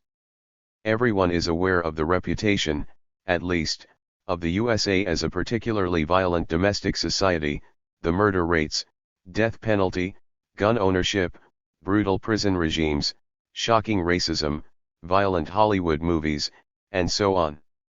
Those acquainted with American history will also know of the terrific part played by war in that. It was suggested in the last chapter, tentatively, that this may have had something to do with her past experience as a colonialist society, with the rough culture of the most brutal kind of imperialism being more reflected in the mainstream of her popular culture, through the Western genre of novels and movies, than for example in Britain's case. America was closer to her imperialism than Britain ever was to hers. But there are other contributory factors too. Some people saw a precedent for Abu Ghraib in the tough conditions of America's own jails. The widespread culture of masculinism in the US is a likely factor. Ignorance is another. Thirdly, such conduct seems to be a natural concomitant of colonialism, or of colonial-like policies, in certain situations. I did not realize, writes David Rife, who had previously seen these two as alternatives, the extent to which imperialism is, or at least can always become, barbarism. The most cursory reading of British colonial history illustrates that. Nothing coming from Abu Ghraib, for example, exceeded in horror certain crimes that were perpetrated under the British in post-mutiny India, or in 1950s Kenya. Even the tortures and obscenities were there. This sort of thing is a likely if not inevitable side effect of colonialism. This should give 121. Pause to those who wish to encourage the United States today to become more of an empire in Britain's earlier mold. Along with the Jodhpurs and pith helmets can come this: the problem with ideals. The other mainstay of American liberal imperialism, idealism, may have been equally untrustworthy. One fundamental law of imperialism is that good intentions do not guarantee favorable results. Indeed, it is arguable that many of the worst evils in the history of the world have stemmed from these, more than, for example, greed for oil. God save us always, says Fowler in Graham Greene's The Quiet American, set in French Indochina, from the innocent and the good. That is the other main drawback of idealism, that it is so often innocent, that is, naive, abstract, unschooled in the ways of the world, and too sure of itself. I've been in India. Pyle, Fowler goes on. Pyle is the idealistic American CIA man whose best intentions cause so much havoc in the novel, and I know the harm liberals do. The world is not always as simple a place as it may appear from the vantage point of the city on the hill. Of course Fowler could have been wrong. He is portrayed by Greene as a cynical immoralist, a typical old European as Donald Rumsfeld would undoubtedly have regarded him, and not altogether reliable. It is too easy, and cheap, for Europeans to paint America as naive, the brash young nation thing. The British colonial experience, in India or anywhere else, is certainly not conclusive. Not many historians now would attribute the failures of the Raj in Fowler's time, such as they were, to excessive. 122. Liberalism. Maybe if the British had been more idealistic in their colonial practice, as opposed to their rhetoric, then we have seen they were more innocent, even better might have come of it. It is impossible to say for sure. This may be about to be tested in Afghanistan and Iraq, if the Americans are true to their rhetoric, and persevere with the fast-track nation building they began in 2001 and 2003. It could all work out, in spite of the suicide bombs, eventually. Whatever the truth of this, however, and this book will be making no predictions. There are surely some lessons the Americans might have learned from the Europeans' past imperial experiences, if only they had been prepared to admit the parallels. It was their insistence that what they were doing then was completely new and different that landed them in what were, broadly speaking, the fine messes that were Afghanistan and Iraq immediately after 2001 and 2003. They thought their motives were better. They were bearing gifts, especially markets, and democracy. They didn't want to rule the natives longer than necessary. Indeed, they instituted elections in both countries with almost indecent haste. There was much to commend in this vision. It paid the natives the compliment of assuming that they could rule themselves. But it didn't work out, at least in the short term. Another of the reasons for this, apart from military excess, was the Americans' initial lack of sensitivity to a whole host of factors on the ground, including cultural differences, the relativity of values, and local national feeling. The examples of previous empires, including the British, could have alerted them to these. Britain had also started off, in some of her colonies, with many of these same naivete, but then learned her lesson the hard way. America, it seemed, would need to learn it all over again, painfully. The question of values is fundamental. Most other peoples again, religious zealots and ideologists would need to be excluded, realize just how relative most of them are. Even if we don't do empire, American imperialism after September 11, 123. There are universal ones: the sanctity of human life, liberty, peace, and so on. They are so open to various interpretations, and clearly encrusted and distorted by local cultural influences, as to make any one version of them unreliable as a model for others. In America's case it is easy, for outsiders at any rate, to see where these cultural influences have impacted. The dominant American perception of democracy is one such area, whose subordination to certain other American discourses, like capitalism, can make it seem seriously deficient even by some democratic yardsticks. Other peoples are understandably skeptical of it, partly, writes Michael Ignatieff, because of the chaos of the contested presidential election in 2000, which left the impression, worldwide, that closure had been achieved at the expense of justice.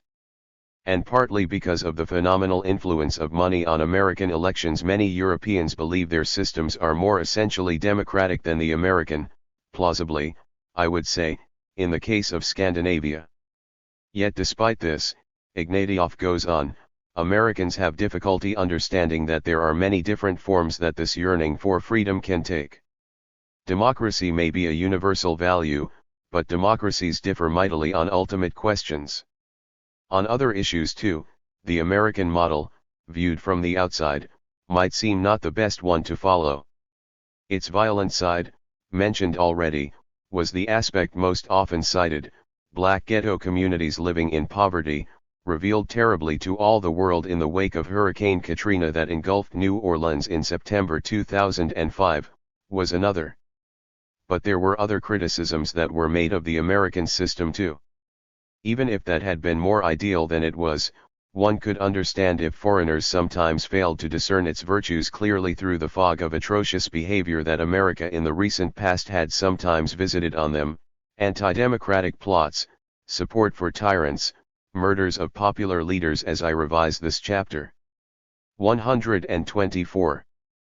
Pat Robertson, a prominent leader of the American religious right, is urging the assassination of a South American president who is hostile to U.S. capitalism and countless other smaller crimes, especially at the hands of her servicemen and women stationed in all those bases abroad. This isn't of course to say that America is necessarily worse than other countries, only that her own freedom, even her democracy, is not perfect, and so maybe not good enough to be a model for others. Cities on hills need to be more shining than this. Away from democracy, another matter for concern was the values usually omitted from the American list, such as peace, social justice, gender equality, and the human right to food and shelter. None of this is to say that these values necessarily are as universal as the Americans, only that they would seem to have at least as much right as the latter to be considered as such. Nor, again, is this intended as a critique of America in particular. The point being made here, an obvious one, surely, is that every society is like this, that if there is a kind of Platonic ideal of human social and political conduct in the world, this is before considering the possibility that there might not be. The absolute moral relativist view, it is never to be found unencrusted, and that consequently a nation in the situation America. We don't do empire, American imperialism after September 11, 125. Finds herself in, then should be careful not to confuse its ways with what may be best for everyone. There were signs a couple of years into the Iraq occupation that the American government was beginning to catch on to this. When the soul of a nation finally speaks, said Bush, somewhat portentously, in his 2005 inaugural address, the institutions that arise may reflect customs and traditions very different from our own. America will not impose our own style of government on the unwilling? That was obviously meant to reassure people on this point. It was one of the first lessons most British imperialists, too, learned quite early on, the indirect rulers and so on, cultural relativists to an extent, to a man and a woman.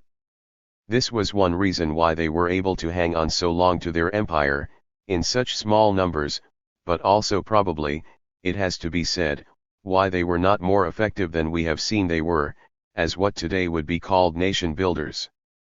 But then the British had always had a different way of looking at nation building generally. We have alluded to this already, their idea of the achievement of freedom as a gradual process, rather than a one-off event. Of course, this reflects the peculiarity of Britain's own history, with, as we saw in an earlier chapter, her liberties being perceived as developing slowly but solidly, in stages, tailored to contemporary customs and cultures, and usually unbloodily, by contrast with the dangerous revolutionary upheavals of other nations, which usually they were thinking mainly of the French Revolution here, but the Russian came along later to confirm it couldn't be relied upon to bring true freedom in any case. There is an interesting analogy to be drawn here from another field.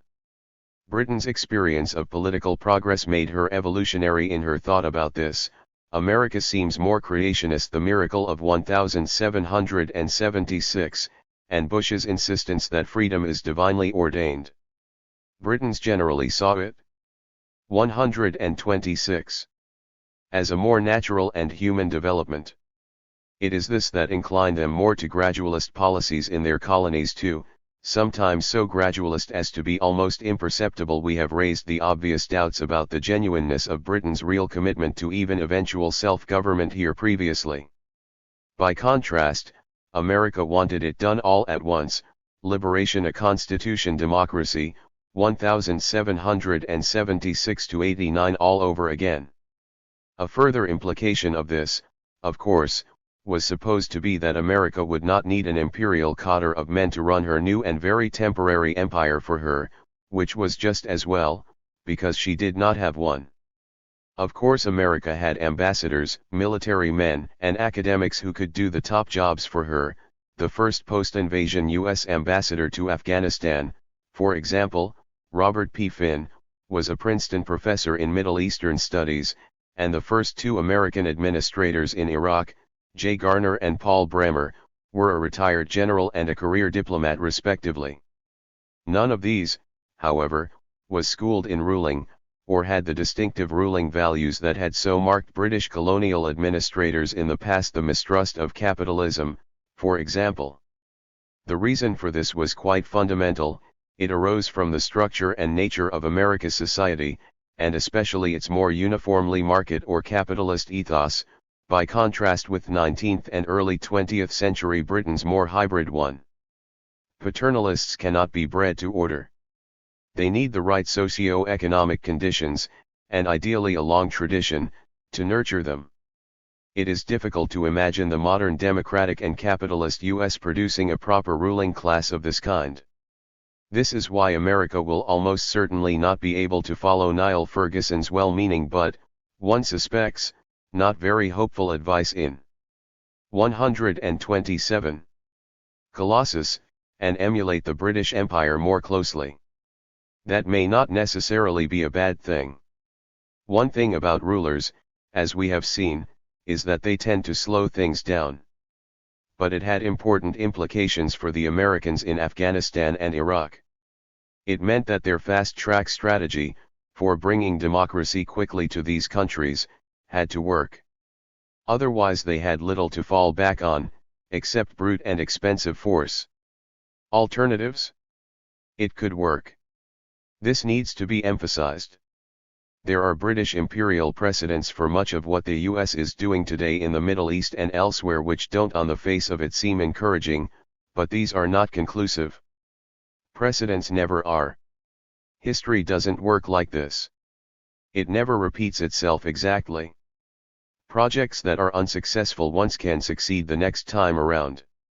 It is possible, though it is unnerving for a historian to think so, that they will stand more chance of succeeding if their authors are unaware of, and so unintimidated by, their failures in the past.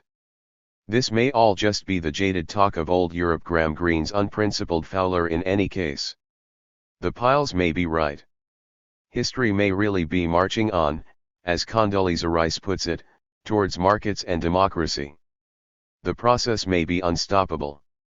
If Britain's old-school paternalists had let her capitalists have their head more in the 19th century, it might have come to its culmination sooner. Then we wouldn't be in the hole we are in today.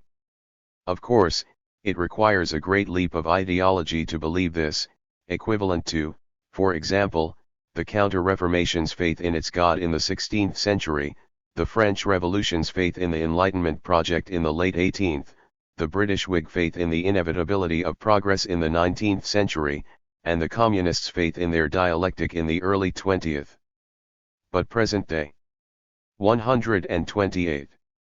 Capitalist ideology in America, in some of its manifestations at any rate, seems to be well up there with these, in terms of its certainty, for example. Maybe this time we really have found the Holy Grail. It was in the shining city all the time. This isn't meant sarcastically. The historian must be open to any possibility. This one just might be true. If so, then the Americans would be relieved. The alternatives must have been worrying to them. One was that they remained stuck in Afghanistan and Iraq for years, even decades, rather like Britain became in Egypt, but at far greater cost, both in money and lives. This was what Niall Ferguson recommended. But there were considerable doubts over whether the American people would stomach this. The body bags, for example, naturally, after the way they were supposed to have resiled against the war in Vietnam. There could also be a liberal reaction. One of the dangers J. A. Hobson always warned against in connection with imperialism was the way it tended to rebound on domestic freedoms, the Empire Strikes Back effect. His concern was mainly with the influence of Indian, that is, autocratic British Indian habits of rule back home. In America, with fewer proconsuls but more generals, the concern was slightly different, for the militarization of American politics and society, expressed, for example, in Andrew Bishvika's The New American Militarism, How Americans Are Seduced by War in 2005. Measures like America's Homeland Security Act could possibly be seen in this Empire Strikes Back light too. One would expect Americans, however, with their proud libertarian traditions, to be especially resistant to that, just as the British were, at least in the longer term. That boded ill for imperialists. Joseph Nye warned that America could rot from within, presumably morally. That too echoes right-wing concerns in 1900s Britain about the threat to their empire from national deterioration and the like. Other commentators worried. 129.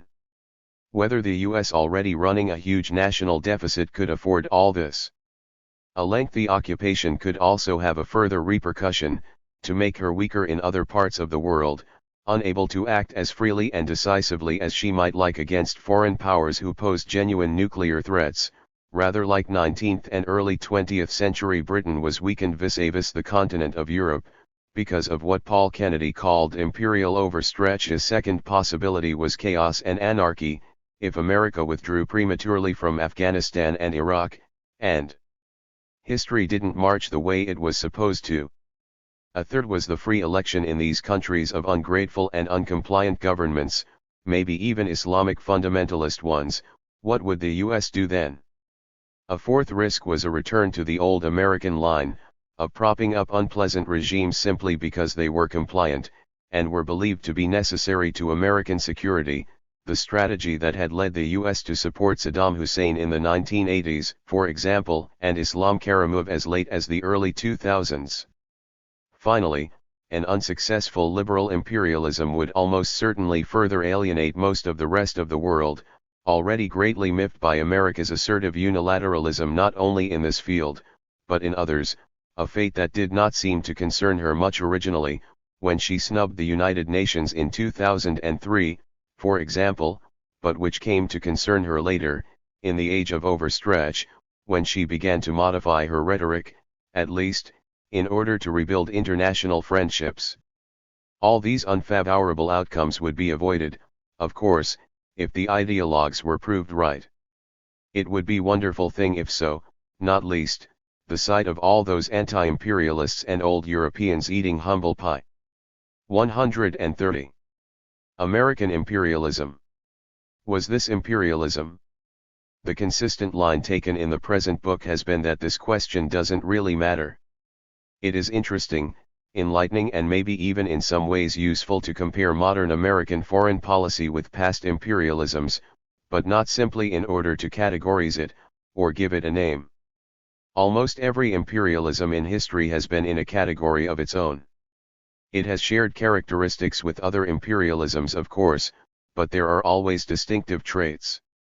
Most recent imperialists, British and Russian, for example, have preferred to emphasize the differences rather than the similarities, especially when some sort of odium is thought to attach to previous empires.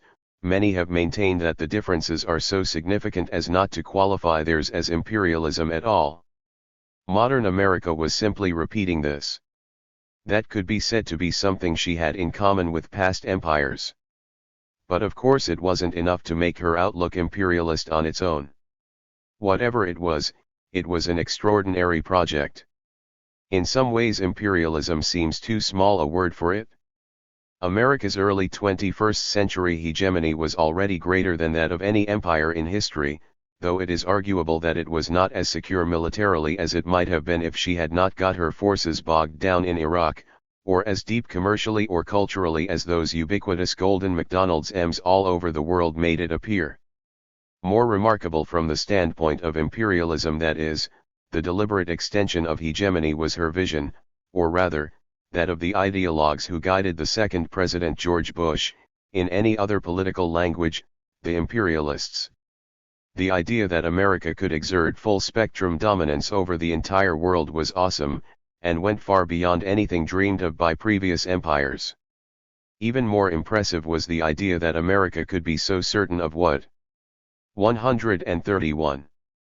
Both God and history intended for human beings, as to feel entitled to force it on them at the point of a sword. To liberate humankind, to bring all peoples to the end of history in one sense or another, to shine upon the whole world, that really does go beyond imperialism in any of the older, more modest meanings of the word. The British Empire, our comparator here, was never as hubristic as this. Of course it can be deflated, reduced to a more ordinary imperial scale. Some aspects of the American vision can appear narrow to non-American eyes. We have suggested already that it is likely to have been formed more by the special circumstances of America at that time, her distinctive and often idiosyncratic culture, than by God, history, or any other more authoritative creator. In other words, these were merely American values, not universal ones. This changes the picture entirely. Enlightening the world is one thing, forcing your particular ideas on it is quite another. The second looks more like a certain very familiar kind of imperialism than the first. But of course it is largely a matter of perception. One can see why Rumsfeld and co. couldn't see it if what to the rest of the world looked like an alien ideology was merely enlightenment in their eyes. Which, as we have already admitted, it may just possibly be. The second way of reducing American policy to a mere imperialism is to cast doubt on all this idealism, not this time on its validity, but on its genuineness as a motive for American policy. It could all have been a pretense. America went into Iraq for oil, and to enrich her own oil companies, but clothed the whole sordid enterprise in the high-flown rhetoric of democracy, to make it look better. These questions are never easy to answer definitively. As has been suggested already, it's not just a question of evidence and its interpretation, but of perspective. It depends from whose viewpoint you are looking. Imperialisms. 132. Happen for a complex of reasons and motives. In South Africa in the 1890s, for example, you had gold capitalists, ideological imperialists, local politicians, naval strategists, and even a few humanitarians all pushing for Britain to go to war against the Transvaal Republic. All these factors were probably instrumental in bringing the war on, plus a timely accident, the Boer ultimatum, which triggered it off.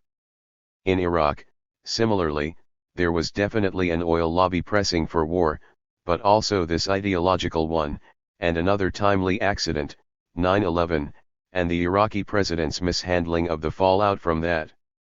In both these British and American cases you have the additional complication that many of the ideologues did not necessarily regard material interests as sordid in any case, vide David Livingstone's bracketing of commerce and civilization in the 19th century, and then cf.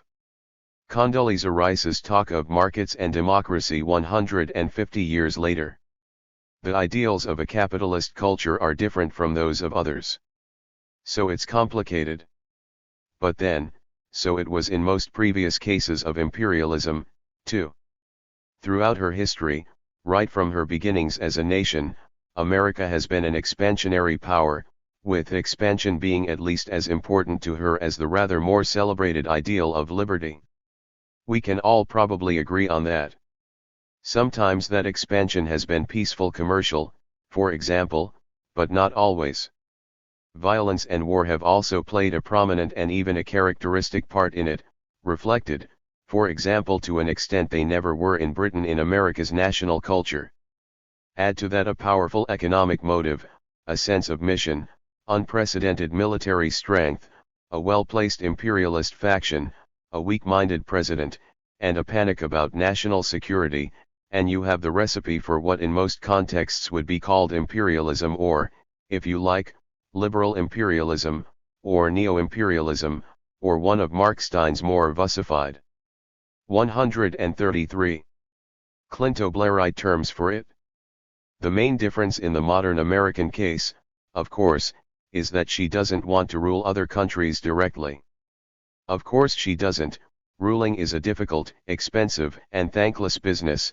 As the British found, it also requires rulers, which America doesn't have, and sits less comfortably with America's ideal, or myth, of liberty than it managed to with Britain's. That is why America's hegemony will probably never develop into an empire on the British model. The only prediction I am going to risk in this book, whatever might be the theoretical benefits of that, whether that makes her any the less imperialist is merely a matter of semantics. Despite this, there are certainly parallels that can be drawn with the old British Empire, and especially with its free trade or informal phase in the early and mid-19th century. Even here, however, there are huge differences. One is present-day America's military might, another is her ideological certainty. Britain never possessed either of these advantages to anything like the same degree.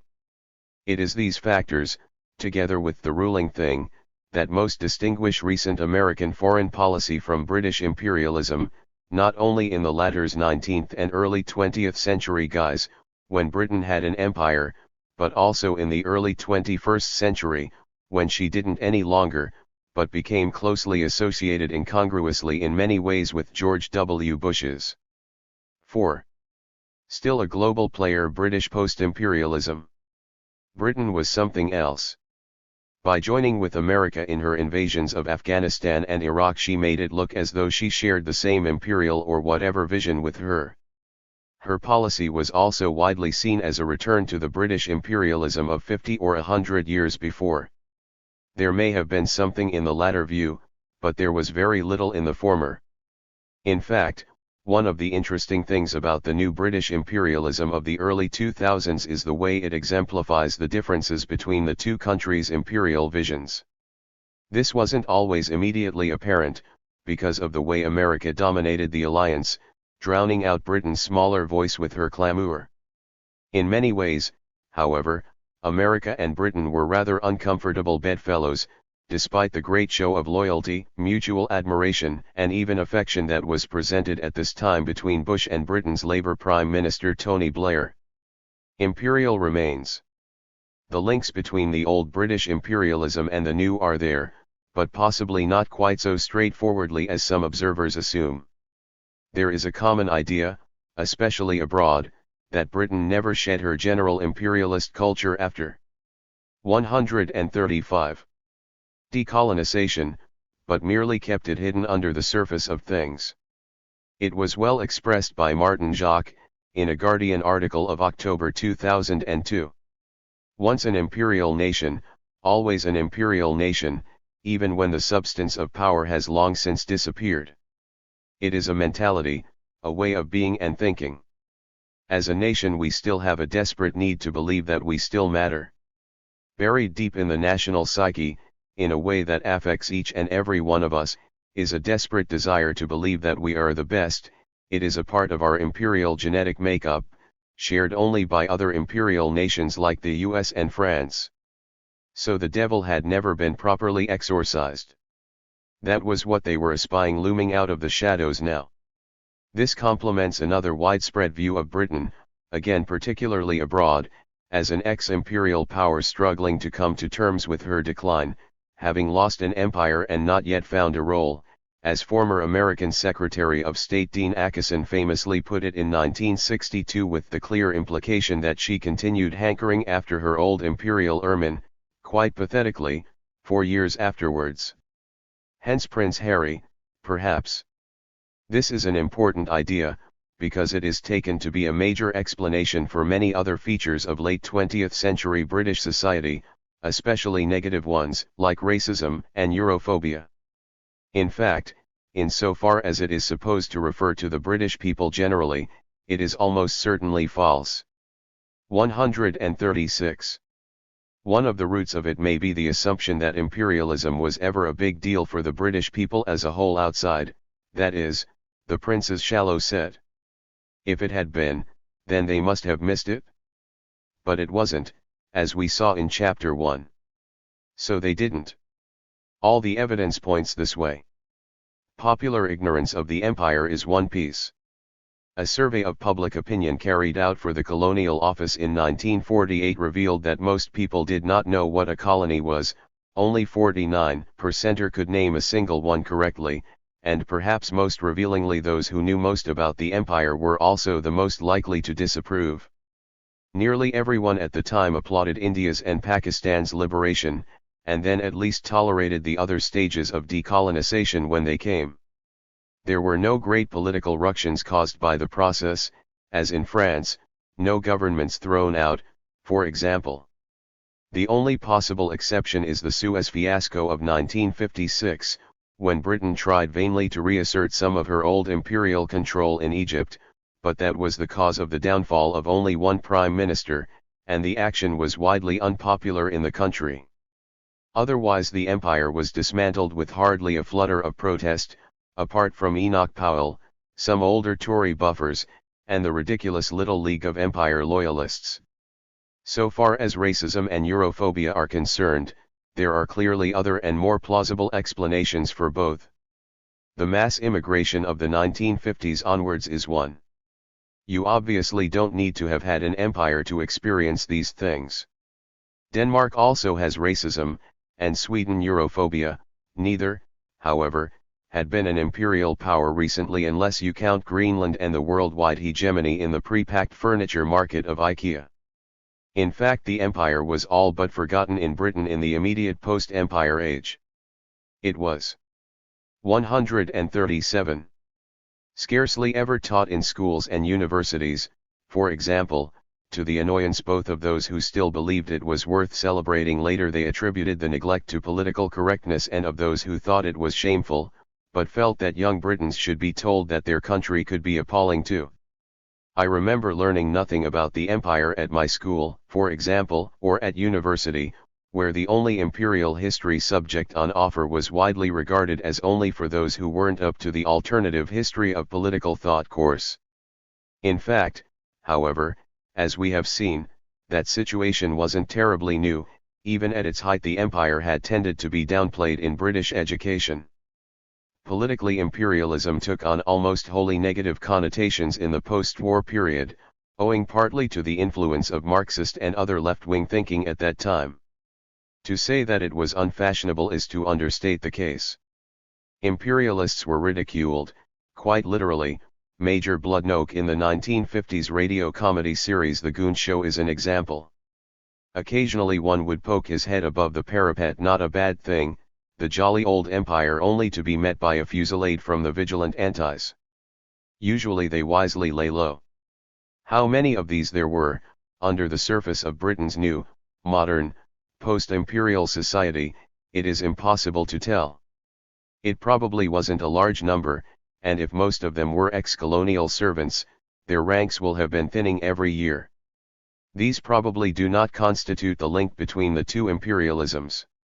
That needed a revival of interest in the British Empire, by a post-colonial generation, one that had not been around, or adult, when for example the horrors of the late colonial conflicts in Cyprus or Malaya or Kenya were going on to refresh people's images of their empire, or, in effect, to reimagine it. This started happening around the 1980s. The roots of it are complicated. It was partly a reaction, justified in my view. 138. To the excesses of the anti-imperialism of the past. The British Empire, as I tried to show in the first main chapter of this book, was a complex phenomenon, and not best understood as simply exploitation, or a massive crime. The new light in which it began to be seen also owed something to the more general political reaction that Margaret Thatcher either set in motion, or rode, when she came to power in 1979, when it suddenly became respectable again to praise capitalism, for example, and patriotism, and discipline and empire. This was exhilarating for the right. All these notions had used to be traduced by socialism, which for Thatcher, as for her great friend Ronald Reagan, was the number one enemy.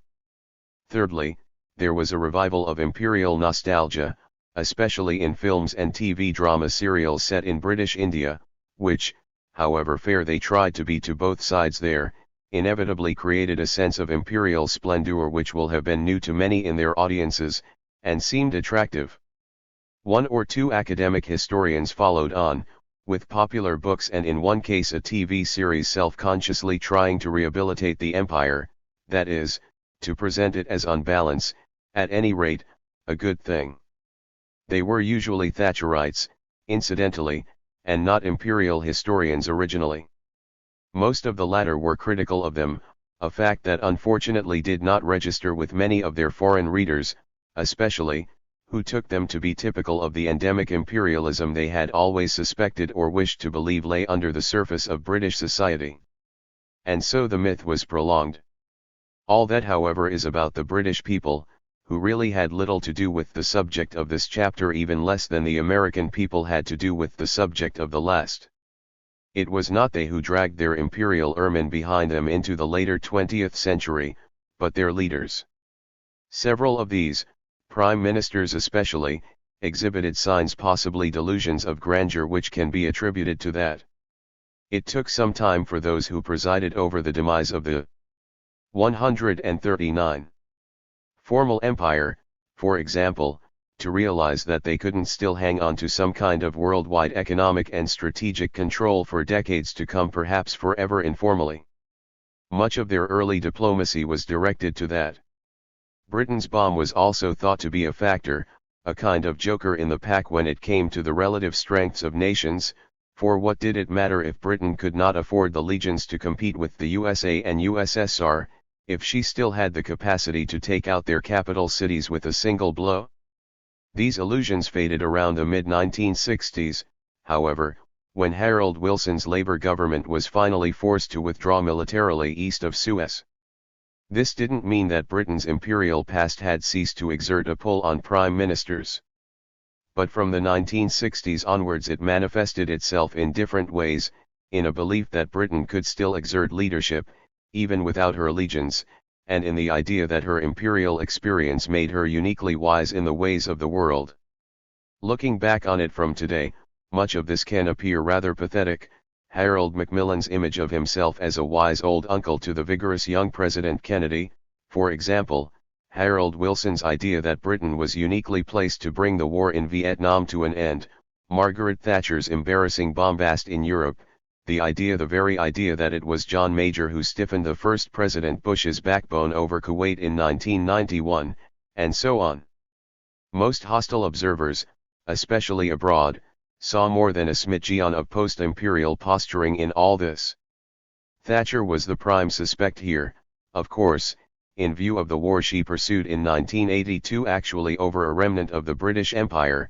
How much more proof did you need? In fact, Thatcher is a problematical figure in this context. The Falklands War can obviously be 140. Defended on other than imperialist grounds, resistance to aggression by a military dictator, for one. Logically, Thatcher ought not to have been an imperialist in the formal sense of the word, with her strong free market beliefs, and the essential involvement in the old empire of the paternalistic classes she so much despised. But she probably didn't know enough imperial history to be aware of this. What she was a British patriot, with a strong awareness of Britain's past greatness, which she attributed mainly to its non-socialism. She was obsessed with socialism, but for which she sometimes cited the empire as evidence of. All these prime ministers had a similar view of Britain's underlying greatness, which was partly, at least, derived from her imperial past. You don't find other leaders of medium-sized nations throwing their weight about in the world in these kinds of way. The empire could also, however, impinge in other ways. Britain might take a moral dividend from her colonial past. Britain is no longer the equal of the US or Russia in material resources and capacity for war, wrote Lord Hailey as early as 1944, but she can still be the greatest of all countries in helping smaller and more backward peoples towards greater abundance and freedom under law in a world at peace. The ideal vehicle for this kind of role was thought to be the British Commonwealth. The Commonwealth, remember, was not an empire substitute, but something a good deal more idealistic, or, to put it differently, a distillation of the idealistic aspects of the old imperialism. The crucial development here was the voluntary adhesion to it in 1947 of newly independent India, which broke through the racial barrier to membership, and warmed the cockles of many old imperialists' hearts. Most of Britain's other ex-colonies took the same course. This seemed to give some credence to the myth that we saw being sown in the interwar years, of the empire itself as 141. In effect, nothing more sinister than a friendly extended family all along, one in which children were kept in the nest only to nurture them and prepare them for flight, after which they would always gratefully keep in touch with their elders. It justified Britain's claims that she had always regarded her imperial role as a trusteeship one, and so didn't need to be told this by the Americans. It was why the issue of self-government versus independence had been so very important to Britain's political leaders in the wartime discussions with America. It also had the effect of making decolonization appear more of a transformation than a loss to many contemporary Britons, which softened the blow. For idealists, however, there were other points in its favor. It was not an association based on power. Later it dropped the word British entirely from its title, to emphasize its round table character. It was self-consciously multi-ethnic, which was thought to be of immense potential value in a world where racism was coming to seem one of the great evils of the future.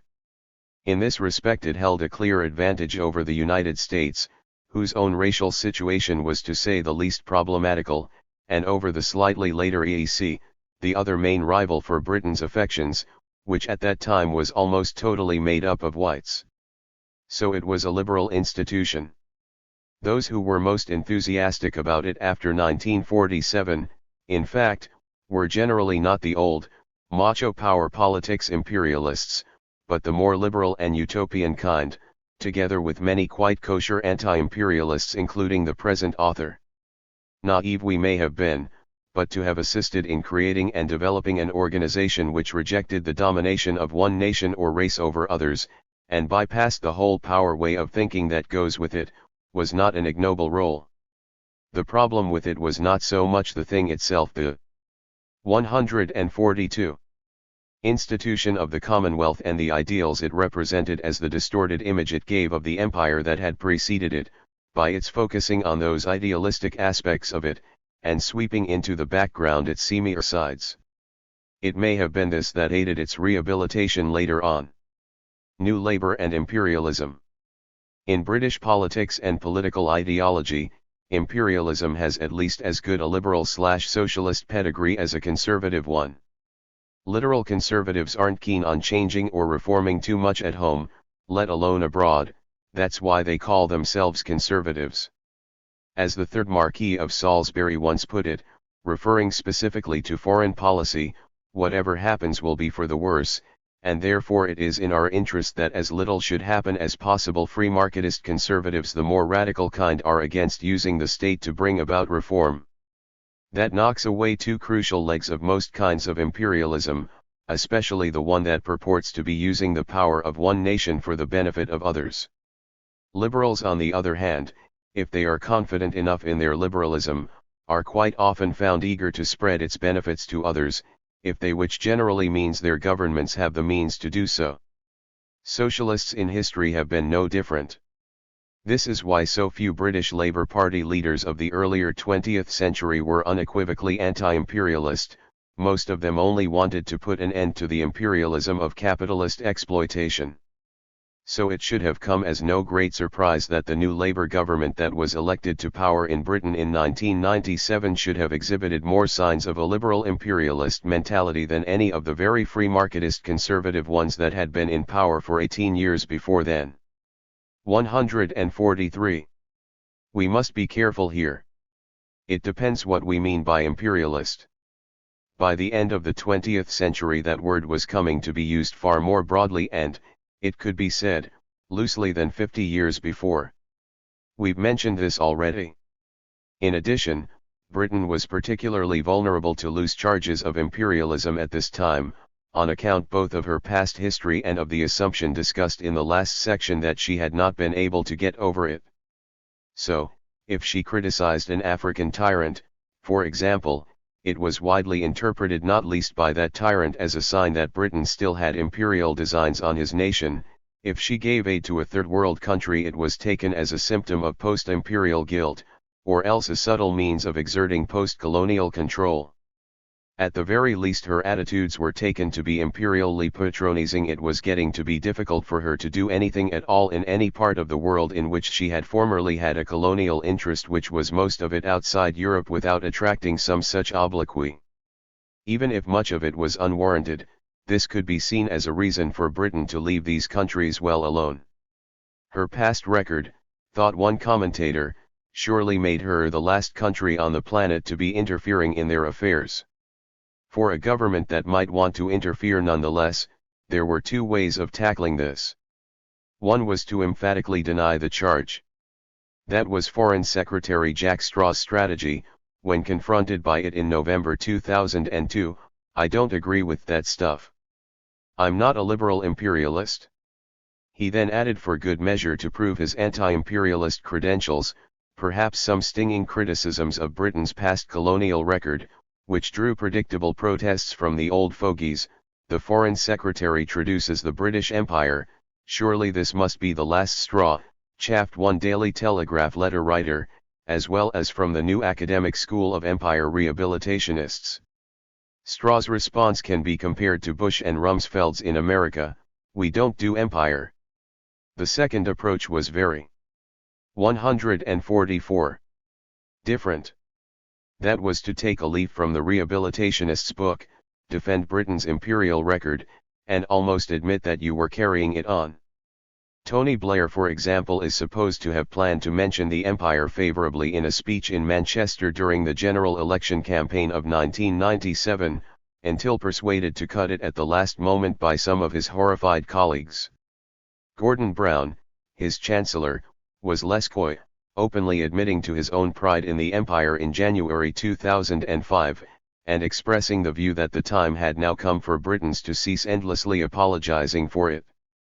That last point in my view is reasonable, not necessarily because the empire didn't need apologizing for, that is a complex question in itself, but simply because it is irrational to hold future generations responsible for policies whose only connection with them is that they were pursued by people who happened to live on the same patch of land, in very different historical circumstances. By exactly the same token, however, pride in past events like the British Empire is equally inappropriate. There are two possible reasons why Blair and Brown latched onto it. The first was to give the Labour Party a mantle of patriotism, a quality that was supposed to have electoral appeal, and which it was commonly perceived to have lacked in the past. Connected with this may have been the need widely perceived at this time in government circles for a more positive image of British national identity than was thought to be prevalent then. It is well known that Britain is one of the least patriotic countries in the world. That was held to be a weakness. Hence this controversial line in a Home Office citizenship booklet issued in December 2004, for many indigenous peoples in Africa and elsewhere the British Empire often brought more regular, acceptable, and impartial systems of law and order than many 145 had experienced under their own rulers. The second broad reason for this pride may have been that Blair and Brown were genuinely persuaded by the new view of the empire, which, as we have seen, had quite a lot going for it, certainly by the side of the crudely reductionist anti-one. They were, after all, of the post-imperial generation, exactly the one that was, as suggested earlier, likely to be amenable to this reimagining of the old devil. But whatever the reasons, these views of theirs could be seen to qualify them as imperialists, of a kind. They certainly did, all too predictably, in the eyes of their critics. All this was pretty harmless in itself, except perhaps for those who still had bruises to show from the colonial encounter.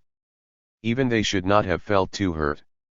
The implications of an admiration for the historical empire will vary according to the political inclinations of those doing the admiring. In right-wingers it is likely to be associated with, say, racism and arrogance, but with a Labour man or woman there is far less danger of that. While the empire was still a going concern, Labour's record on colonial race relations had usually been a fairly good one, including in those brief periods when it actually ran it. Blair and Brown clearly associated the empire, rather selectively, with the spread of law, peace, and racial equality, the spin that had been put on it first of all by the interwar Commonwealthists, and then by its more recent apologists. Imperial nostalgia from this quarter was a different thing entirely from a similar-sounding nostalgia from, say, the overtly racist British National Party. It celebrated the best side of empire, not the worst. By the same token, it was only likely to give rise to well-intentioned policies towards ex-colonies and other victim nations, especially those designed to protect or save their peoples from poverty, starvation, ignorance and 146. Disease, rather than more strategic, selfish, or mercenary ones. The new Labour government's early policies in this field before September 11 were mostly of this humanitarian kind. Its trebling of Britain's foreign aid budget, from £1.4 billion in 1997 to a projected £4 billion in 2005, is an example. This was mainly the doing of Clare Short, the dedicated and energetic new Minister for International Development, but it also had Blair's keen support. His more dramatic interventions in Kosovo and Sierra Leone, the former with America, the latter alone, can also be seen in this light. They were to save lives. Neither crisis affected Britain's security, or her material interests to any great extent. Ideology came into it. Blair's support for the government of Ahmed Tejan Kaba in Sierra Leone, for example, was partly on the grounds that he considered him a good modernizing liberal, but it was a less hard-nosed kind of ideology than America's a little later on.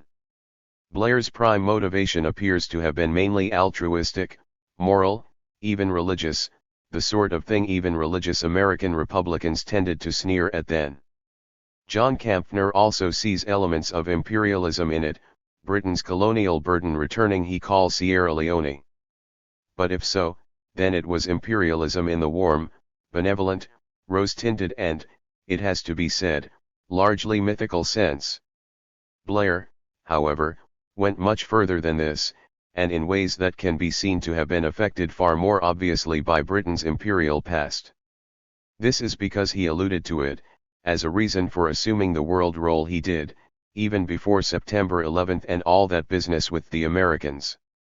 In November 1997, for example, he asserted that by virtue of our geography, our history that could only mean their imperial history and the strengths of our people, Britain is a global player.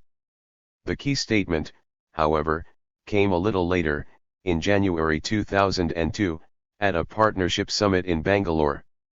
"The days of empire are gone?" he said. 147. There, that was of course obligatory. Britain was demonstrably not a superpower today, but she could still take a leading in the speech he called it a pivotal role in international affairs. In part, this is by virtue of our history. Our past gives us huge, perhaps unparalleled connections with many different regions of the world. We are strong allies of the US. We are part of the European Union. Our ties with the Commonwealth, with India and other parts of this subcontinent, are visibly strengthening. Much of this, of course, was the legacy of empire, especially those huge, unparalleled connections, which Blair obviously thought was still bankable. His Labour predecessor Harold Wilson had had much the same idea. Britain's past, however you regarded it, had left her with a fund of experience and of worldwide relationships that could be utilized, and which placed her in a privileged situation, still, vis-a-vis other countries. She could be compared to an aging roue who, though he may not be able to perform as he once did, retains his memories, and his address book. Lastly, Blair might have got some of his sense of mission from the empire, or rather, from the grand idealistic designs that had undoubtedly once accrued to it, though they had never been at its root. For Blair was determined to spend Britain's inherited capital ambitiously, and for the benefit, as he saw it, of the world. This is not the place to speculate on the personal origins of his ambition, or hubris, as many characterized it at the time. Most biographers comment on the lightness of Blair's ideological baggage when he became Labour leader, his apparent lack of interest in foreign policy before he entered Downing Street, and the mainly moral grounding of his views on the world thereafter, none of which however prevented his developing clear and strong views about it, which were the source of most of his troubles thereafter, as 148. Well as of his successes. He is often painted as naive, but usually on the say-so of the superior, worldly, overcautious Foreign Office types he tended to distrust. The cynics say, "Why should we succeed now when we have failed before?" he once said. But that is what they have said throughout human history. If we listened to them we would still be in the Dark Ages. He certainly rated conviction high, like Margaret Thatcher, whom he admired. He insisted on being trusted, his hackles rising when his honesty was impugned when the Tory leader called him a liar during the 2005 election campaign, for example, but sometimes gave the impression that he thought this was enough. "You may disagree with my judgment, but you must accept my integrity," he said often, which may be little comfort to most people if the judgment is disastrous. He seems to have had an instinctive, ethics-based view of many issues, rather than a deep or a subtle one. There is right and wrong. There is good and bad. We all know this, of course, but it has become fashionable to be uncomfortable about such language. Obviously his religious faith came in here. He was convinced of his own powers of persuasion, which were in truth remarkable, if not always very long-lasting. On foreign policy issues in particular his broader views, which didn't really surface until a couple of years into his premiership, appear to have been forged in the fires of the two military conflicts he was involved in early on, in Iraq in 1998 and Kosovo in 1999. That is a fairly narrow basis for an entire foreign policy doctrine. But this may be doing him an injustice. That doctrine, in its original version before, that is, its trajectory became distorted by coming too close to America's sun, was fairly simple, albeit radical. It was not overtly imperialist. Indeed, Blair conceived of it as essentially internationalist, which is usually taken to be imperialism's antithesis, though we have seen in Britain's case after around 1900 that the two can become conflated.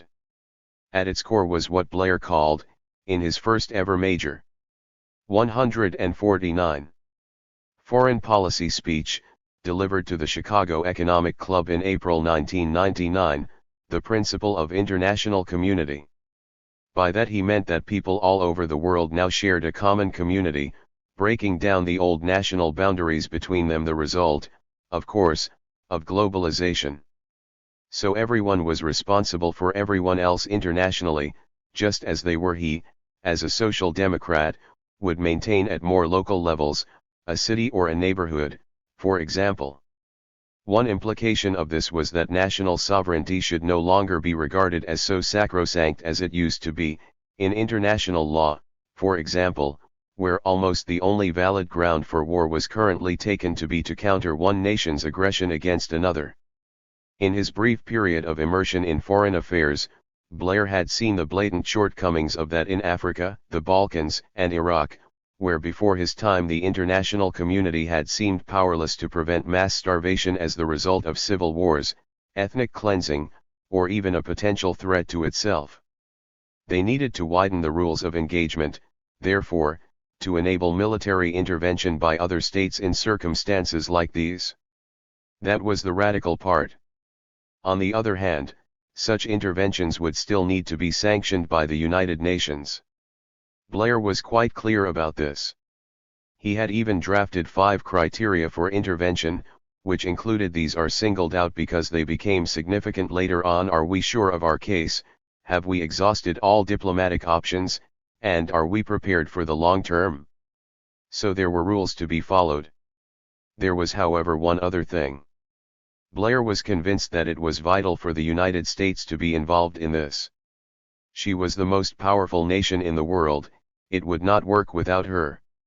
So the peroration of Blair's Chicago speech was devoted to counseling America against yet another of her periodic retreats into isolationism, which he feared was a likelihood.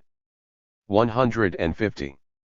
In view of all the flack that President Clinton was currently getting for his humanitarian interventions abroad, especially from Republicans, who might after all be forming the next administration, the way he tried to sell the message to the Americans was by flattering them about their values, which he claimed Britain shared, and arguing that the spread of those values in the world was vital to their own national interest. In the end, values and interests merge. If we can establish and spread the values of liberty, the rule of law, human rights, and an open society, then it is in our national interests too. The spread of our values makes us safer? That could be said to be the potentially imperialist part of the Blair doctrine.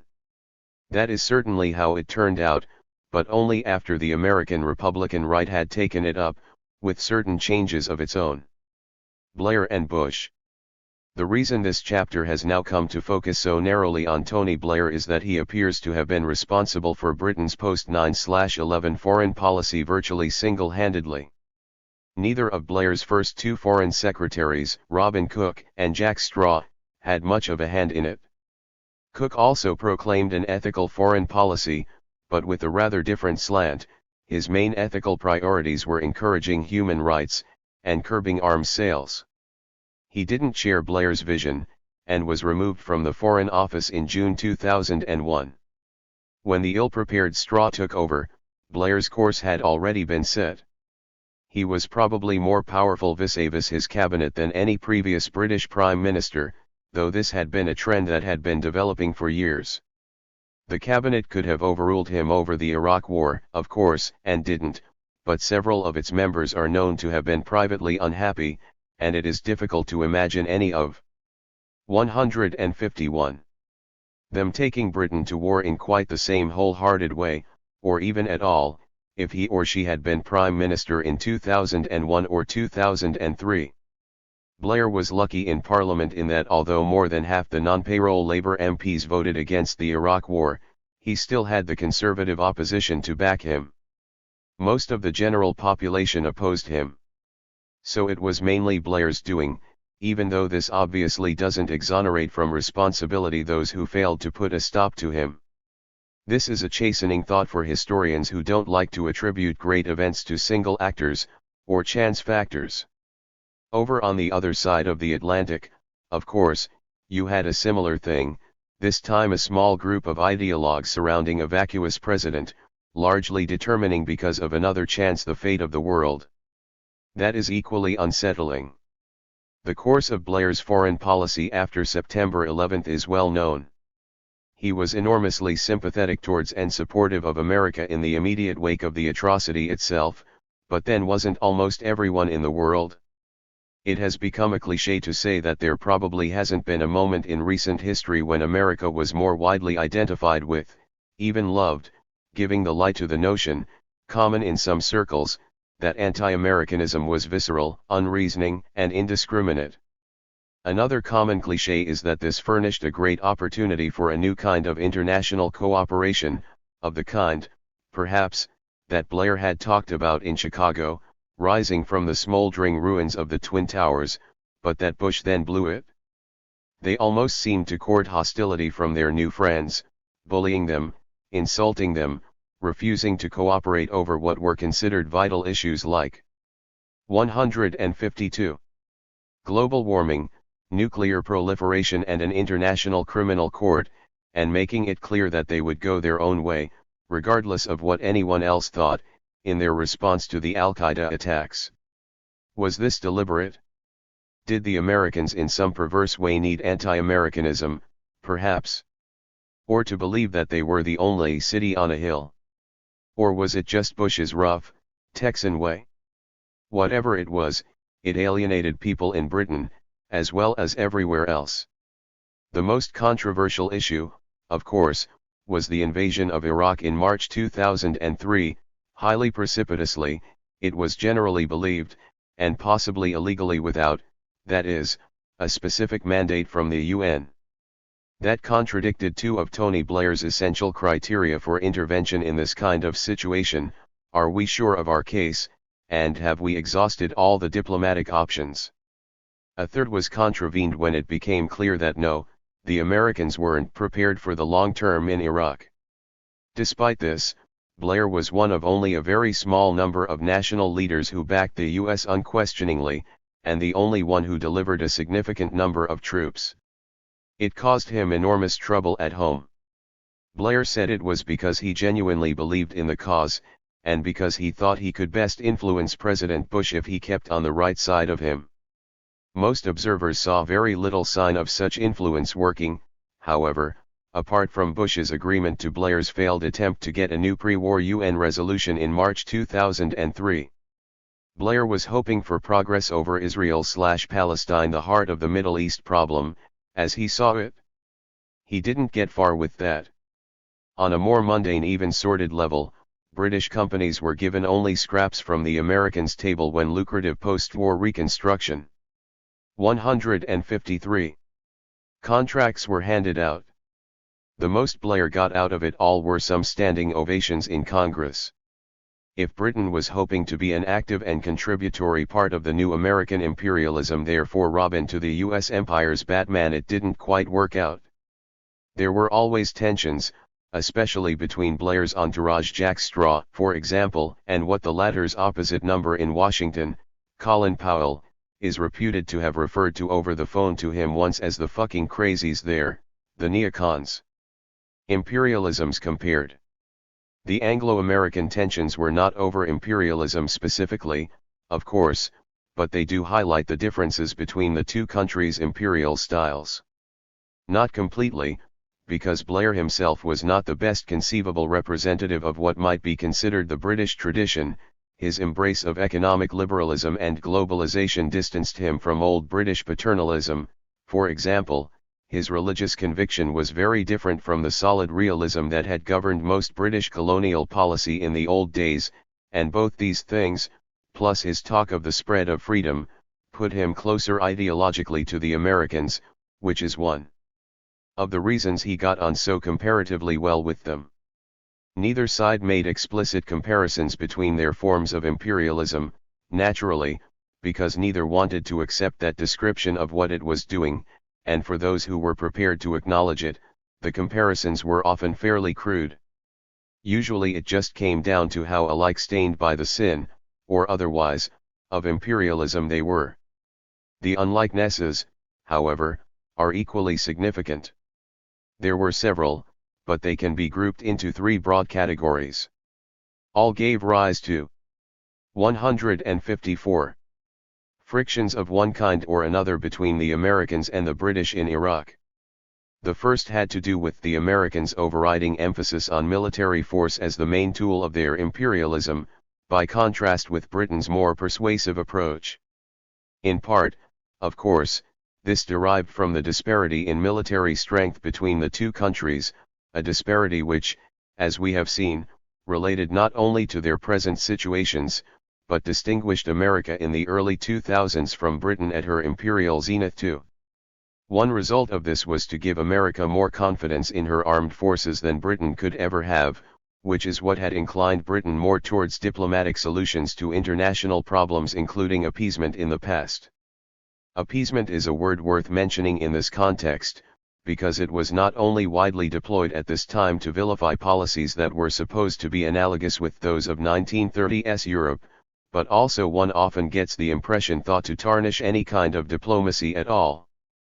There is also a cultural component to this, as we have seen, especially America's long tradition of colonialist and macho fiction, and, towering over this, the image of the typical John Wayne figure, sorting out problems that the weaker and womanly characters in the film have failed to address honestly, from the barrel of a gun. Many Americans appeared to feel that not using force was a sign of weakness. Military violence featured in British imperialism too, of course, including atrocities, massacres, innocent casualties, brutal punishments, torture, etc. that are fully comparable with what was seen in and surrounding the Afghan and Iraqi wars, but it did not become so much a part of British culture, and, more to the point, it was never seen as a first resort in the solution of major international problems, so much. 155. As in America's case. It is indisputable now that the Bush administration wanted to go to war with Iraq right from the beginning. Its subsequent diplomacy was mainly directed to securing the conditions in which that could be justified, making sure, for example, that the efforts of the weapons inspectors were seen to fail. Blair appears this is what he always tried to persuade the British people, at any rate to have still believed and hoped, quite late in the process, that diplomacy could achieve their ends without war. Later on, the American administration was clearly highly skeptical of European efforts to persuade Iran to come clean about her nuclear capability without being bombed into it. That marked a significant difference of imperial style. It also explains the divergences between them on the question of internationalism, which the British, even in their high imperial phase, had never ever disparaged in quite the way that the American neocons did. John Bolton, for example, Bush's extraordinary choice as U.S. ambassador to the United Nations in 2005. Of course, in the high imperial age there was less internationalism around to disparage, though there was some agreements on this and that. When influential internationalist philosophies arose around the turn of the 20th century, however, that is, ideas of subsuming national sovereignties in, or subordinating them to, a higher body that would keep the peace between them, Britain was officially broadly sympathetic to them, and she played an active role in the League of Nations when it was set up after the First World War. In her case this was generally regarded as fully consistent with her national interests and traditions, and even with her imperialism, as we described it. 156. Rhetorical transformation in Chapter 1.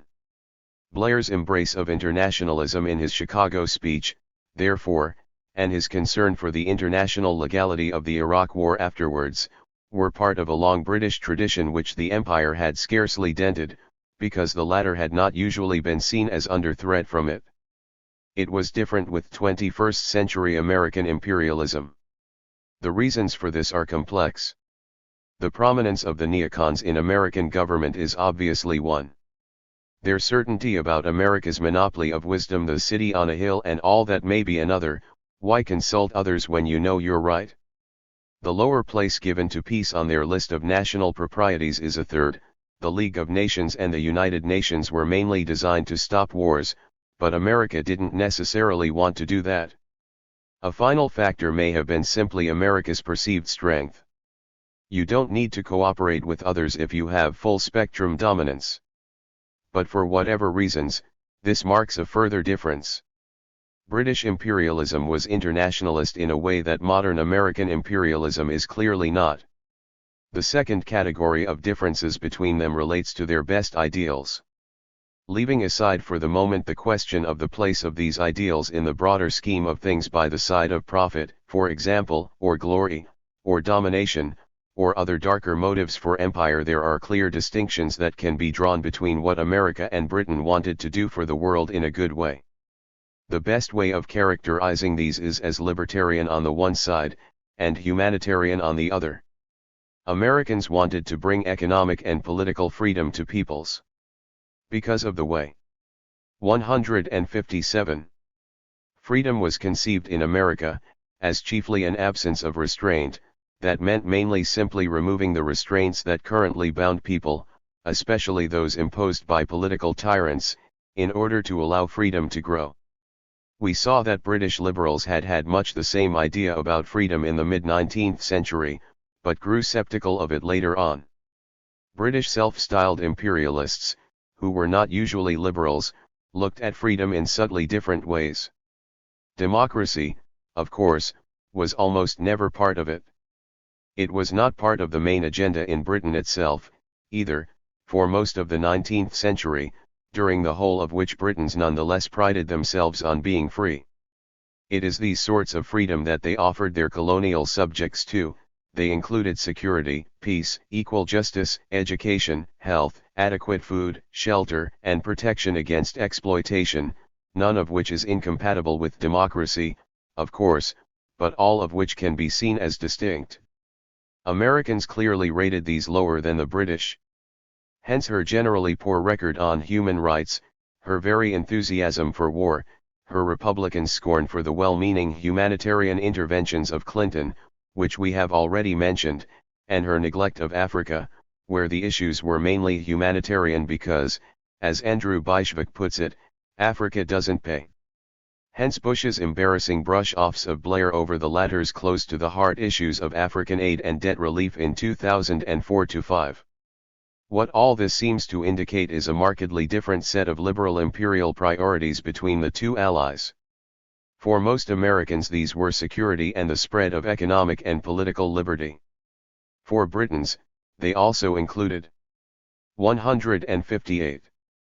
Feeding the hungry, treating the sick, and so on, in a positive, proactive way, not, that is, relying on economic freedom alone. This links with the third major area of difference between the two imperialisms, which was over the question of Reconstruction. Again, two terms can be used as a shorthand to characterize the two approaches: regime change, representing the American approach, and nation building, which was much more a British thing. It can also be said to be a more imperialist thing, as building a nation implies a more continuous occupation of it than does merely changing its government. That of course was one of the reasons why the Americans didn't want it. They also assumed it wouldn't be necessary.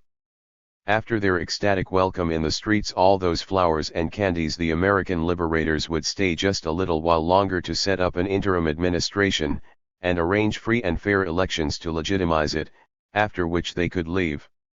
No problem.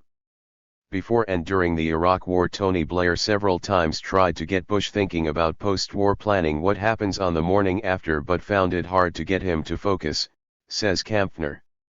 This may have been one of the reasons. Their ideology told them that planning wouldn't be necessary. So America ran no risk of becoming enmired, imperially. The British imperial tradition, of course, was far more pragmatic, and so might have coped better with the ensuing situation, which turned out nothing like Rumsfeld had predicted. For a few years now a handful of people had been arguing that in order to rescue what had come to be dubbed failed states, someone, another country, powerful, respected and benevolent, in the words of the Financial Times' Martin Wolf in 2001, would need to go in from the outside and rule them. On the other side of the Atlantic, Max Boot had exactly the same idea, and actually took 159. The old British Empire as his model, hence the reference to self-confident Englishmen in jodhpurs and pith helmets quoted earlier. Perhaps it could be done internationally rather than by a single imperial power, they both suggested. Boot cited the League of Nations mandates regime as a precedent. The important thing, however, was that the process of nation building had to be done under supervision, and over time. This was Niall Ferguson's argument too, in his Colossus, The Rise and Fall of the American Empire. I am all in favor of a timetable, he wrote later, provided the measurement is years, not days. But of course that really would lead the US into imperialism. Which would in its turn, it has been argued here, necessitate a social transformation in the US itself. That is hard to envisage. Nonetheless, the contrast between the two approaches is plain. At bottom it could be characterized as one between ideals and experience, or ideology and pragmatism, or naivete and worldly wisdom, or conviction and skepticism, or between the two nations' own very different domestic historical traditions, creationist and evolutionary, or between simple principle, and lack of it. American imperialism worked in a principled way, to transform peoples all at once through revolution. The British sort had always, at least since 1858, sought to work more slowly and empathetically, with what it found to work with on the ground. There were problems with both ways. With America's, it was that she only had the means to effect revolutions, and nothing to pick up the pieces if those revolutions did not turn out right. Soldiers may be good at changing regimes, but are not the best people to rule those regimes sensitively, even if they are not as particularly insensitive as the American ones in Iraq, for example, often revealed themselves in numerous acts of panic, overreaction, stupidity, and cruelty to be. With the British approach, if it had ever been tried, there were the dangers of patronization, lack of 160. Imagination, conservatism, and stagnation, so that the new nations, in the end, would never get built. The choice was between John Wayne and Charles Dance, neither of them really likely to bring failed states to nationhood, except by provoking the natives against them, which is how most post-colonial states in history have been formed. In the end, the British brand of imperialism appears to have had little or no impact on the American. This is unsurprising. Imperialisms don't usually impact on other imperialisms in this kind of way. America's foreign policy in the early 2000s arose from her own material situation, and was determined in its character by her culture. As well as that, there was the fact that America was a mighty superpower, and Britain was just ordinary. What you got in Iraq, therefore, was America doing her own thing mainly, with Britain simply supporting her, on the former's terms. This is, not to say that there were not aspects of those terms that Blair did not, independently, go along with. We saw this in his 1999 Chicago speech, some of which actually anticipated parts of the later Bush doctrine if he was America's poodle. Therefore, as he was often portrayed, he didn't necessarily need a lead to keep him in line with his master. Nonetheless, the walkies was not always a happy one for him. Bush took him along several paths he would rather not have taken, and barred him from sniffing out some sense of his own. This was imperialism the American way, not the British. This is why it is sometimes difficult to spot the differences. Most of them were hypothetical. If Britain had had her way more, she would have given diplomacy longer to work at the beginning of the crisis, involved the UN more centrally, especially in reconstruction, almost certainly not been so blatantly profiteering, been less ideologically driven. 161.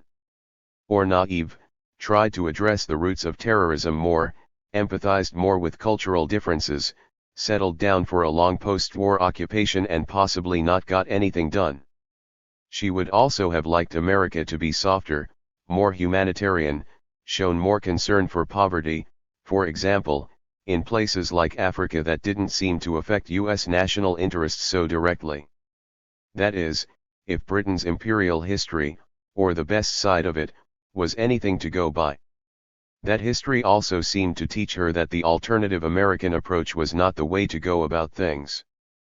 But then, as Blair said, if they had always listened to history, they would still be in the Dark Ages. Britain's method had been given its chance, and it hadn't succeeded, at least on balance. This American approach had not really been tried before. It might just work. Conclusion. Superempire. Modern American imperialism is not like old British imperialism. It is much, much bigger. Britain once had an empire. America now has a superempire. The prefix super is apt because of the slight ambivalence that attaches to it. Superman is either a terrific man, or he is more than a man. Likewise with present-day America. If she isn't a terrific empire, and throughout this book I've consistently refused to pronounce on this, because I don't think it matters, essentially she is more than one. She exceeds any previous empires the world has ever seen, for example in the spread of her cultural and economic influence, in her military dominance, and in the extent of her ambition or that of her leading imperialists to remodel the world in her own image. If that still does not qualify her as an empire, then it is because she has no desire to do this formally. But then neither did Britain, for much of the time she is generally acknowledged to have been most imperialistic, in the 19th century. Leaving that aside, however, America's reluctance to take on all the traditional trappings of empire doesn't necessarily make her less than one. She is transcending the category. Nothing quite like this has ever been seen before. Conclusion 163. There are many similarities between the two empires. Both countries' denials of their imperialisms, or at least of their imperialistic intents, are one. Capitalism is a second. Both empires have arisen and then spread around the world on the crests of waves of expanding commerce and foreign investment, called free trade in the one case, globalization in the other. Oil is a common factor later on. Good intentions are another. Both the British and the Americans claim to be civilizing forces, even liberating ones. Both empires have imperial precedents, Britain stretching back to the 16th century, America's to her national origins, at least. This is despite the latter's frequent protestations of virginity in this regard, which are obvious nonsense. There is a particularly strong link between Britain's informal imperialism of the mid-19th century, associated ideologically with Richard Cobden, and American expansionary commercial policy and philosophy in the 20th. Many of the nitty-gritty details of the two countries' imperial histories are uncannily alike, especially with regard to the colonizations of, for example, Australia and the American West. These include the atrocities. Some of the sites of modern American imperialism were British imperial stamping grounds earlier, notably Afghanistan and Iraq. Both imperialisms related to their domestic societies in similar ways, though it has been argued here that America's colonial experience scarred her culture more. Even their anti-imperialisms took very similar forms. All this accounts for the parallels that are often drawn between 19th-century British imperialism and modern American imperialism, and the lessons that are supposed to follow from these. The differences, however, are more significant. The major one is the ideological component of the American variety, which, whatever its true place in the overall picture, whether it is a genuine reason for American foreign policy, or just a cynical cover for more sordid motives, is what makes American. 164. Imperialism appear most distinct from the British. In this respect, other imperialisms may be a closer fit. The two most obvious ones are the Napoleonic Empire of the turn of the 19th century, and the Soviet one of the 20th, both of which had global aspirations, like the Americans, and were fired by ideological certainties that enabled their conquests to be presented as liberations, though their victims might disagree. The British Empire had elements of this, but in a much weaker form. No British imperialist ever thought that the British, or British values, might come to rule the world. They never even came close to this in practice. For a start, Britain always had powerful military rivals, in a way that America no longer has. So, for that matter, did revolutionary France and the USSR. Britain also never had quite the cultural self-confidence of these other imperialists, the belief that she had found the way and the light for all humanity, and that consequently the rest of humanity, those still wandering blindly, must be initiated into them. You can see something of this early on, perhaps, in the zeal of some of those who legislated for India before the shock of the mutiny, and in the quiet confidence of the Cobdenites, who believed that free trade would eventually make everything right for everyone. Many 19th-century Britons thought they were ahead of most of the rest of the world in their economic and political development, and consequently that others were bound to follow them, but none that I have discovered believed that they were there, in sight of the end of history, yet. So far as the men who actually ruled Britain's empire were concerned, there was even less of this. For reasons that have been explained, mainly social, they tended to be pragmatists, and even relativists, rather than ideologues. Their basic rationale for what they were doing was not that they were necessarily morally better. Conclusion 165. Than the people they were ruling, or brighter, or more enlightened, particularly, but simply that they were better than them at ruling. One reason for this was that they tolerated their subjects' cultures and customs in a way that ideologues, contemporary ideologues, at any rate were unlikely to, which accounts for their success, that is, at managing to hold on to rule their subjects for so long, but also, on the other side, for their failures, by and large, when it came to remodeling them. Britain's was not an ideologically driven empire, in the same way that the modern American empire makes itself out to be. That's where the comparison mainly falls down. The side of history? This ideological aspect of current American foreign policy is striking. To a certain extent it is accidental, the result of a combination of three literally surprising events: George W. Bush's narrow and disputed presidential electoral victory in November 2000, the consequent elevation to positions of great influence over a weak-minded president of a tiny neoconservative clique that might have remained as marginal as Britain's crazies otherwise, and the attacks of 9/11, which enabled that clique shortly afterwards to set in motion its implicitly imperialistic agenda for the new American century. That seems an incredibly narrow fulcrum for such a significant turn of events. One judge. And the world so changed. When future historians come to analyze the causes of the American superimperialism of the early 21st century, they are going to be hard-pressed to weave a general theory, like the ones that are supposed to account for the European imperialisms of the later 19th century, out of that. Again, this is not a comfortable thought for those historians like me who don't like to think of great events hinging on accidents. 166. On the other hand, however, we can't really be sure of how Bush's Democratic rival Al Gore might have reacted to 9/11, or of what a Bush presidency starting in 2005 brought to power by the perceived pusillanimity of Gore's first term, perhaps would have done. Perhaps it would have worked out much the same in the end. There are certain underlying trends in history that these surprising happenings don't seem to buck: the development and spread of capitalism in the world, for one, with which the particular kind of freedom America is seeking to impose on the world markets and democracy is perfectly consistent. Old Marxists should have no problem with these things. Marx and Lenin predicted that capitalism would grow more desperate, illiberal, and imperialist in the future. Recent international events could certainly be read in this way. Then, thought Marx and Lenin, it would collapse under the force of the internal contradictions thus revealed. Well, we'll see. For a time it used to be thought that Marx's predictions had been invalidated by, firstly, Russia's premature revolution that didn't follow Marx's plan at all, then by the success of halfway house social democracies in Europe, which also weren't foreseen, and lastly, by the collapse of the first Marxist state, which was misread as bringing down Marxism too.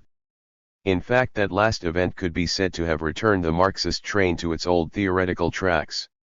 Capitalism is just now exhibiting the signs of desperation the old Marxists predicted for it, when it needs to conquer the world in order to survive. No one could have foreseen that it would happen in quite this extraordinary way, with Osama bin Laden's help, and all the rest, but, still, it fits. We still don't know whether the rest of the Marxist-Leninist prediction will come to pass, contradiction, collapse, a proper revolution, but there are some promisingly ominous clouds on the horizon, and it is still early days yet. This isn't necessarily my reading of these events, by the way, but it is certainly a plausible one. There are also some other general conclusion 167 theories that could be said to fit. Samuel Huntington's Clash of Civilizations is one. The premillennial dispensationalist thing is obviously a third. There may be others. We don't need, if we don't want, to surrender entirely to chance. Further, it is possible to descry many of the key elements of this sudden present-day American superimperialism in the much broader culture of the nation, going back many years. We have alluded to this, America's strongly imperialist tradition for a start, but further than that and much more important, some of her extraordinary national myths, such as the belief that she has been uniquely innocent of imperialism, and indeed superior to all countries in the history of the world in almost every other essential regard, in other words, her exceptionalism. This must be why when neocons claim that American business, domination, conquest, or whatever must be good for everyone in the world, it is so widely accepted at home. The idea has usually been around in American political and religious culture in one guise or another, as we noted at several points in the historical section of this book. It may have been an accident that released it, but it was always there to be released. The other way for generalists to cope with all this would be if this phase turned out to be only temporary. Even the grandest theories of history can accommodate the occasional blip. The American superempire is bound to collapse, and soon. Then America can return to a more normal line of policy, imperialist or otherwise, and historians can trust again to their broad, non-accidental, trends.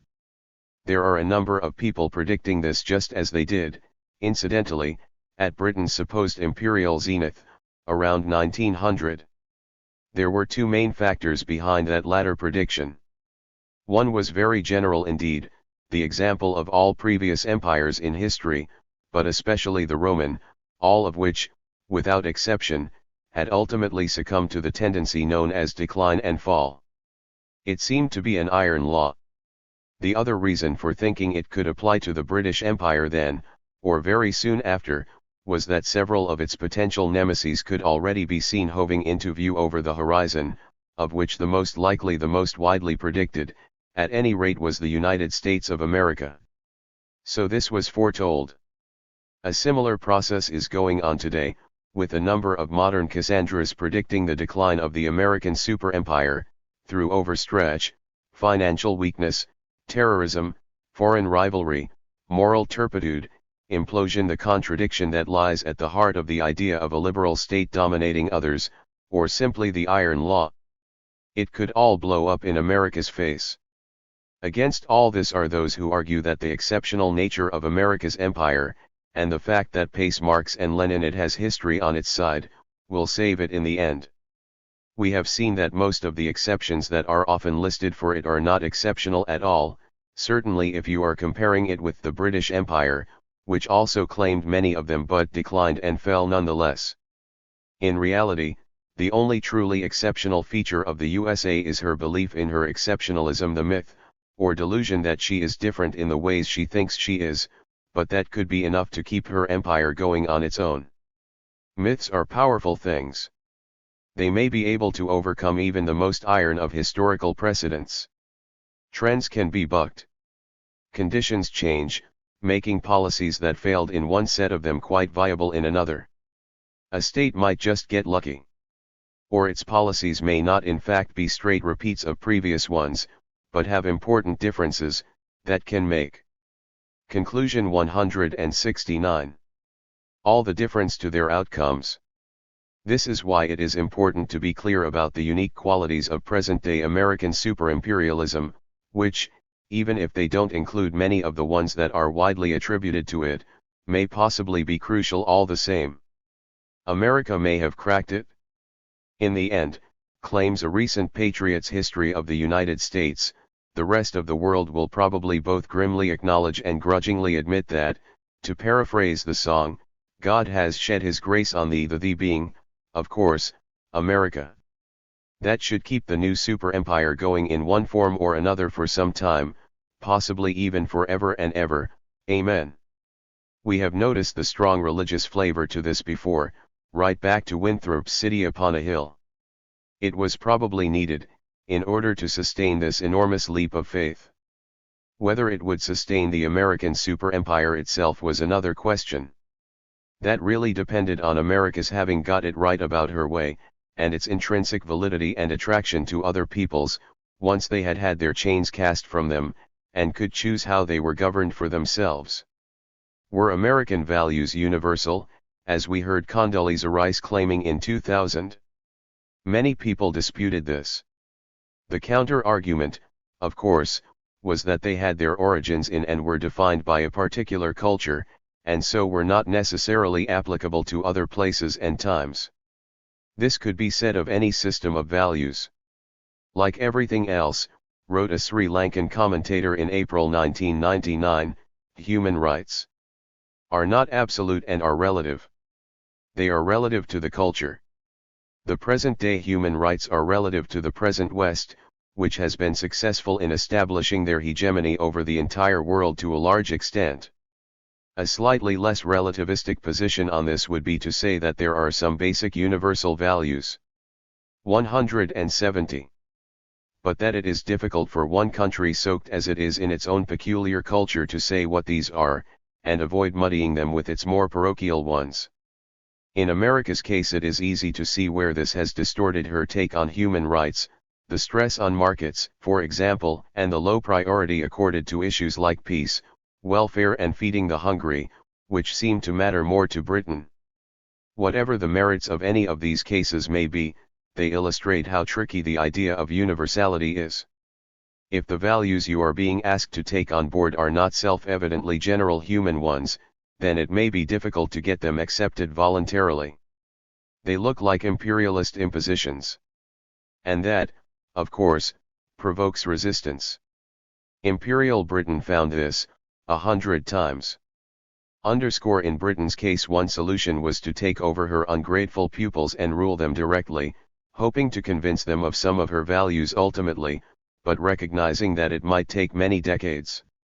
This is Niall Ferguson's prescription for countries like Iraq.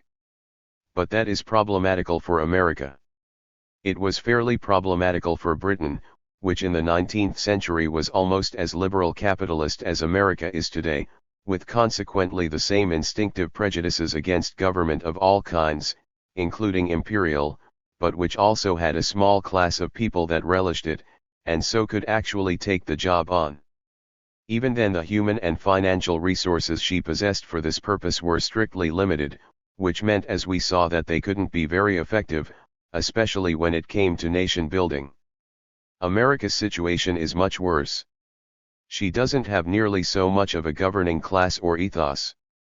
She has gone. Conclusion 171. Too far along the liberal capitalist road, casting both of them behind her. To build or rebuild either, in order to sustain a more formal American empire, would involve radical changes in her social structure and culture which it is almost impossible to conceive. It probably isn't viable. There is another consideration too. The situation of America as the first sole superpower in the world may give a false impression of what she is able to achieve there militarily. She certainly isn't all-powerful. Terrorism, whatever we may think of the morality of it, tends to even up the scales when it comes to relative strengths. That, and more traditional kinds of guerrilla warfare, have tied America down in Afghanistan and Iraq in a way that makes it difficult for her to extend her imperial influence to other countries which might require it. Everyone assumes that she has other targets in her sights: Iran, North Korea, Syria, the first two almost certainly more potentially dangerous to her and the world than Iraq ever was, but she can do little about them while she is still preoccupied militarily in these other places. Already her generals are complaining of overstretch. People worry about the body bag factor, the long-term reaction of an American people that is not intrinsically imperialist to the military casualties that long occupations of countries, against fierce resistance, would inevitably entail. There is also the danger of a liberal reaction in America against this, like the one over Vietnam. America's military hegemony, great as it is not absolute. Perhaps she isn't so different from previous empires after all. The Iron Law may apply to her as well. This is why it is so vital to her that her ideology is sound. If it is, then there will be no need to resort to formal imperialism to achieve her aims. This is how it should work. Everyone wants democracy.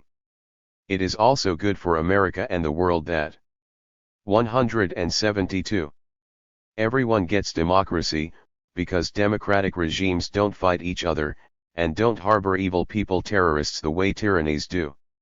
Not all people realize that they want democracy yet, but they will, because history is moving that way. If America were to wait, then it would presumably spread everywhere in time. Unfortunately, she can't wait, because of the present threat to her own national security that is posed by those evil terrorists in their tyrannical safe havens, like Afghanistan and Iraq. So she needs to take a hand. Luckily, this need not involve her in too many obligations ultimately, because of that history thing. A quick insertion, a frenzy of physical activity, plant the seed, withdraw, and a democracy will be born. The mother, shocked at first by the violation, will grow to love her new baby quite soon. The nations around her, seeing how happy she is, will all want their little democracies too. Hopefully, these will be achieved more consensually. The Americans can then go back to their homeland, secure with this new community of free, safe peoples around them, and proud of their role in starting it all off. That is, if this works. It may do. If not, they're in a mess. The British Empire as a model. Rape is a common metaphor for imperialism. It may be an unfair one. The problems with regarding all imperialism in this light are, firstly, that there were many varieties of it, some of them relatively gentle. The historian Geir Lundstad has even identified an imperialism by invitation, and secondly, that this takes no account of the alternatives, what might have become of peoples if they had not been, in any given situation, imperialist. The most likely alternative to British imperialism during most of its history was someone else's, which, as Niall Ferguson rightly points out, could well have been worse. Even if places like Africa had been left to themselves in a formal sense in the 19th century, and this was not out of the question, we have seen that much of what is conventionally called the scramble for Africa consisted in fact of a series of agreements among the European powers to enable them to avoid ruling it. It did not follow that they would not have been tyrannized in other ways, by unscrupulous and unrestrained Western capitalists, for example, or their own bloody despots. Domestic rape is as common as violation by strangers. Look at Saddam Hussein. In the 19th century, imperialism appeared much more morally acceptable than it does today. That's why the Americans did so much of it, almost without noticing. This was partly because advanced nations regarded primitive ones more disparagingly then, partly because the idea of the nation itself was not so firmly fixed then as it became later, and partly because people had this idea that weak nations sometimes needed to be protected by stronger ones, rather than left to the mercy of these predators. This is still a consideration. It is what lay at the root, of course, of Blair's and Clinton's doctrine of humanitarian intervention, before that was hijacked by the Bush administration's policy of intervention in the interests of American security, and Blair's call for the rules about nationality, that national integrity is inviolate, and should always be respected except in cases where a nation is attacking another nation to be reconsidered. The problem of rogue and failed states is as great as it ever was, and more urgent now because of their possible wider repercussions, 9/11, and all that. This is the argument for rehabilitating imperialism today, either 174. Unashamedly, or in some kind of semantic disguise. Failed states need successful states to pick them up and revive them. That must be better than leaving them to fester, with all the suffering to themselves and danger to others that festering brings. This is where the old British Empire is sometimes ushered into the picture, newly dusted down and spruced up, as a model or precedent for the present day. One can see why. It wasn't all bad. It was natural to blame it, perhaps, for everything that was wrong in the world immediately after its fall. There's nothing like beating an empire when it's down. One can see traces of this still. Those embarrassed by virulent anti-gay feeling among West Indians, for example, still sometimes hold British imperialism responsible for that. As well as being patronizing towards the West Indians after all these years, can't they think for themselves? This also attributes too much to the influence of the British Empire, exaggerates its power. Chapter 1 was largely about that. By the same token, of course, the beneficial effects of British imperialism shouldn't be overplayed, either. Still, there were some. There was a lot that was attractive and I would say good about many, perhaps most, of the men who actually ran the British Empire in the 19th and early 20th centuries, highly dedicated people, with a devotion to public service that is seen less and less these days, there for the long haul, not just fly-by-nights, benevolent for the most part in their intentions, at any rate, protective, especially against capitalist exploitation, and usually tolerant. They did an amazing job for the most part in keeping order and maintaining justice over vast tracts of territory, despite their tiny numbers, and the physical privations they often had to endure. Materially their achievements were considerable. The British were particularly good at this, by comparison with other colonial powers, a fact that is still sometimes acknowledged today. There were worse fates, much worse, that could befall peoples in the 19th and 20th centuries than being taken in hand by these men. The British Empire had its positive aspects. It is possible that the new American superempire could learn something from it, so long as it chooses the right bits of it to learn from. This, however, is the difficulty. In the first place, what has just been described is not the only side of the British Empire, because the men who rar it were not the only ones representing it. Even they, high-minded as they generally were not entirely dependable.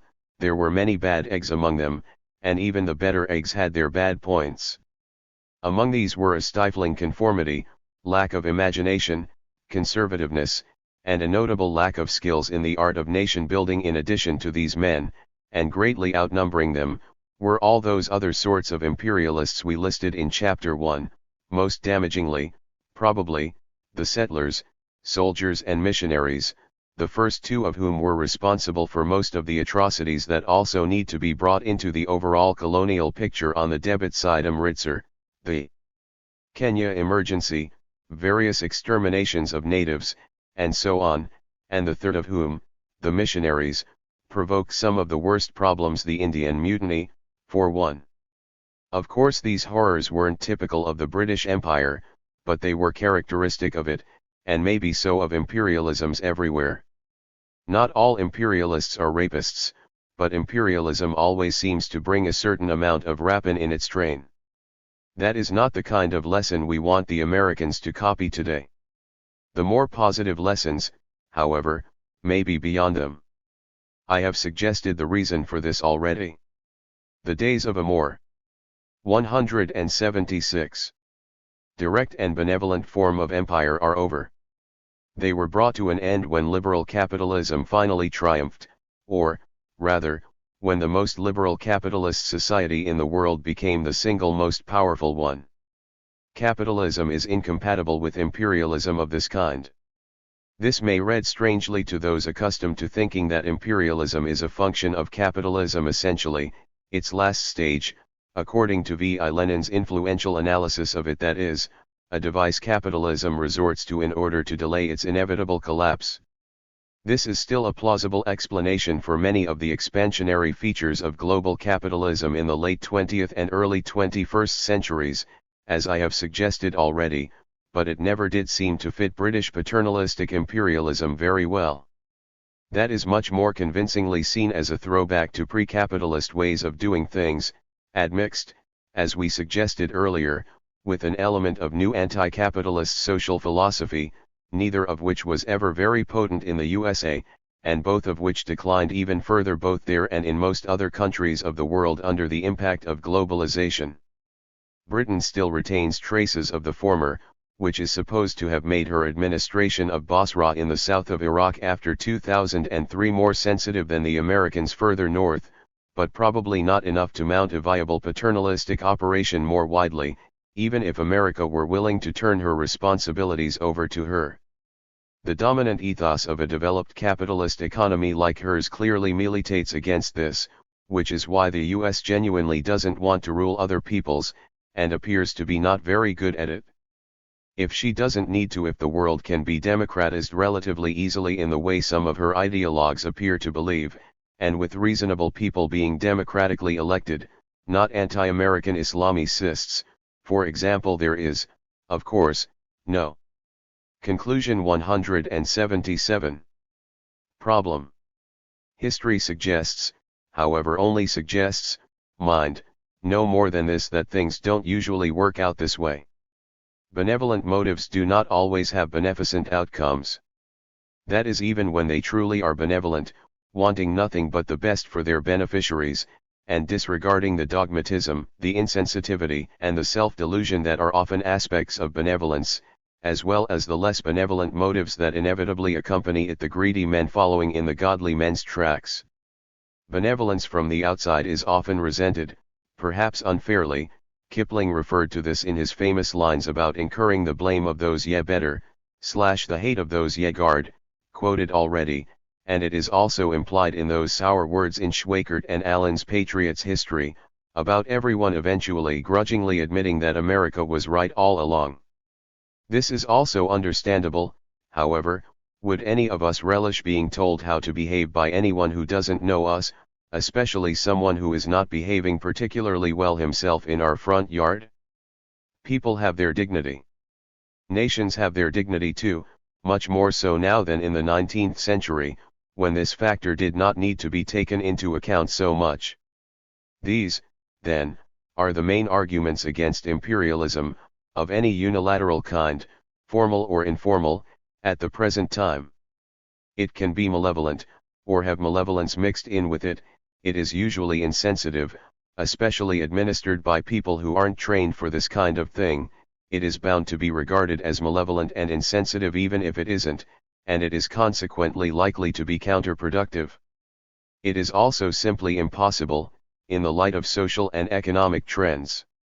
It can give rise to free nations, but usually by provoking rebellion against it. 178. Internationalist imperialism. All this isn't an entirely new situation.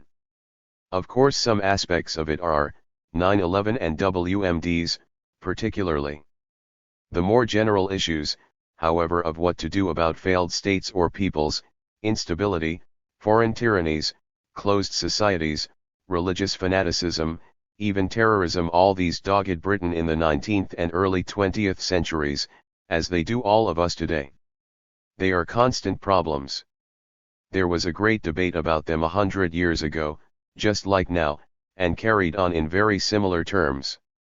At the root of it lay this question, the one Tony Blair thought he was formulating in a new way in his Chicago speech, that bearing in mind that there was a great deal of avoidable suffering and also danger in the world, which was not attributable to imperialism, was it justifiable to invoke imperialism of one sort or degree or another, from temporary intervention to full-scale rule, to try to put it right?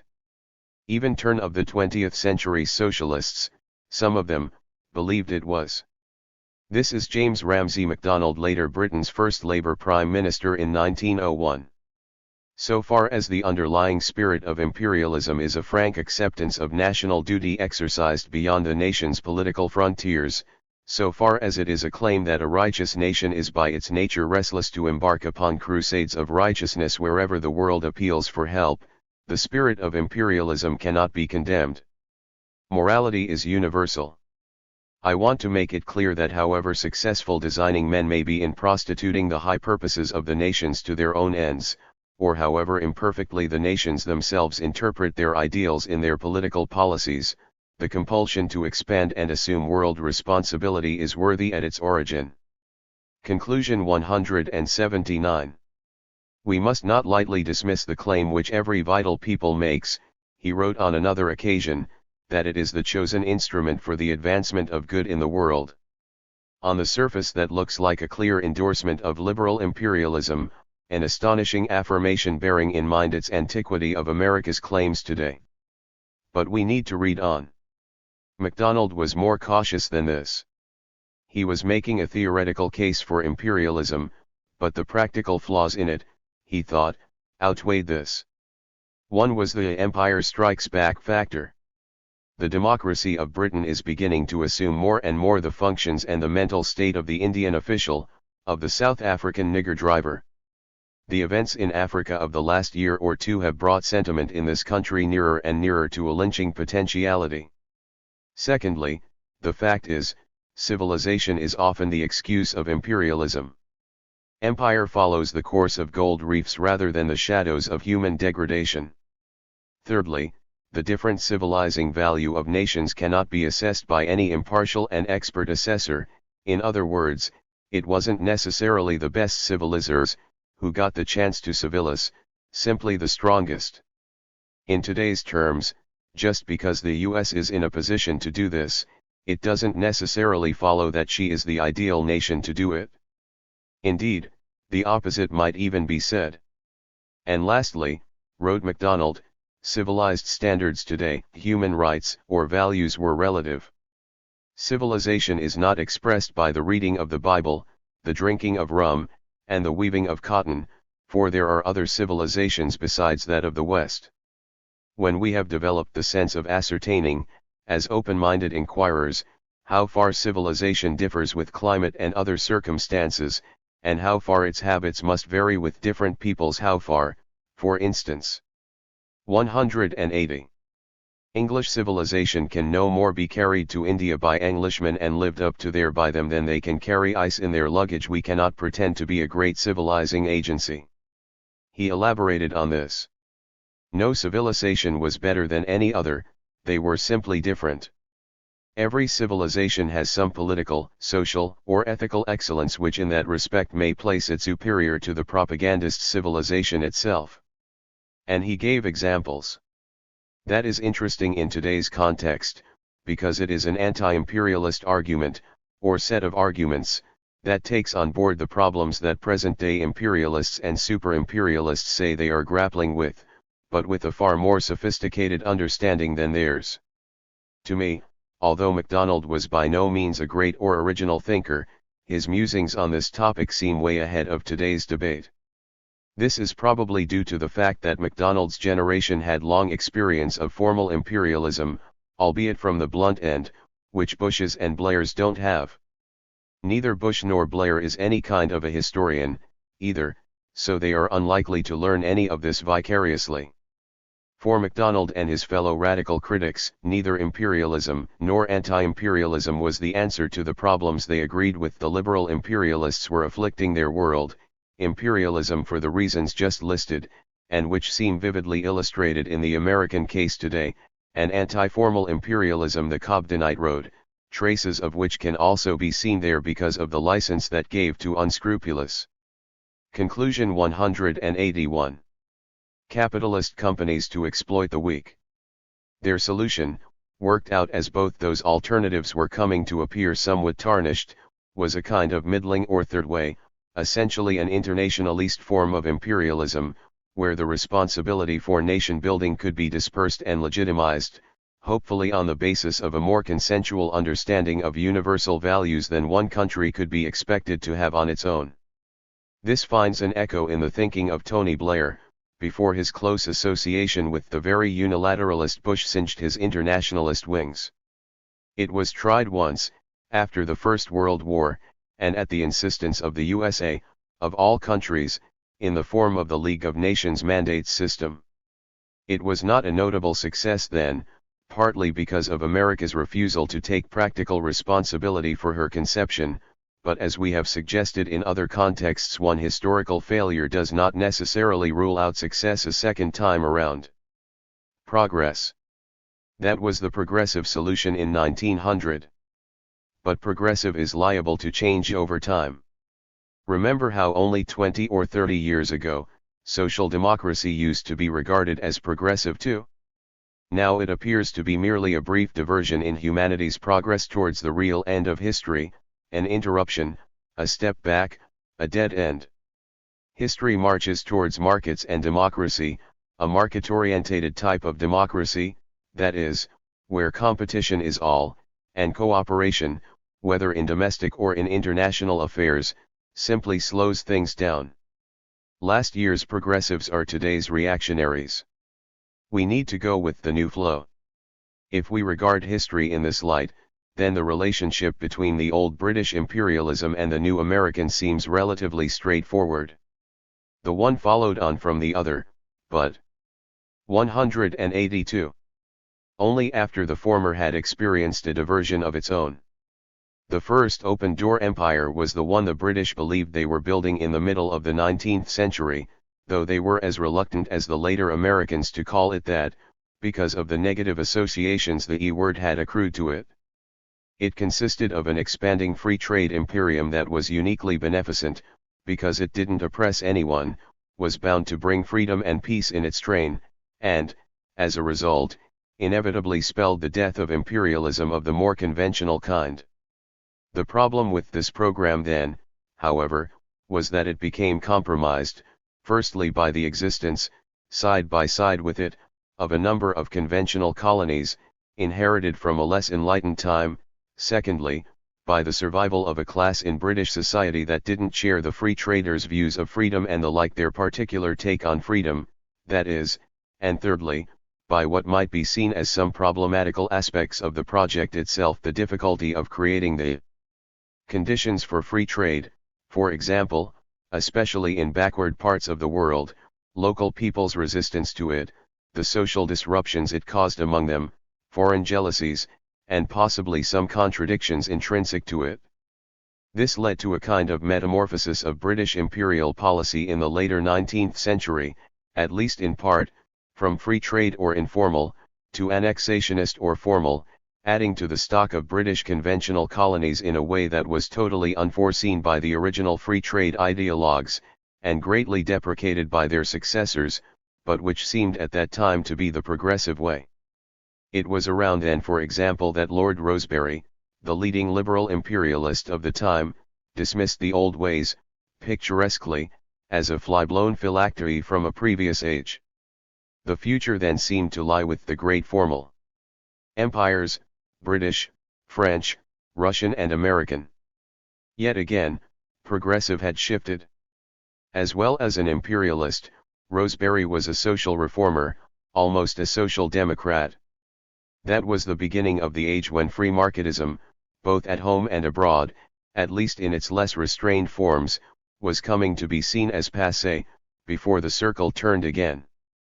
British formal imperialism eventually quite soon, in fact collapsed, because of its intrinsic weaknesses, which came to the surface, as they were bound to, when it became clear that more effort, commitment, men, and money would be required to sustain it than in the period when Britain had first accumulated her colonies, both formal and informal, overseas.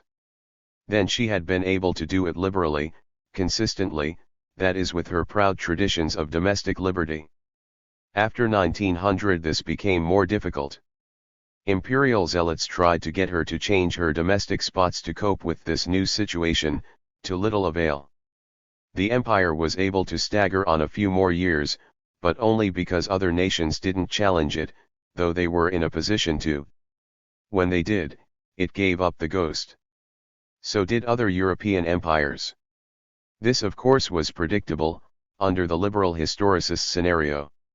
In America, Sumner Welles proclaimed the end of the era of imperialism. In a formal sense, it was. But not in any other. What essentially happened in the second half of the 20th century was not the finish of imperialism per se, but its return to the form it had first taken in Britain around 1850. It was America, now, that took up the torch that had been dropped by Britain shortly after then. Again, the similarities are striking, including the idealistic claims that were 184 made for it, and the insistence that, as a result, it could not be called imperialism really. The differences were, firstly, America's huge dominance, secondly, that some of the values attaching to open-door imperialism were significantly different from before, as a result partly of this and partly of the hardening of liberal thought generally in the intervening century, and thirdly, that two of the factors that had compromised the ideal in its original British form were no longer to be found in America: a surviving formal empire, and an imperial ruling class. Which still, however, left the third compromising factor, the intrinsic difficulties of the project in the field, and left America without Britain's means of coping with those problems, which was to take over the problem countries formally. That probably ensured that the same kind of metamorphosis would not happen to the American empire as had happened to the British. It would not turn conventional, but it didn't dispose of the difficulties, of course. Whether those difficulties can be dealt with within the framework of the new progressive vision of human development is hard to say. The Americans are placing a great deal of hope, far more than their Victorian predecessors, in, firstly, their grasp of the direction that history is taking, secondly, their military superiority, and thirdly, perhaps, God, but all these may be questionable. History may be more complicated than people like Condoleezza Rice assume. Ways can be found around conventional military hegemony, as we have seen in Iraq. America could still collapse through overstretch, or capitalist contradictions.